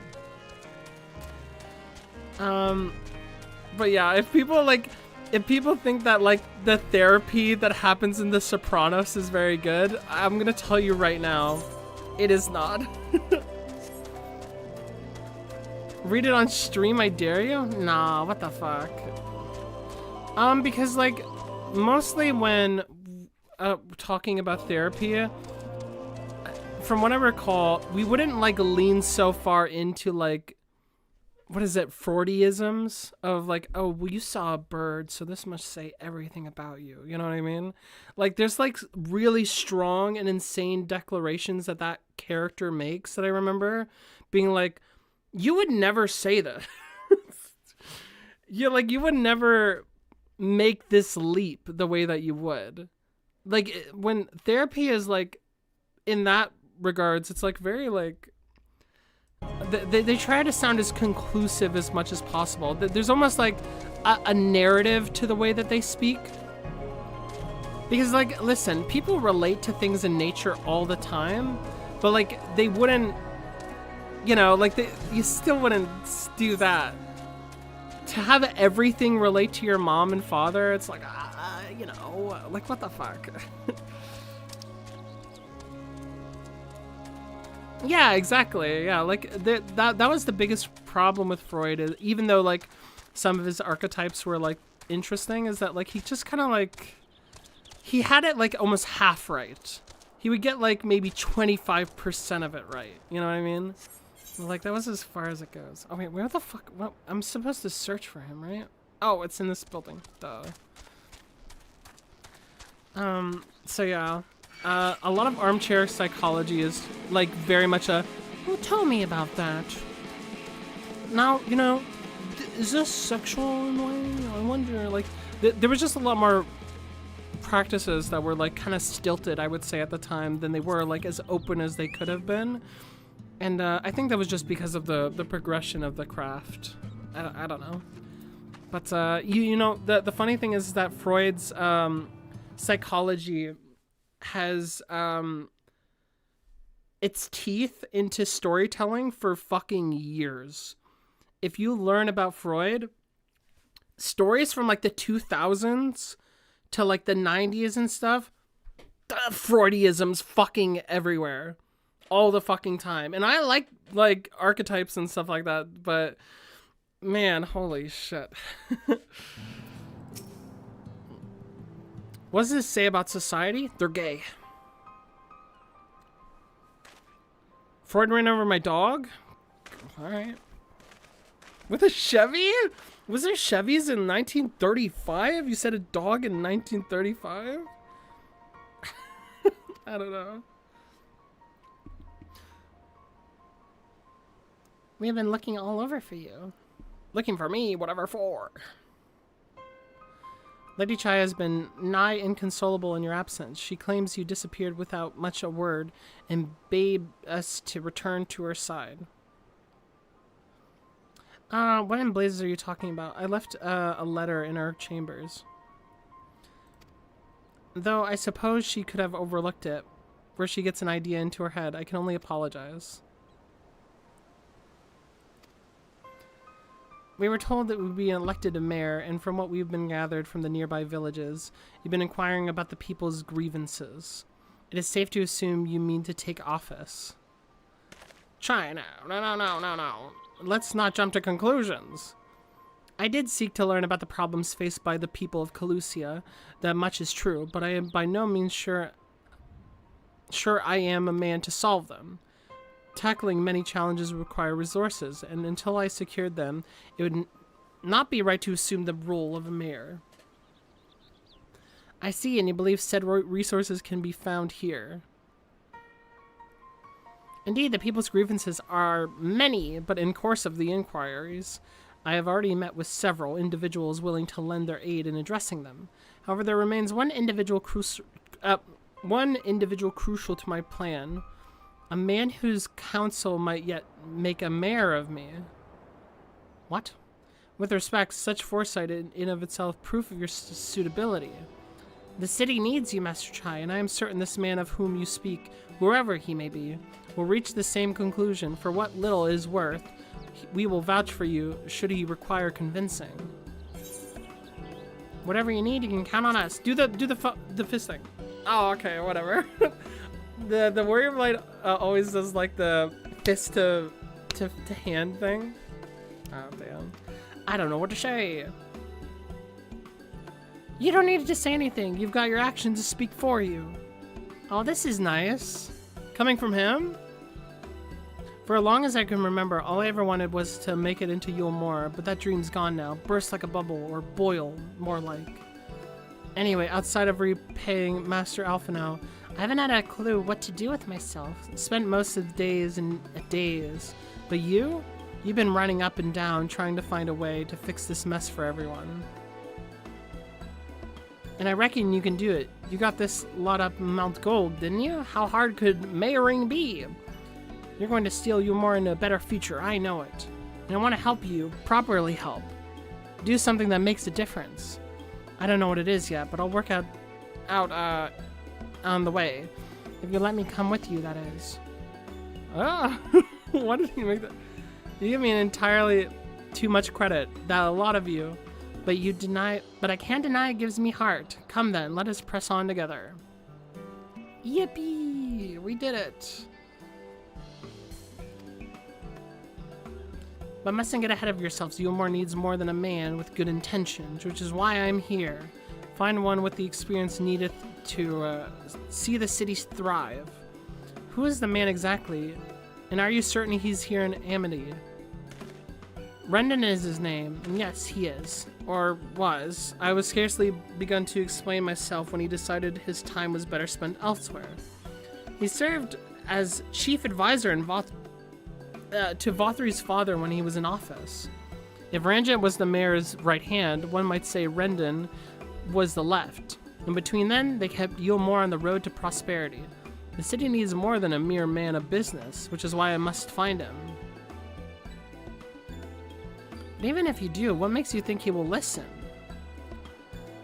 Before giving chase, might it not be wise to speak with those who know him? Here am Amity. I can't say that. Amity. They might be able to shed some light on the reason for rejecting your overtures out of hand. Yes, I suppose that makes sense. Perhaps we should start with Tristol then. As I recall, you made rather a favorable impression on him. I'm certain he would be willing to talk to us. Alright, cool. Okay, cool. What is going on? I kind of buy the large emphasis on maternal and paternal figures have on children, not a psychiatrist. I mean, like, there is, like, a significant portion that, like, is tied to your mom and dad, but the problem with Freudism was that it was always tied to your mom and dad. Almost everything was.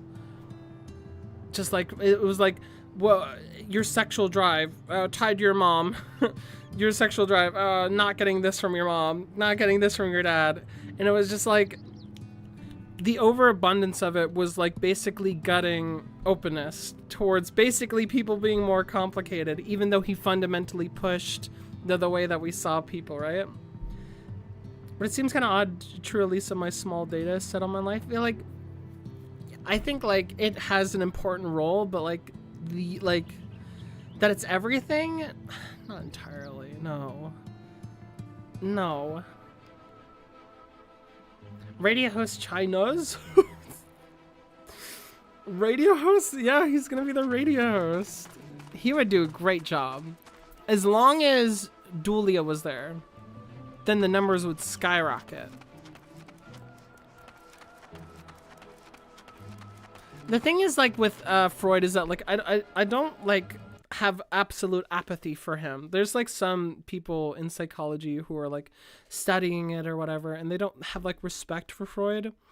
But I just think that, like, generally speaking, he was a little bit of a trendsetter, and he got a lot of things right, but he really fucked up on a lot of shit as well. It's like he did a lot of work, but man. Yeah. I presume you're here to ask of Rendon. I couldn't help overhearing your earlier exchange. Your voice for China's just reminded me of an old-timey radio host. Really? Did it? It might have. Oh, maybe I should try that.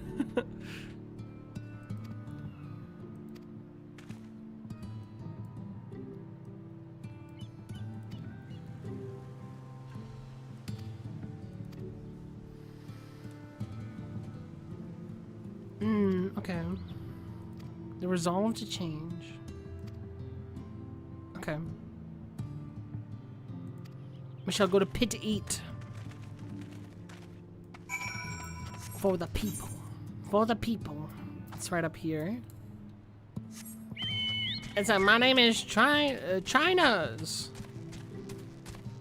I'm sorry about that, folks. Well, gosh darn it. I say I am here to tell you about the news of the largest space station ready to launch. We have people coming in right now. All over the world, we have news coming to you live. And then, like, they would play an advertisement or something, like, I don't know.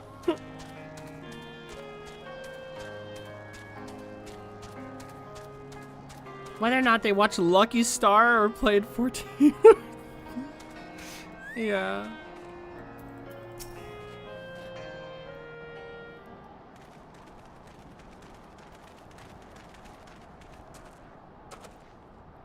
Well, it's you again.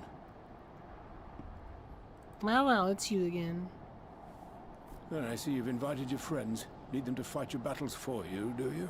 Yo, Rendon's got some aura to him. I didn't invite them, as it happens. I don't know what that means, they are Pete. indeed my friends. What does that mean? This is fucked are the up. ones Don't who bully. awakened us to the truth, to Lord Forthry's villainy. Oh shit! Are they now? He's got a. They are. He's got a very It judgmental would be no face. exaggeration to call them our saviors. We owe much and more to their kindness, but we cannot depend on that kindness forever. To do so would be a little different from entrusting our affairs to Lord Forthry. Nay, we must learn to stand on our own 2 feet. Hear, hear, Master Chai. Your sentiments are admirable, yet admirable sentiments do not a nation make. True. In my capacity as advisor, I once strove to build a better Yulmore. Gave honest counsel to my superiors, drafted laws for the benefit of one and all. But in time, my values fell out of favor. There was no need for them in this paradise Forthry was creating. And so I left my homeland behind. But you, Chai News, you were content to wallow in indolence under Forthry's auspices. And so I cannot help but ask myself what manner of nation you intend to build.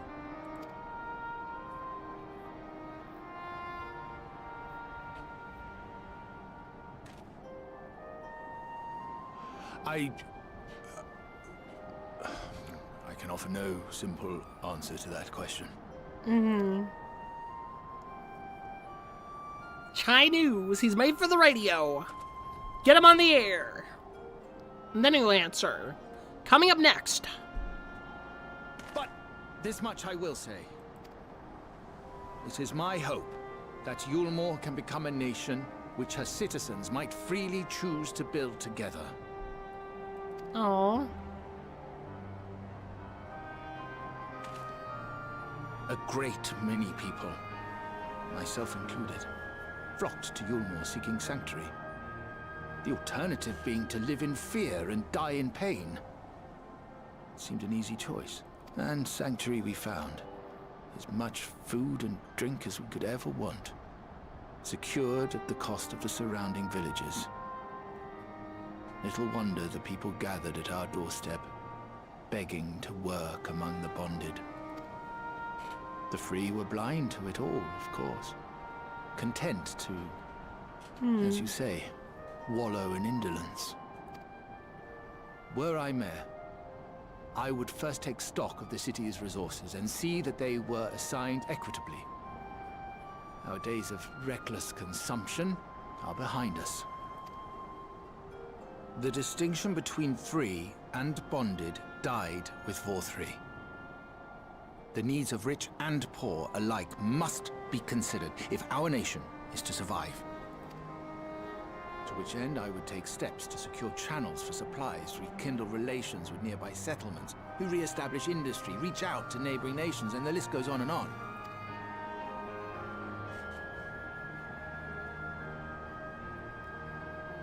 But I am no ruler, nor even a politician. I am an entrepreneur. My expertise lie in planning and profit. I haven't the knowledge or experience to run a nation. Please, Rendon, will you not help me? Together, we could solve the city's problems. Build a Yulmore for the people.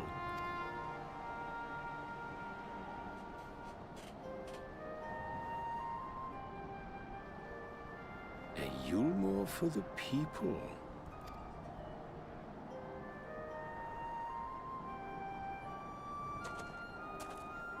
I'd rather like the sound of that.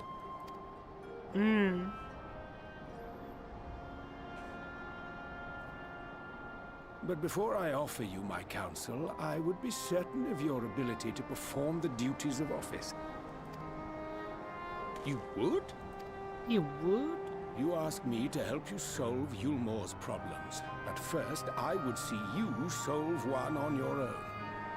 Accomplish that, and you will prove both to me and the people that you are a man worth following.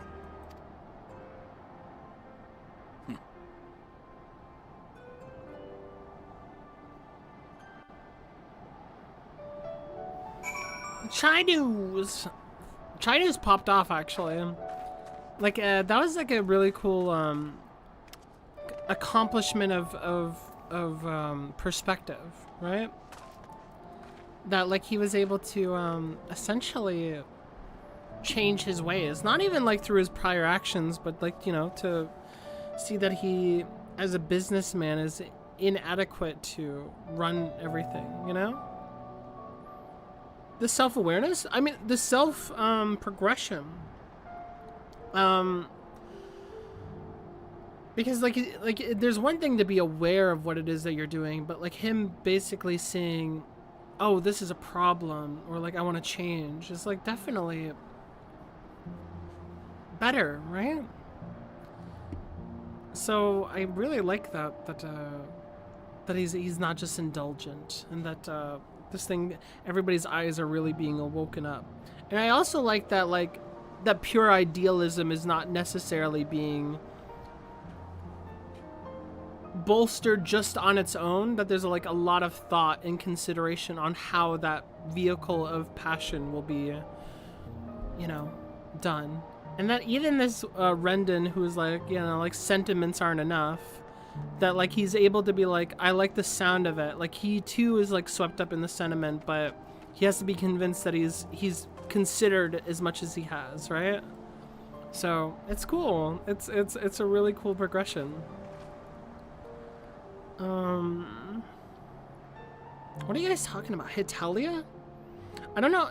Hitalia is like an anime, right? I don't know anything about that. Hitalia. Chai News. Thank you, Chai News. Alright, for the people, let's go.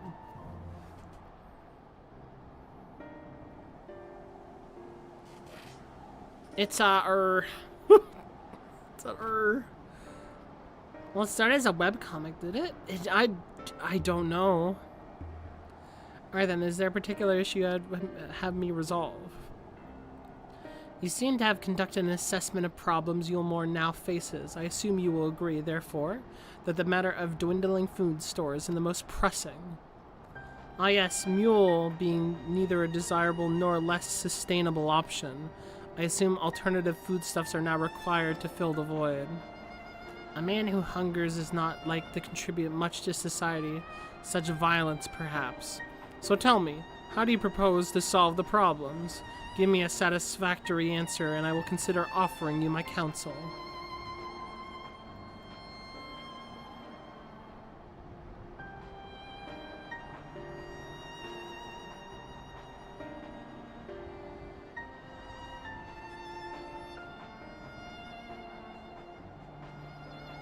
A combination of measures would seem to be in order.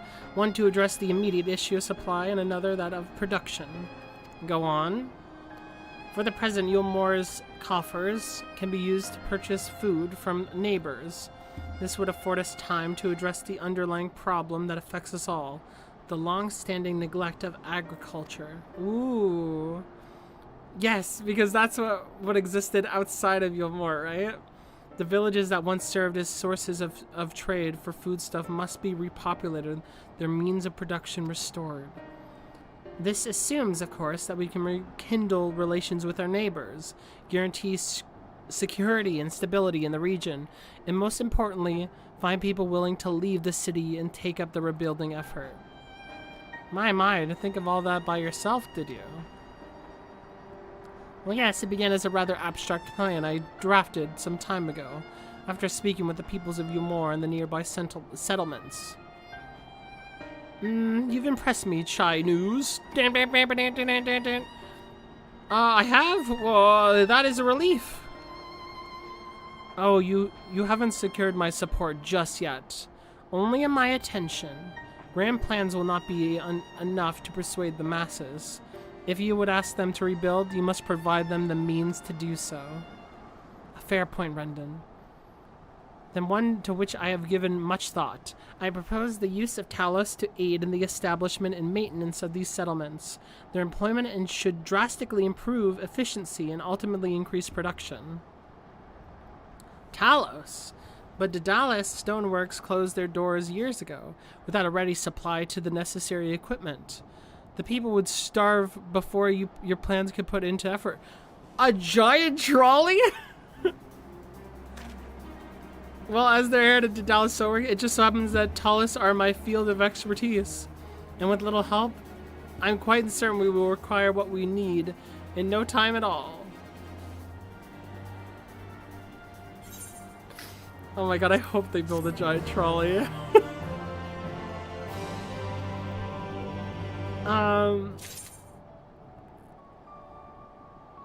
Hitalia is an anime based off of 4 comic panel manga style. Oh, I didn't know anything about that. Better to stay ignorant of Hitalia. It was a gag for coma. I liked it. I don't know if you'll get much out of watching it. It's all comedy. Are you saying I hate comedy? Watch this. Look how comedic I am.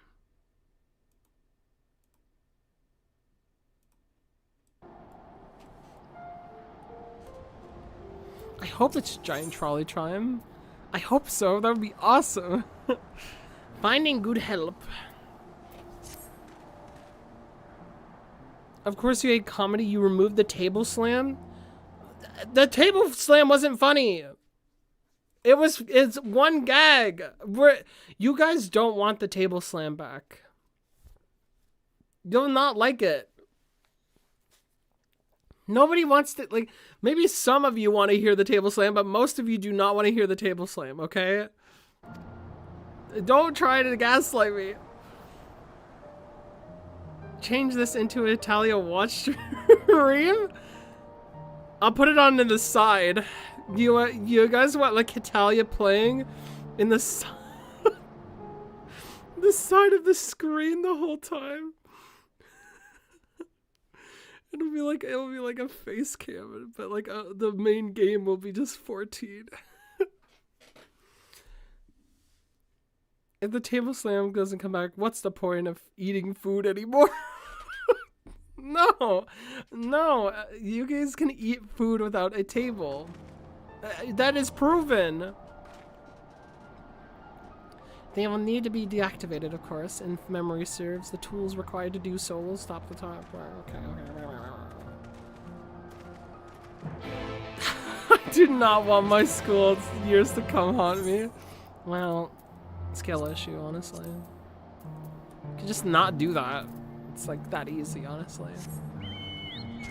I'll be paying full attention. How about that? How about this? How about I just play the entirety of Germacraft in the corner? Would people like that?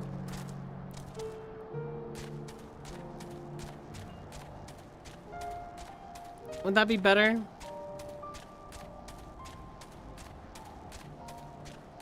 This is a long walk, god damn it. Maybe. I'm gonna play old Germa TF2 guides? No, I'm not doing that. I'm not doing Have him say shvi. A shvi. I'm gonna have him say that all the time. Would be nice if you could fly, huh? Rayleigh, don't do this to me. I don't want to hear it.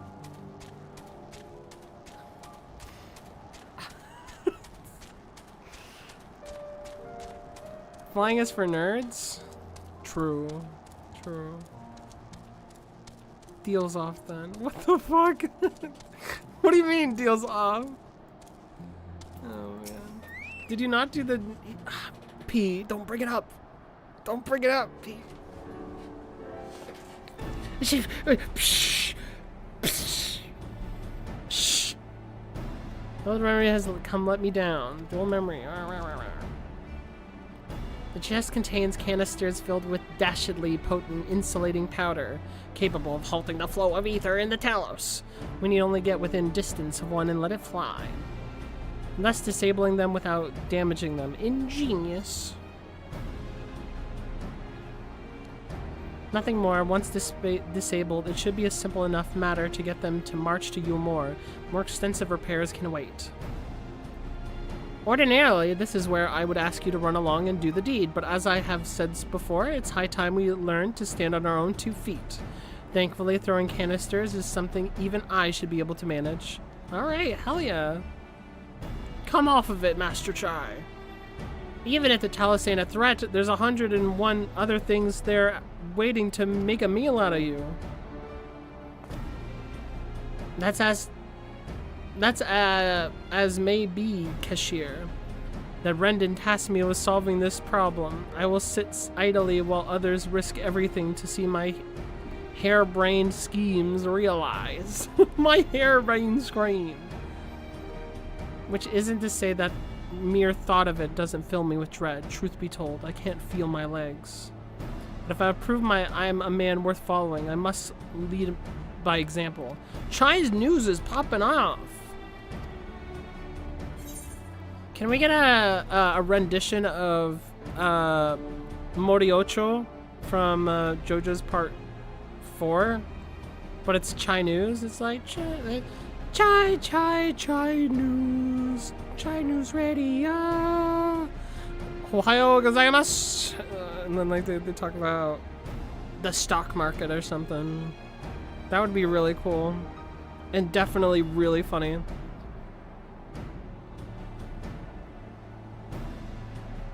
Here. I'll throw in a here.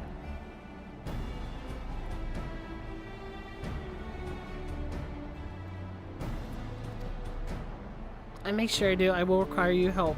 It is as Kashir says, these lands are dangerous. Okay, whatever. That's fine. Tasmirs, thank you for the follow. Welcome in.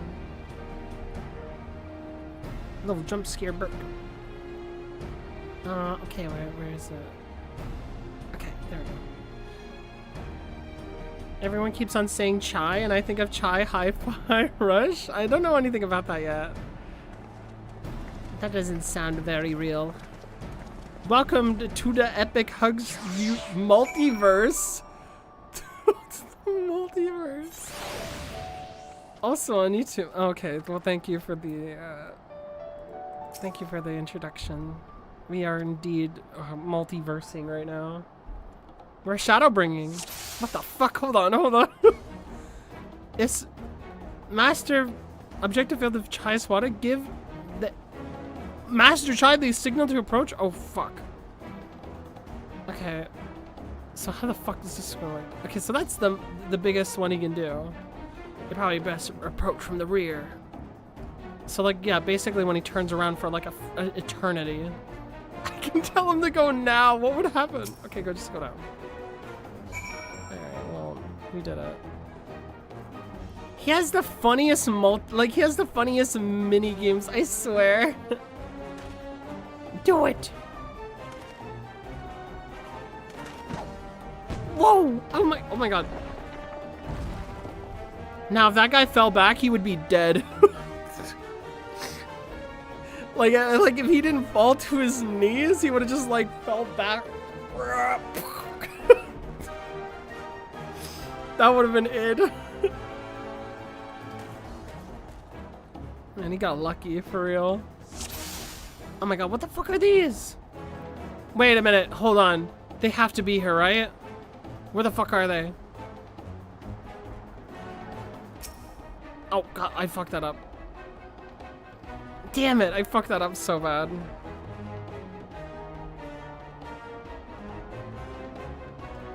Everything will be fine, oh boy. Do you think I could have just done it like when they turned around generally? Oh, and he's dead. Please don't turn around! Oh god, it's cheating me!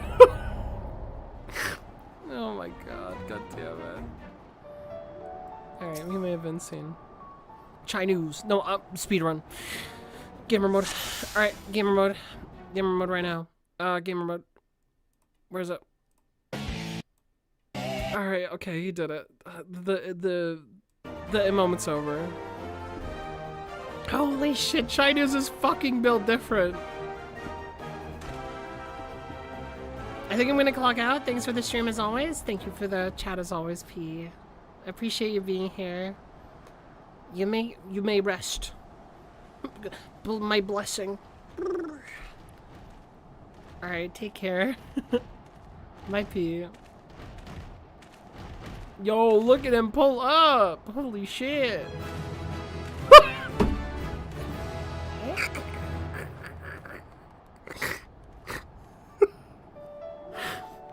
They played the fucking cheer theme.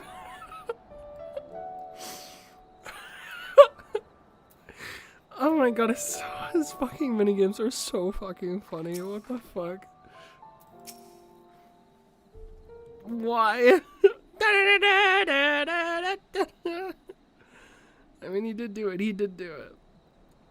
I can scarcely believe it.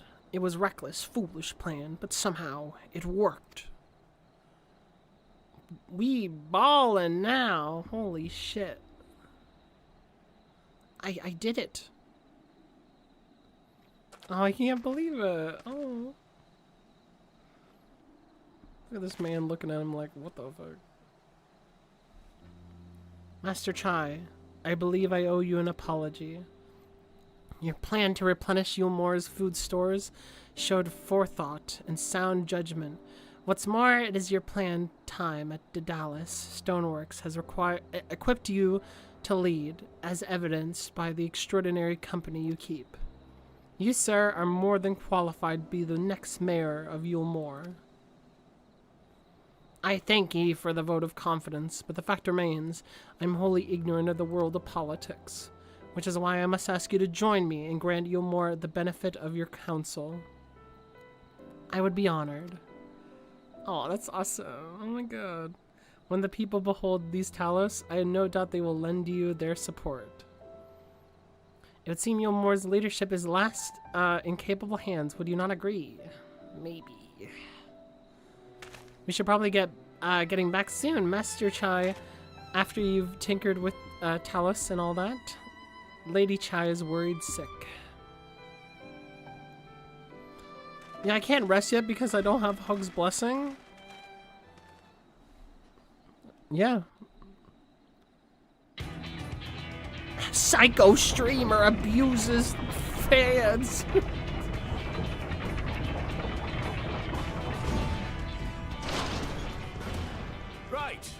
Right then.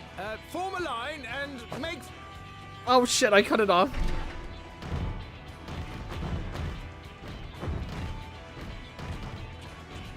Form a line. Husband Gold reaction video? Oh my god. I don't want to do that.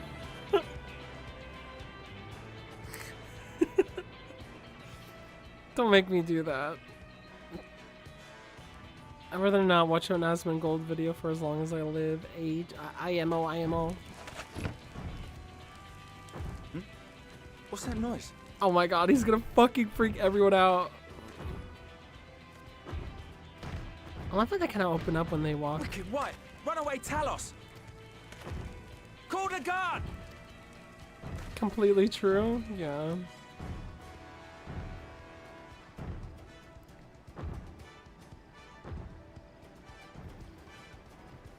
Call the guard.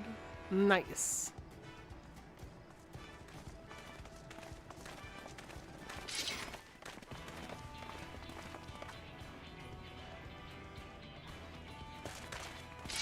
Stay back! All of you!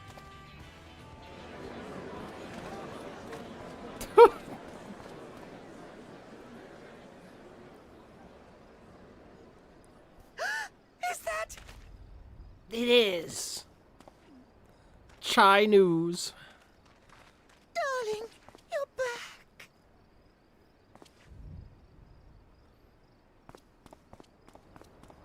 But of course I'm back. You didn't see... Oh, oh my god! Jesus! He's dead! Oh my god! Oh my god, he's actually... Oh dear. Oh my god. Oh my god, he died like Yamcha. Just like that. In an instant. Holy shit. Oh my god. Thank you. Thank you. I'm sorry, my darling. It's just the sight of you filled me with such joy, I couldn't help myself. He needed healing. Yeah, we gotta heal him. It's all right, dear. I should have just come out and said what it was I was intending instead of entrusting the task to a hastily scribbled letter. Does that mean you'll do it? The way he said that. Holy shit. Well, I'm here, aren't I? I mean, not that my absence signified any unwillingness, you understand? Oh, naught could be further from the truth. I only left to enlist the aid of the former mayor's senior advisor. And now that I have it, I believe I am ready to take office. Yo, let's go. Oh, how wonderful.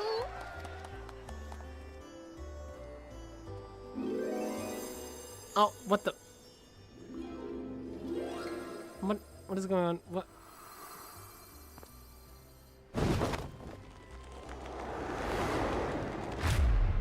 What the fuck is going on? Please. What the fuck? He's gonna die. Someone help him. Oh my god, Jesus. Jesus, we just watched a murder. That was fucking dark. Absolutely terrifying. That was quite a reception.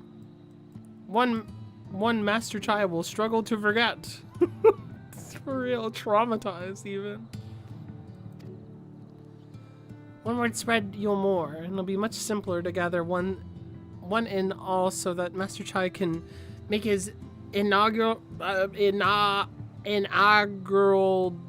address. They come as a minion if you buy the lore book? What the fuck? No way. They come as a minion? What the fuck? That's so funny. Okay, wait. Hold on, let me see where we're at. Okay, got it. Okay, I got it. He's alive. I didn't know, like, is the lore book good, by the way? Is the lore book good for 14? Do people like it? And not all overawed the prospect of addressing the assembled masses of Yulmore, as we're to do it if we're accommodate everyone who might feasibly wish to attend. I suppose the only place large enough would be Emergent. Then I will go and spread the word among the citizens, both free and bounded, and they will be able to assemble there to meet their new mayor. You there, cashier, was it? Would you go and inform the rodents, rodents? The residents? That's not a Freudian slip, I swear to God. Fuck. Of course I will. Good lad. I will let the guards know, not the way to the Vothry's chambers. It goes without saying that I expect the warrior of darkness to attend, assuming she's available. Might as well see it through to the bitter end, eh? The dormant of the crown lift will show you up.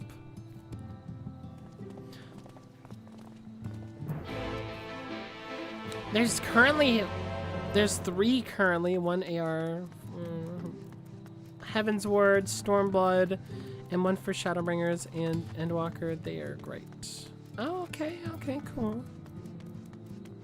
Interesting. Oh, I didn't know. Remember this bit about Lamimi and Ardbird I sent you? It was from the first lore book? Holy shit.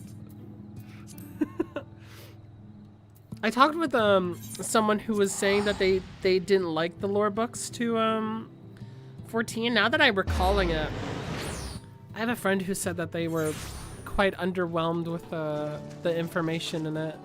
But I don't know. I'll have to buy it and see if I take a liking to it myself. I would love to see it. Cheddin! Let me in.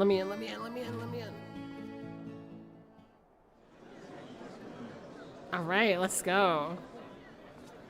Here's gonna be a little conclusion to you more. I'll never forget the loins. Really. I'll never forget. Go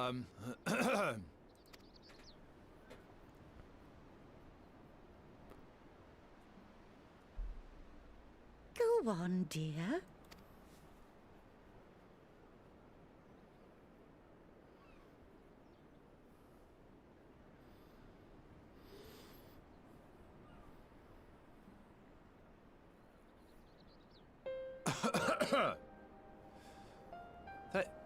Thank you all for gathering here today. That's my legacy, the loins. Before going any further, really? Could I ask the free citizens of Yulmore to look around?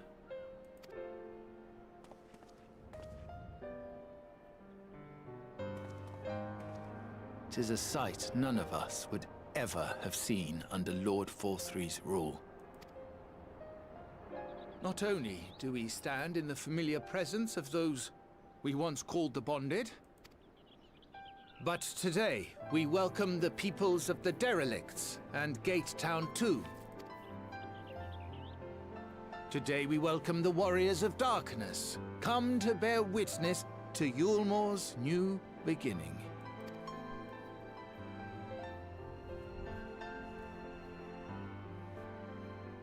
As you know, an election was recently held, at the end of which I had the honor of being chosen to succeed Lord Vothry. You place great faith in me, and I promise to do my utmost to live up to your expectations, and I will seek always to carry out the duties of this office with integrity and fairness.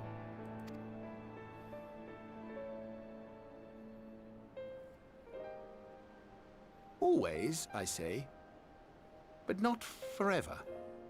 Let it be known that I do not intend to hold this post indefinitely. I consider myself but an acting mayor who will serve only for the interim, while Yulmore is reshaped according to a new set of values.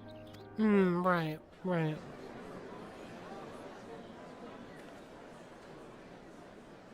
The music cut off is kind of funny, but we'll see.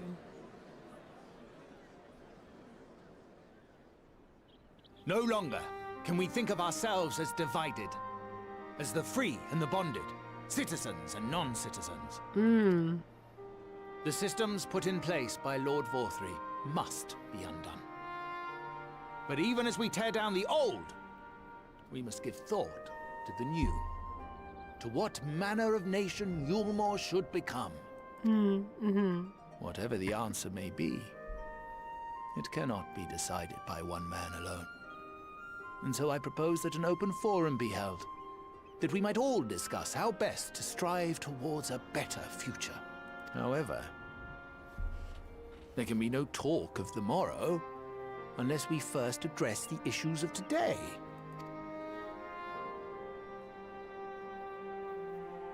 Securing new sources of food, rebuilding relations with our neighbors, re-establishing industry. There is much and more that needs to be done. Giving it to the people, right? Too much for a mere man of business. And so I pledge instead to do everything in my power to ensure our city's security and stability while we all work together to see these problems solved. The road before us will not be easy, and I know full well how daunting the prospect of honest labor may seem to some of you. But we must accept the reality of our circumstances. We must move forward.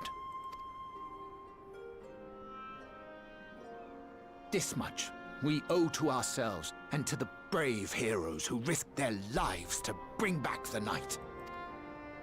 Once we have shored up our city's foundations and regained some semblance of normality, let us reconvene to speak of the future.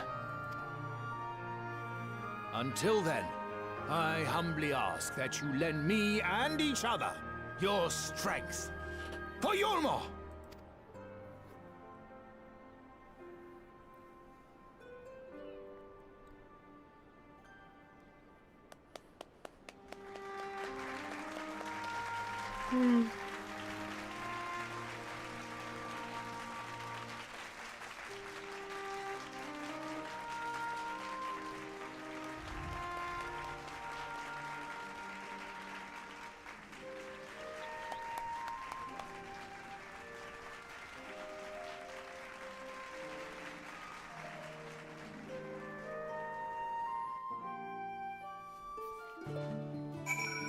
Okay. So that's gotta be it, right? Oh no, it's still going. Alphino, what do you have to say? That was a fine speech, Master Child. Oh, well, I guess not, no voices now. I believe your words stirred every soul in the attendance. Stir them to action, I hope. If I have learned anything from all of this, it is that change begins with the individual. Very true. Very true. 'Tis but a matter of finding the strength to take the first step. Assuming my fellow Umorians can, it shall be my honor and privilege to help them walk this road we have chosen. But we must not forget the individuals who made all these changes possible. Thank me, I'm so cool. Were it within my power, I would crave a tribute to your heroism and to the very stone upon which this city stands. They gave us the foundation, right? The Warrior Light and Alphino and everyone. I hate to change the subject, darling, but now that you have officially taken office, have you given any thought to your memorial seat? No, a mayorly seat. We will not be moving into the Ermingent, dearest. It's too big for one thing and too far for people for another. You will retain our current residence and govern here in the parlor. I was hoping you'd say that. I much prefer the view from the parlor. Begging your pardon, Master Chai, but have you got time for a word? Who the hell?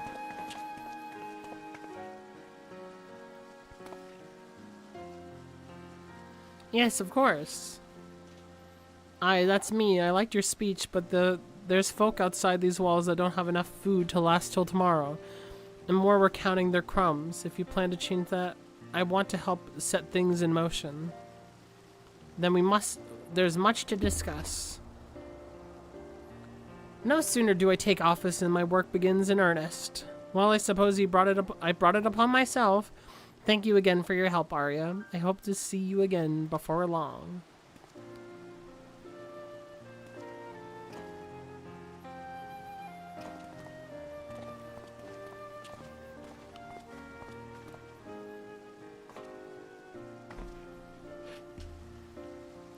What a day! I don't know what it means exactly, but I do know I've got plenty to think about. I sense we all have a great deal to consider. I have resolved to remain here until such time as Yulmore's future was secured, but it is clear to me now that the city is in capable hands. Alright, cool. We're done. I have every confidence that they will find their way, and I believe it is time we went on ours. Nice! That's the whole thing, right? That's the little pin mark from the beginning, is that they needed to be independent, right? That was the issue, is that they weren't. Awesome, awesome. So Alphino's leaving too, is he? Seems like everyone's moving on, everyone's changing.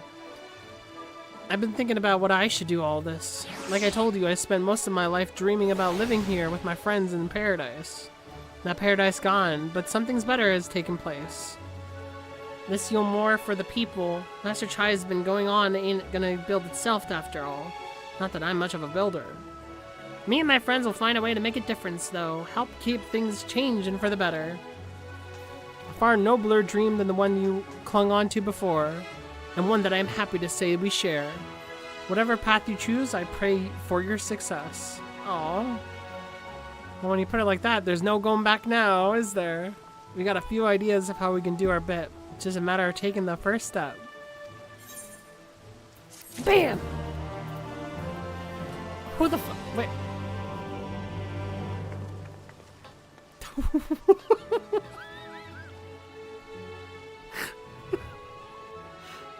Oh my! Oh my, is that a is that a tiny Master Chai? Oh my god. I can't even... Oh my god, its face is so doughy! It looks like the Pillsbury Doughboy face! Oh my god. Wow. Thank you, Rayleigh. What a beautiful specimen you have there. She cute though, love her. Oh god! Actually dead. Alphino. I think I have to talk to Alphino. Squishy? Definitely. Oh. Vows of virtue, deeds of cruelty. Let's go. Okay. Hey, truly to see Kashir, thus inspired. Oh, Bluebird. Oh, they're gone. Rayleigh's gone. Shit. That was scary. You know, however much I may wish to stay and see what comes of these efforts here in Yulmore, we have matters of our own to attend to. Come, we should return to the Crystal Tower. Mayhap studies have been borne fruit in our absence. My people need me. Oh my god, okay, my people need me. I gotta go talk to Grahatia. Or Raha. Raha is my goat. Alright, let's go. Finally. Raha Gra. Raha Gra. He's raw. He is raw. Ragra. He's so good. Rahatia.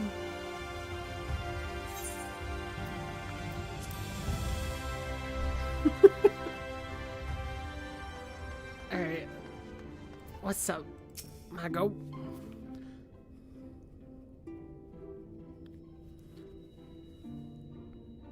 The trailer for this patch is kind of funny because it's just near. The patch art is just near. Why? I guess it was a bigger sell. We have given to understand a new mayor has taken office in Yulmore. Indeed, our good friend Master Chai was elected to popular vote, and after some considerable soul-searching, chose to accept the post. It is a shame you weren't able to attend his inaugural speech, though I have no doubt you will see more of him in the future. But tell me, how fared you in preparing the White Azurite? Oh, you're on Jay's here. Our work did not proceed quite as expected. In your absence, we had a frank discussion on the principles of soul transference and concluded at length that White Azurite was ill-suited for our purposes. Oh, shit. But Yurian Jade, did you not say that compared to the massy soul of an Asian, the stone could house one of ours with ease? That I did, and armed as we are with invaluable insight, 'twould indeed prove a trifling matter. We were to disregard the inviolable link twixt mind and soul, a link which we did belatedly realize, be weakened most perilously in the process of rendering our souls dormant, as Azurite doth require. Thus, the shedding of these fleshy simulacra...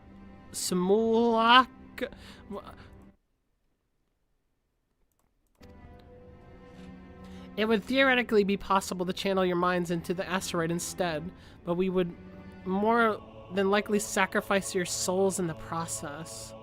The first Nier raid release with 5.1? Okay, yeah, that makes sense then. Which is why we abandoned that plan, and instead devoted our time to finding a means by which mind and soul might be transported together. Do people like the Nier raids, by the way? Is that something I should end up doing? Like, is there really good stuff in that? Then we are no closer to the situation than when we first began. It is a vexing conundrum indeed, but one for which the Crystal Exarch has posited a most intriguing solution. With our discussions turned to the transference of memories in the psyche, I could not help but be reminded of the technique which I have personal experience. Arya, do you recall why we learned of my eyes from our encounter with Daga and Une? Oh yeah, I speak of the royal eye of Aligan, imperial line, gifted to my forebears through the blood and memories of the ancient Aligons. I'm glad this is actually being addressed more. It is by this gift that I am able to control the tower. If we were to gain the understanding of the technology by which the Aligons were able to accomplish this transference, perhaps we would keep in mind and soul together. Imagine, if you will, a device like unto a soul crystal, replete not only our worldly memories, but also the bountiful energies of the soul. That is our current avenue of investigation, and we will follow it wherever it leads. Okay. Great glam fights, fun fights, and good story, IMO? Oh, good story too. Okay. Is it actually canon towards the story of 14? Is there... I think they said that the creator of Nier said that the content in this game is canon to Nier, but is the content in Nier canon to 14? I know Ice and Andres were talking about eventually doing the Nier raids, so we can try and get us all together. Yeah, sure, that sounds good. When we are thus engaged, I think it's best Arya return to the source and inform Kryl and the others of our findings. Agreed. I imagine Tataru would be relieved to hear we made progress of a sort. Then I would beg leave to relay our findings onto Thancred and Rain, and to assist where I may in the investigation of the empty. Oh my god, more. Yes, please do. Shall we in need of your counsel, we will not hesitate to summon you. Farewell. The warrior light's so funny. the little wave. Why did you do it that way? Give our regards to Tataru. The ultimate collab stream? Oh my god, maybe. It's canon but doesn't really interact with a lot of the other parts of 14. I see. Alright, going to Revenant's Toll.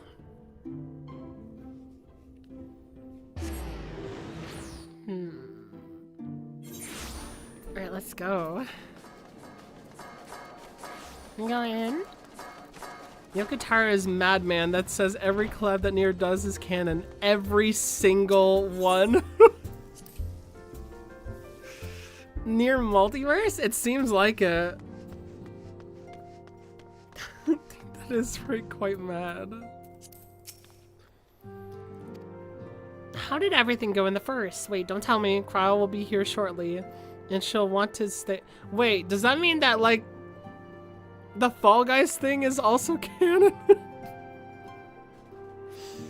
Oh no.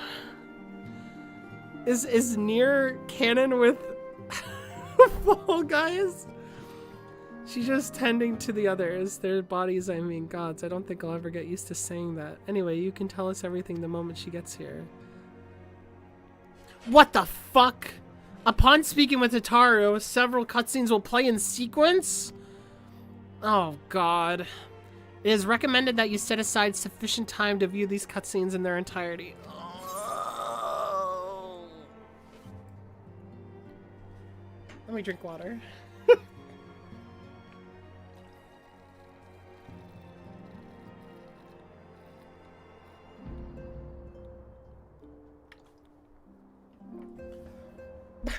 The Fall Guys had thick asses? Yeah, they share a lot in common.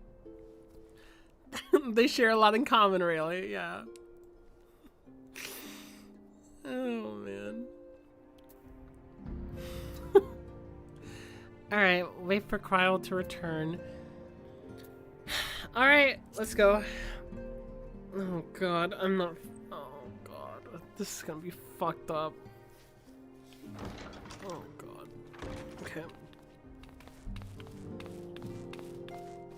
Kryl! Sorry to keep you waiting. Oh my god. I've carried out the treatment as per Master Matoya's instructions. It should slow the destabilization of their corporeal ether quite significantly. But tell me, how fare our friends in the first? Yeah, what's up?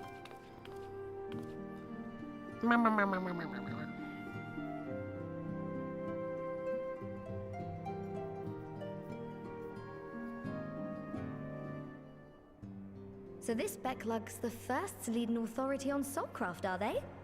Sounds promising. And Urianger's proffered solution of white auracite is rather ingenious now that I think of it. Well, while they press on with their preparations, you may rest assured we will continue to do our part here.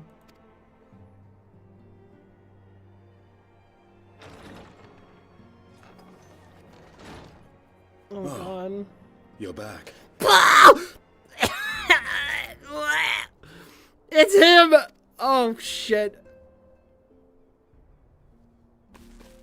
Oh my god, I'm a Tataru right now. Bark, bark! Oh my god. Hi! And twirls hair. Hi, Estinian. And none the worse for wear, I see.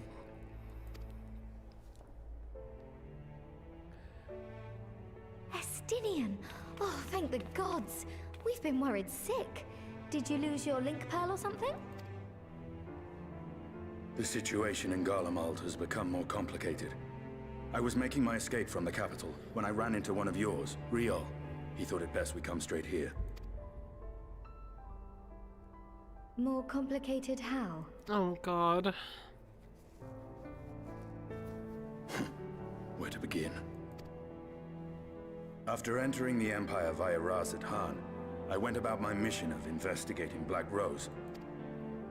It was then. Did you? inside a Oh my god, provincial Decker, do you redeem that I ASMR? encountered the one Oh who shit. styles Oh. himself Shadow Hunter, Gaius Balesar. I'll do that. I'll do the ASMR. Just give me a bit. Just give me Our a bit. goals being apparently I have to- aligned, we joined forces and ventured on into the heart of the capital, to the very Imperial Palace itself. Holy shit, Bastidian, you're so fucking hot. There, we found a man whom all assumed dead. Bastidian, this is my heart beating for you. Bum, bum, bum, bum, bum, bum, bum, bum, bum, bum. Oh fuck, oh god. But his soul lives on. His soul lives on. And he has wrested back his flesh. Oh fuck. Respect my flesh, Bastidian. Respect my flesh. Xenos Ye Galvas. Fuck, god. Oh fuck, what the hell?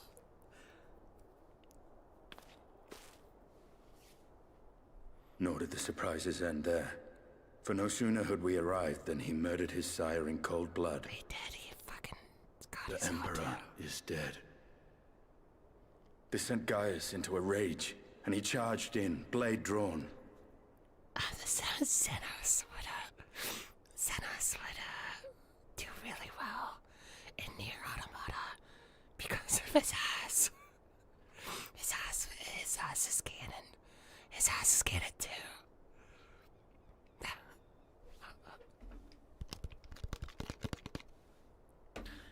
Alright. All the women play this game go crazy for him for good reason. Calm down. Yeah. I did read it, really.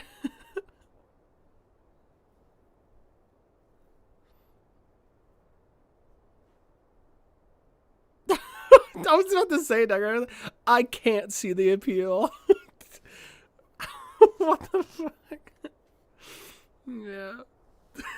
That was like cold. Yeah, Stinian is so, you know? Oh god. Oh god. Oh no. Oh What? Wait, oh fuck, both of us? What's going on? Oh, here we go. We get to see it? Oh.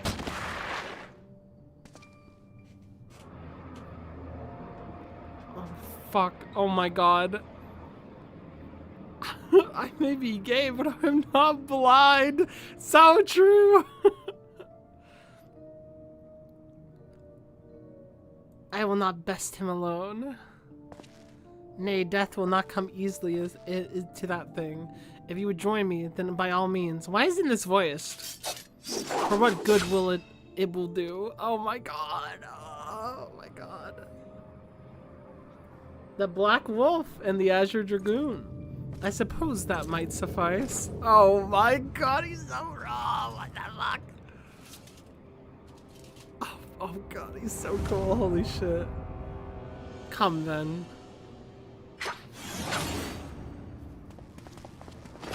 Am I gonna play as Justinian or something? What's happening?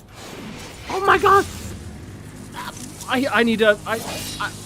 My picture game has been so bad lately. Holy shit! What? What? What the fuck?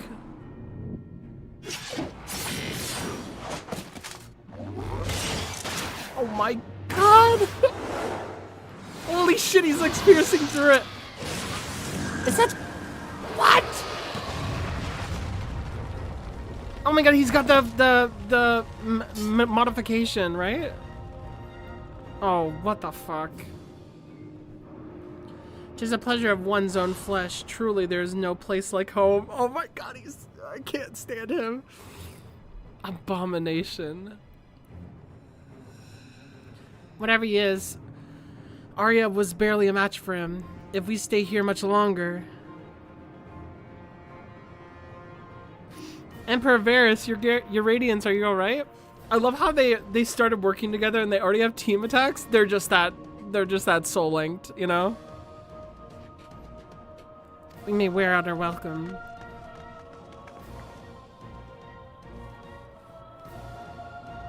Your Radiance? No! Sigh. Even the most mitling of sport can be spoiled. The world conspires to bore me. Oh my god. Because I have no cause to remain, I leave these vermin to you. Xenos!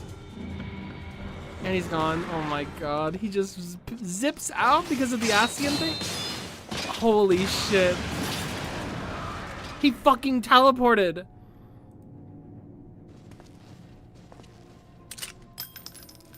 Oh my god. Just one. Oh my god, he's so cool!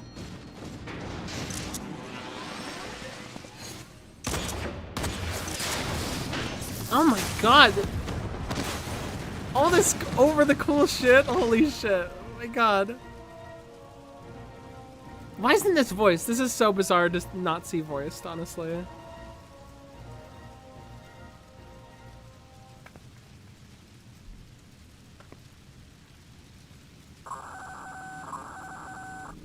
The intruders have taken flight. I repeat, the intruders have taken flight. Deploy all available Magitech armor. We cannot let them escape. Oh my god. Oh my god. Oh my god. Oh my god.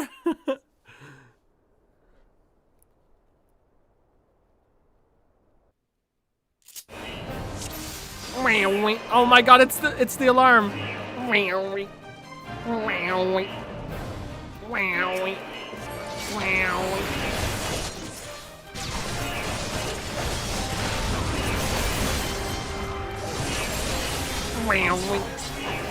Wowie. Is this your favorite alarm sound?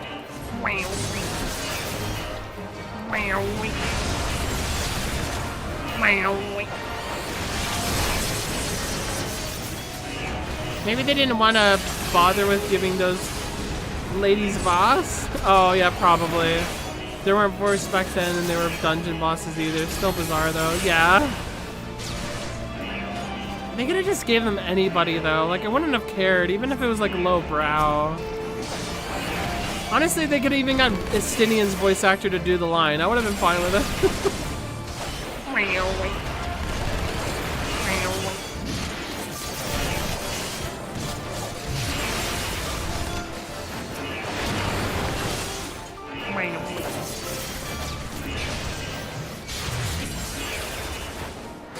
Oh god. Ow. Oh my god. Dragoon just straight up has like a healing item?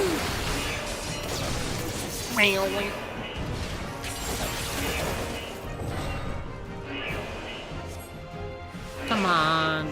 Let's kill. Darn it! Oh no, sorry, damn it. It's a little harder. This way, quickly. All DPS have healing. Well, I guess I'm sure. Wait, what the hell?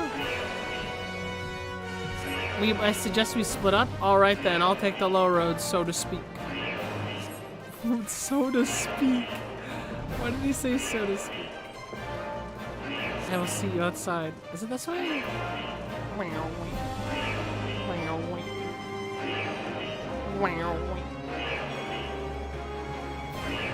Estinian is so cool though. Holy shit, I love Estinian. Oh my god, look at him. I might be more annoying than the alarm. I should just stop. I just hate that alarm noise. It's so... It's like... Why did they make it sound like that?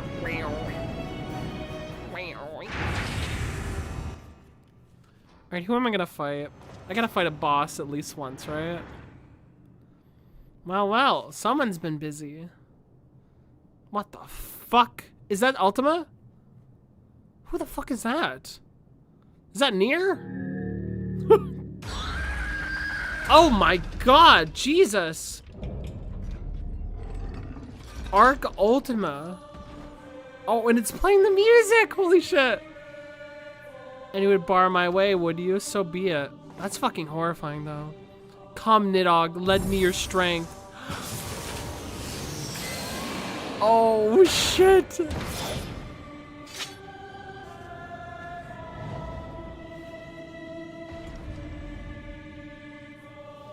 Oh my god, working with Gaius to then fight Ultima? That's kind of badass. That's so cool! Oh my god, I love that. Estiriad! Okay, what do I have here? Delivers an attack. All enemies. And this one is Star Driver. It has a short cast time too.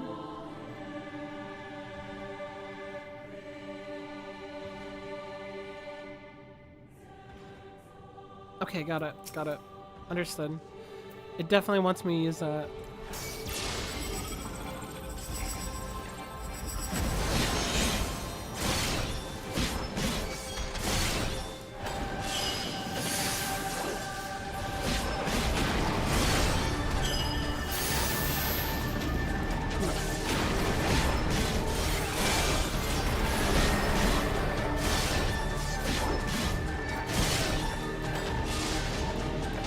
Come on.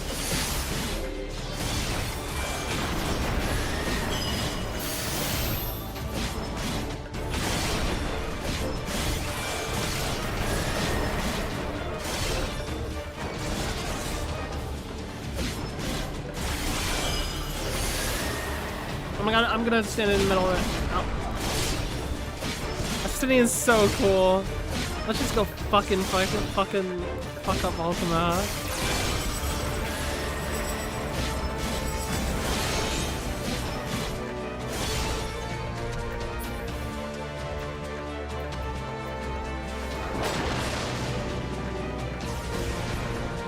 Oh my god, he's dead.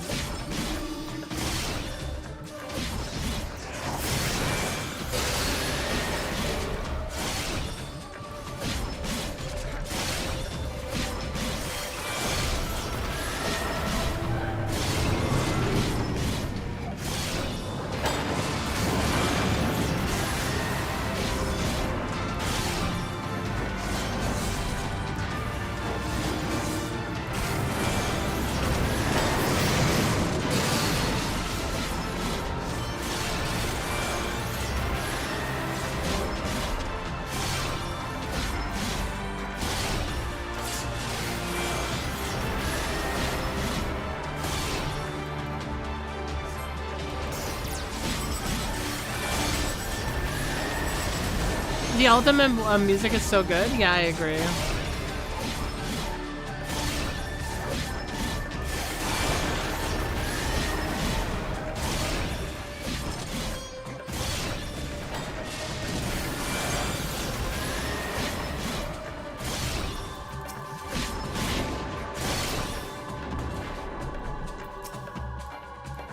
Hold on, I wanna get close.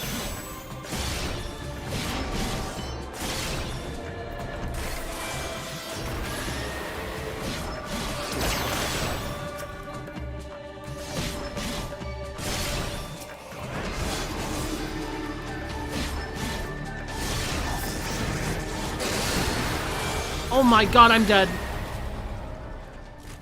Oh my god, I didn't think that would happen. Shit! Oh no! No fucking way! Oh, what the fuck? You're gonna make me do the whole thing over again. Oh, okay, well, the game's good. Yeah, this is a good game. Great game. Great game. Great game. No, I'm not gonna go on easy. Shut the fuck up. We get to hear the best part of the game, at least. Wait,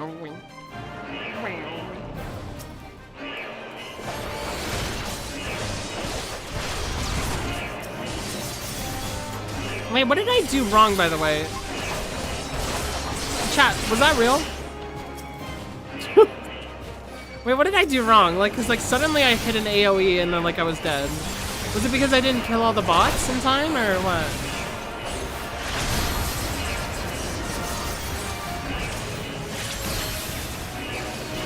No, it wasn't real?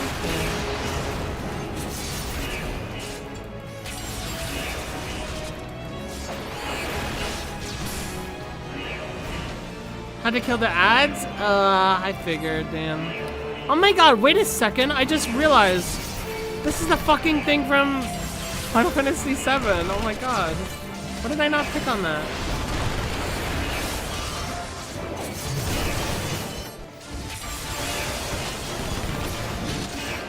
And he's dead. Wow. Wow.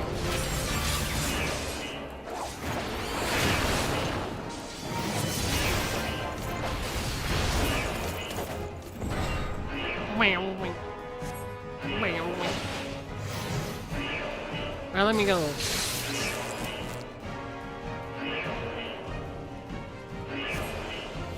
I thought like when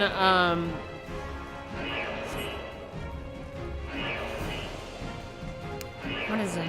It first showed up in Ala Amiga, first boss? Really? Fuck, I don't remember that. It's been so long.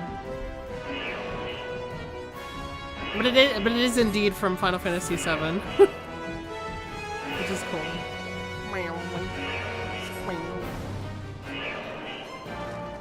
Did I go the wrong way? Oh, I did.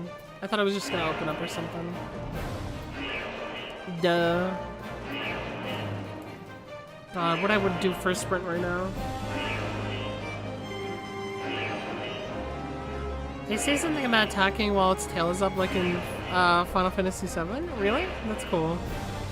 Yeah. Even though, like, I love how much of a debate that is, it's so fucking funny. Yeah, our fucking tail's up. Attack it! Yeah, you're not supposed to do that. Yeah, you're not supposed to do that, Barrett. Try again. Well, sounds like someone's been busy. Yeah, like, I love this, like, transformation there. This is so cool.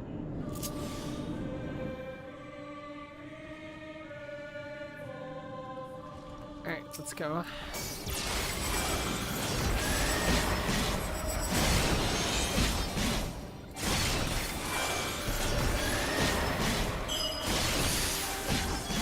Yeah, I love this Ultima music. It's so good.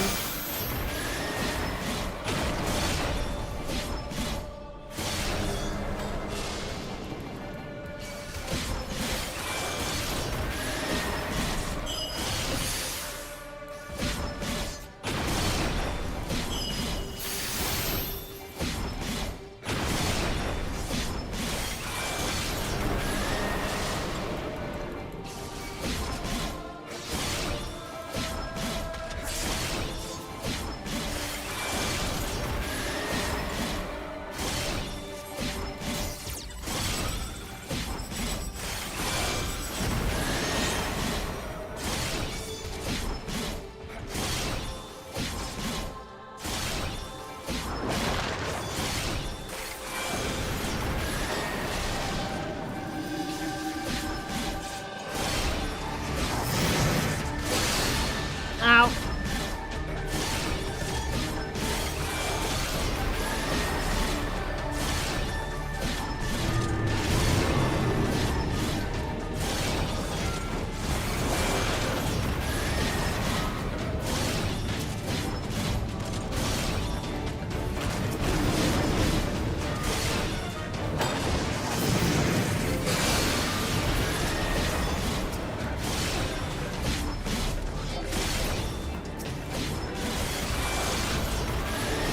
Again, bad about good luck with the duty. Thank you. I will do my best.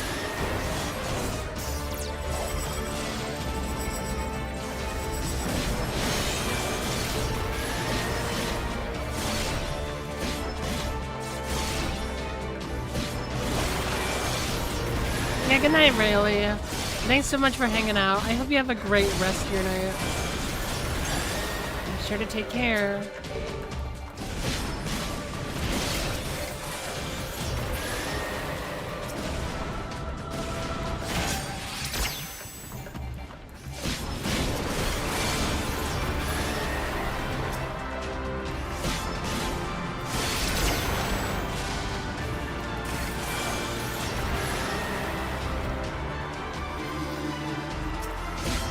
Alright, good.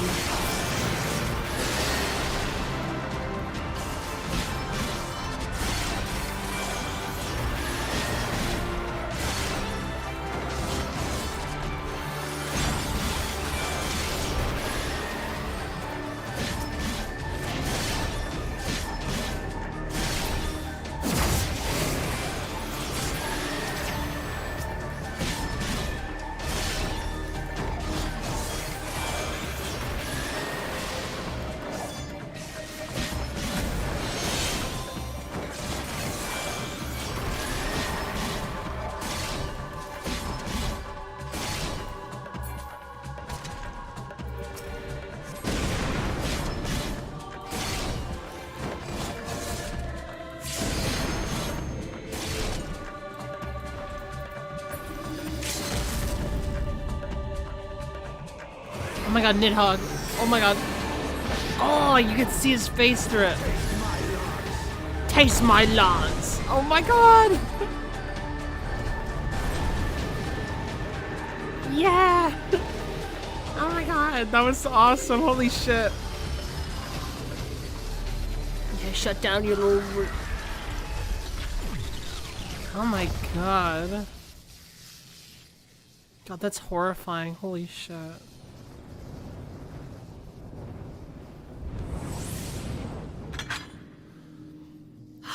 All right. Garleans and their machina. Now, where are you, Gaius? Well, those guys are cringe, he basically said. And that was his memory? And then he wasn't able to find him, huh? Wow, all that just to see some badass fighting, huh? And that type is so cool. Are you alright? Nope.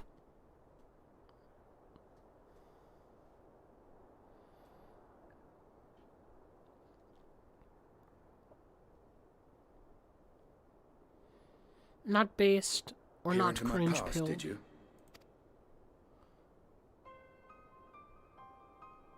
What is the camera doing there? Interesting. Well, I didn't quite relive the experience as you did, but I bore witness to it all. I'm still not sure what I think of this gift of yours. But no matter. Our confrontation was cut short when the Imperial Guard arrived. It was then that Xenos took his leave, citing boredom. Oh, interesting. To think their research into the Echo could bear such fruit. Yeah, yeah. Escaping death, jumping from one body to the next, and returning to his own after all this time. He is an Ascian in all but name.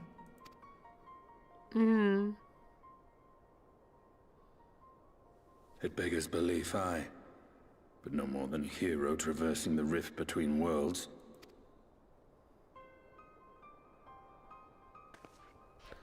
Yeah, Xenos basically becoming an Ascian is insane. My concerns are far more prosaic.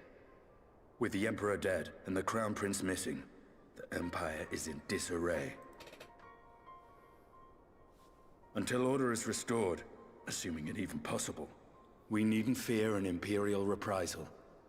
And for reasons of his own, Xenos took it upon himself to rid the world of Black Rose. Riol has already gone to apprise the Alliance leaders of these developments. We may leave the matter in their hands for now. Then perhaps we have seen the last of the fighting at Gimlet.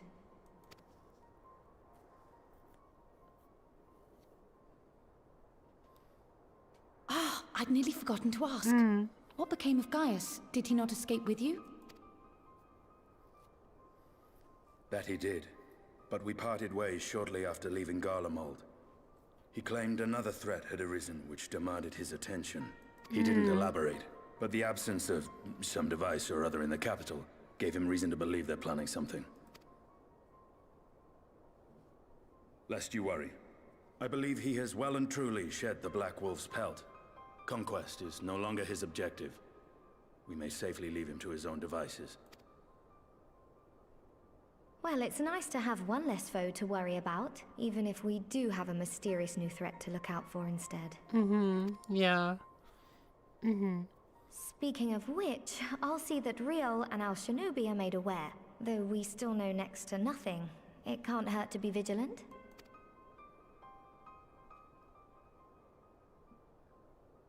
Well then, with Black Rose nipped in the bud, I believe I've fulfilled my part of the bargain.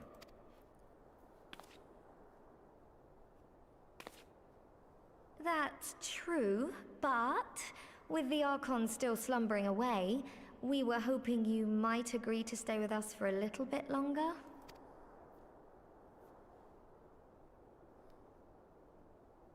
Sorry, but I'm not inclined to extend my contract. Gaius isn't the only one with business to attend to. Man, we're gonna miss Estinian. Aw. Thank you for your help then, Estinian. I see why Alphino admires you so. Oh.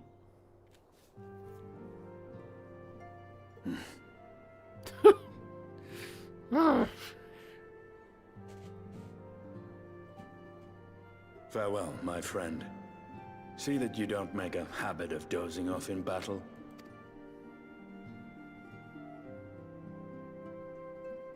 Oh, I love the Warrior of Light smile. That's awesome.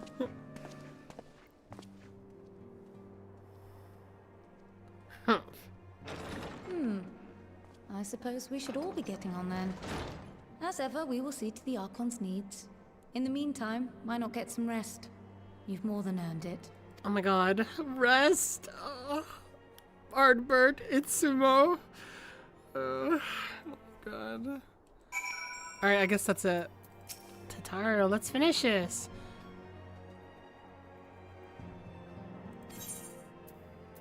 Boom. Complete. Bam. Boom. Alright. Oh no. Oh, meanwhile, in Garlemald. Also, welcome back, Looney. Ah! Ah!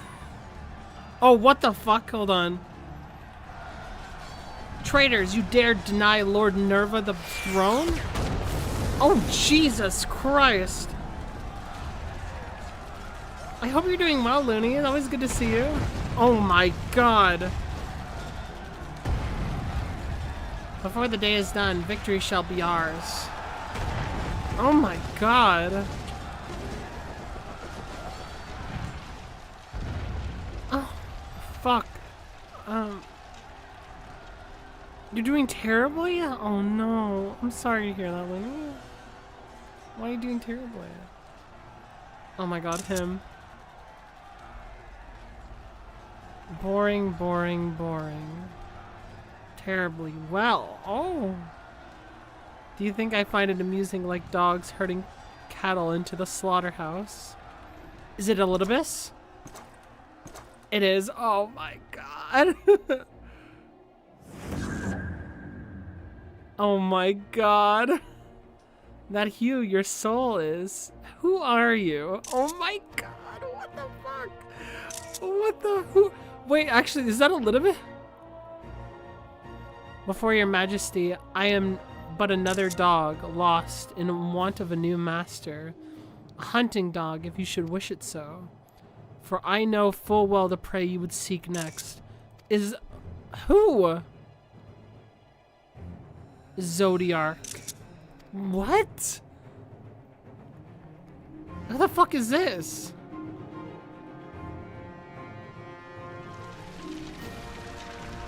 What the fuck? Hello?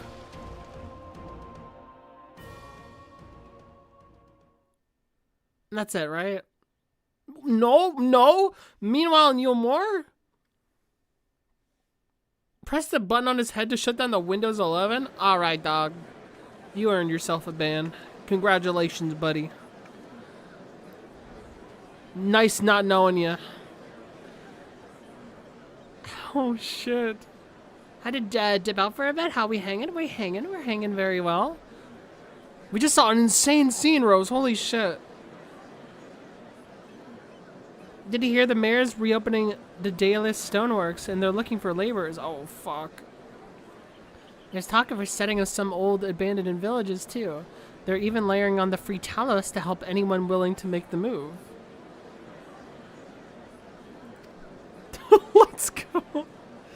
steady work. I don't know what it is. You would be excited to get banned, Looney. You want negative attention. Everyone knows it. Wait, who the fuck? What? Wait. Hope? Huh? What? What? What? What? What? What? What? Yes, so long as I yet live, I will see the feeble flame rekindled. Are you fucking kidding me? What the fuck is he doing here? Are you serious? What is he doing here? To my destiny to see our dream fulfilled. What? I'm gonna choke my fucking brain out. What the fuck? Black and white? We're done? That's the end of the patch, right? God fucking damn it. God fuck. God damn it. Ah, God damn it. Fuck. Ah! Oh, man. Oh, man. What the fuck? How am I supposed to make sense of that? I'm supposed to stay calm and be like, oh, we finished. Yay. But now oh my god. At the end of that patch? What the fuck? What the fuck? Cooking? Fucking flaming right now. Fucking fire. Bonfire. The freaking house. The house is on fire. Man, what the fuck? What is Ardbert doing back alive? Is this like a different version of him? Why he being mysterious? Is that Elidibus? It has to be Elidibus, right? Or like Elidibus doing things? Because Emmett's not there anymore, right? This is Asian shit. This has to be Asian shit, right? Oh, fuck. Oh, God. I thought...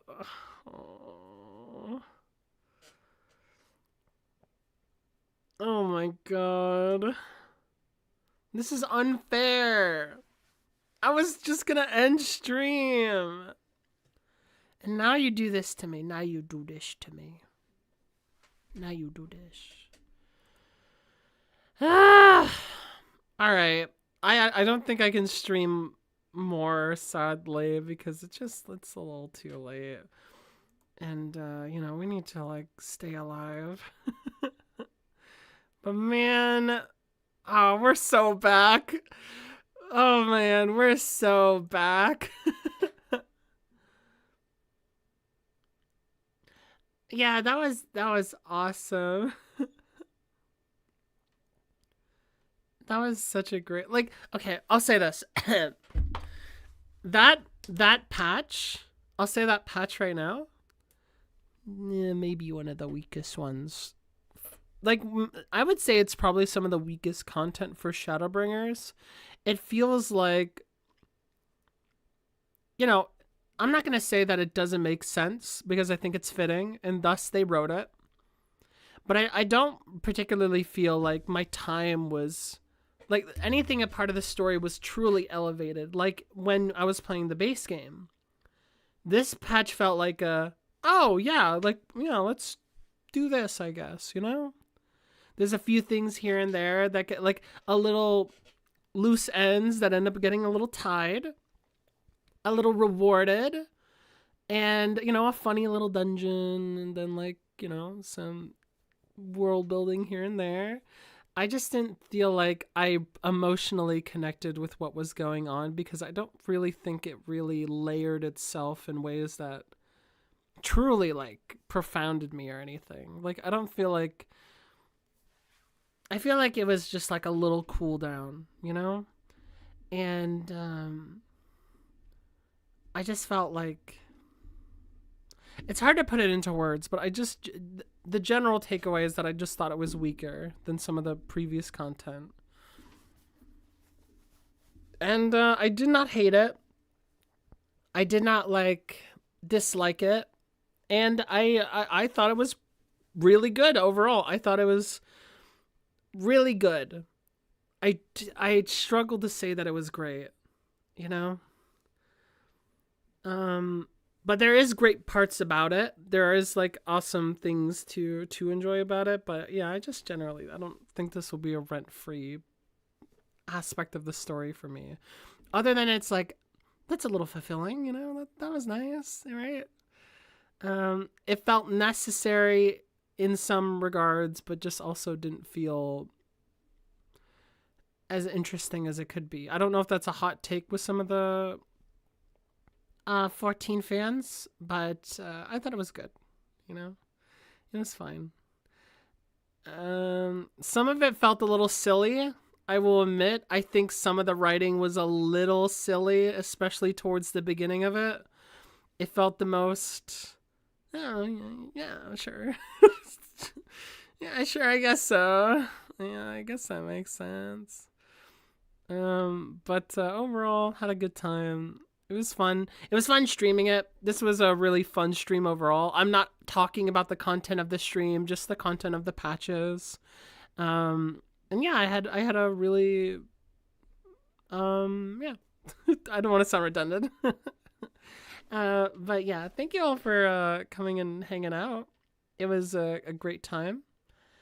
And then the next patch, the next stuff, holy shit. I feel like it might change me. The stream was anything but mid. Thank you. Yeah, I'm super intrigued already because they're clearly building up to Endwalker antagonism or conflict going on. So I'm really excited to see what that's gonna bring.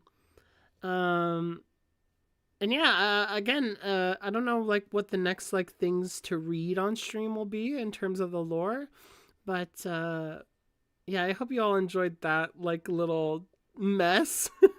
I mean, I had fun doing it. I thought it was super fun overall, but I hope people enjoyed that almost creative spin on it, I guess you could say. But yeah, it was fun. Thank you all so much. And I don't think is this raid time for Twitch? If you're a YouTube watcher and you're looking at the VOD, yeah, I guess you could come over to Twitch for a second, but I don't think there's anybody we're gonna maybe raid. No, I don't. Maybe. No, I don't think so. I don't think we're gonna be doing a raid. But yeah, thank you all so much again, and I'll see y'all later, okay? Cheers for now. Thanks for the chat. Thanks for the stream. All that. All right. Bye-bye. Bye-bye.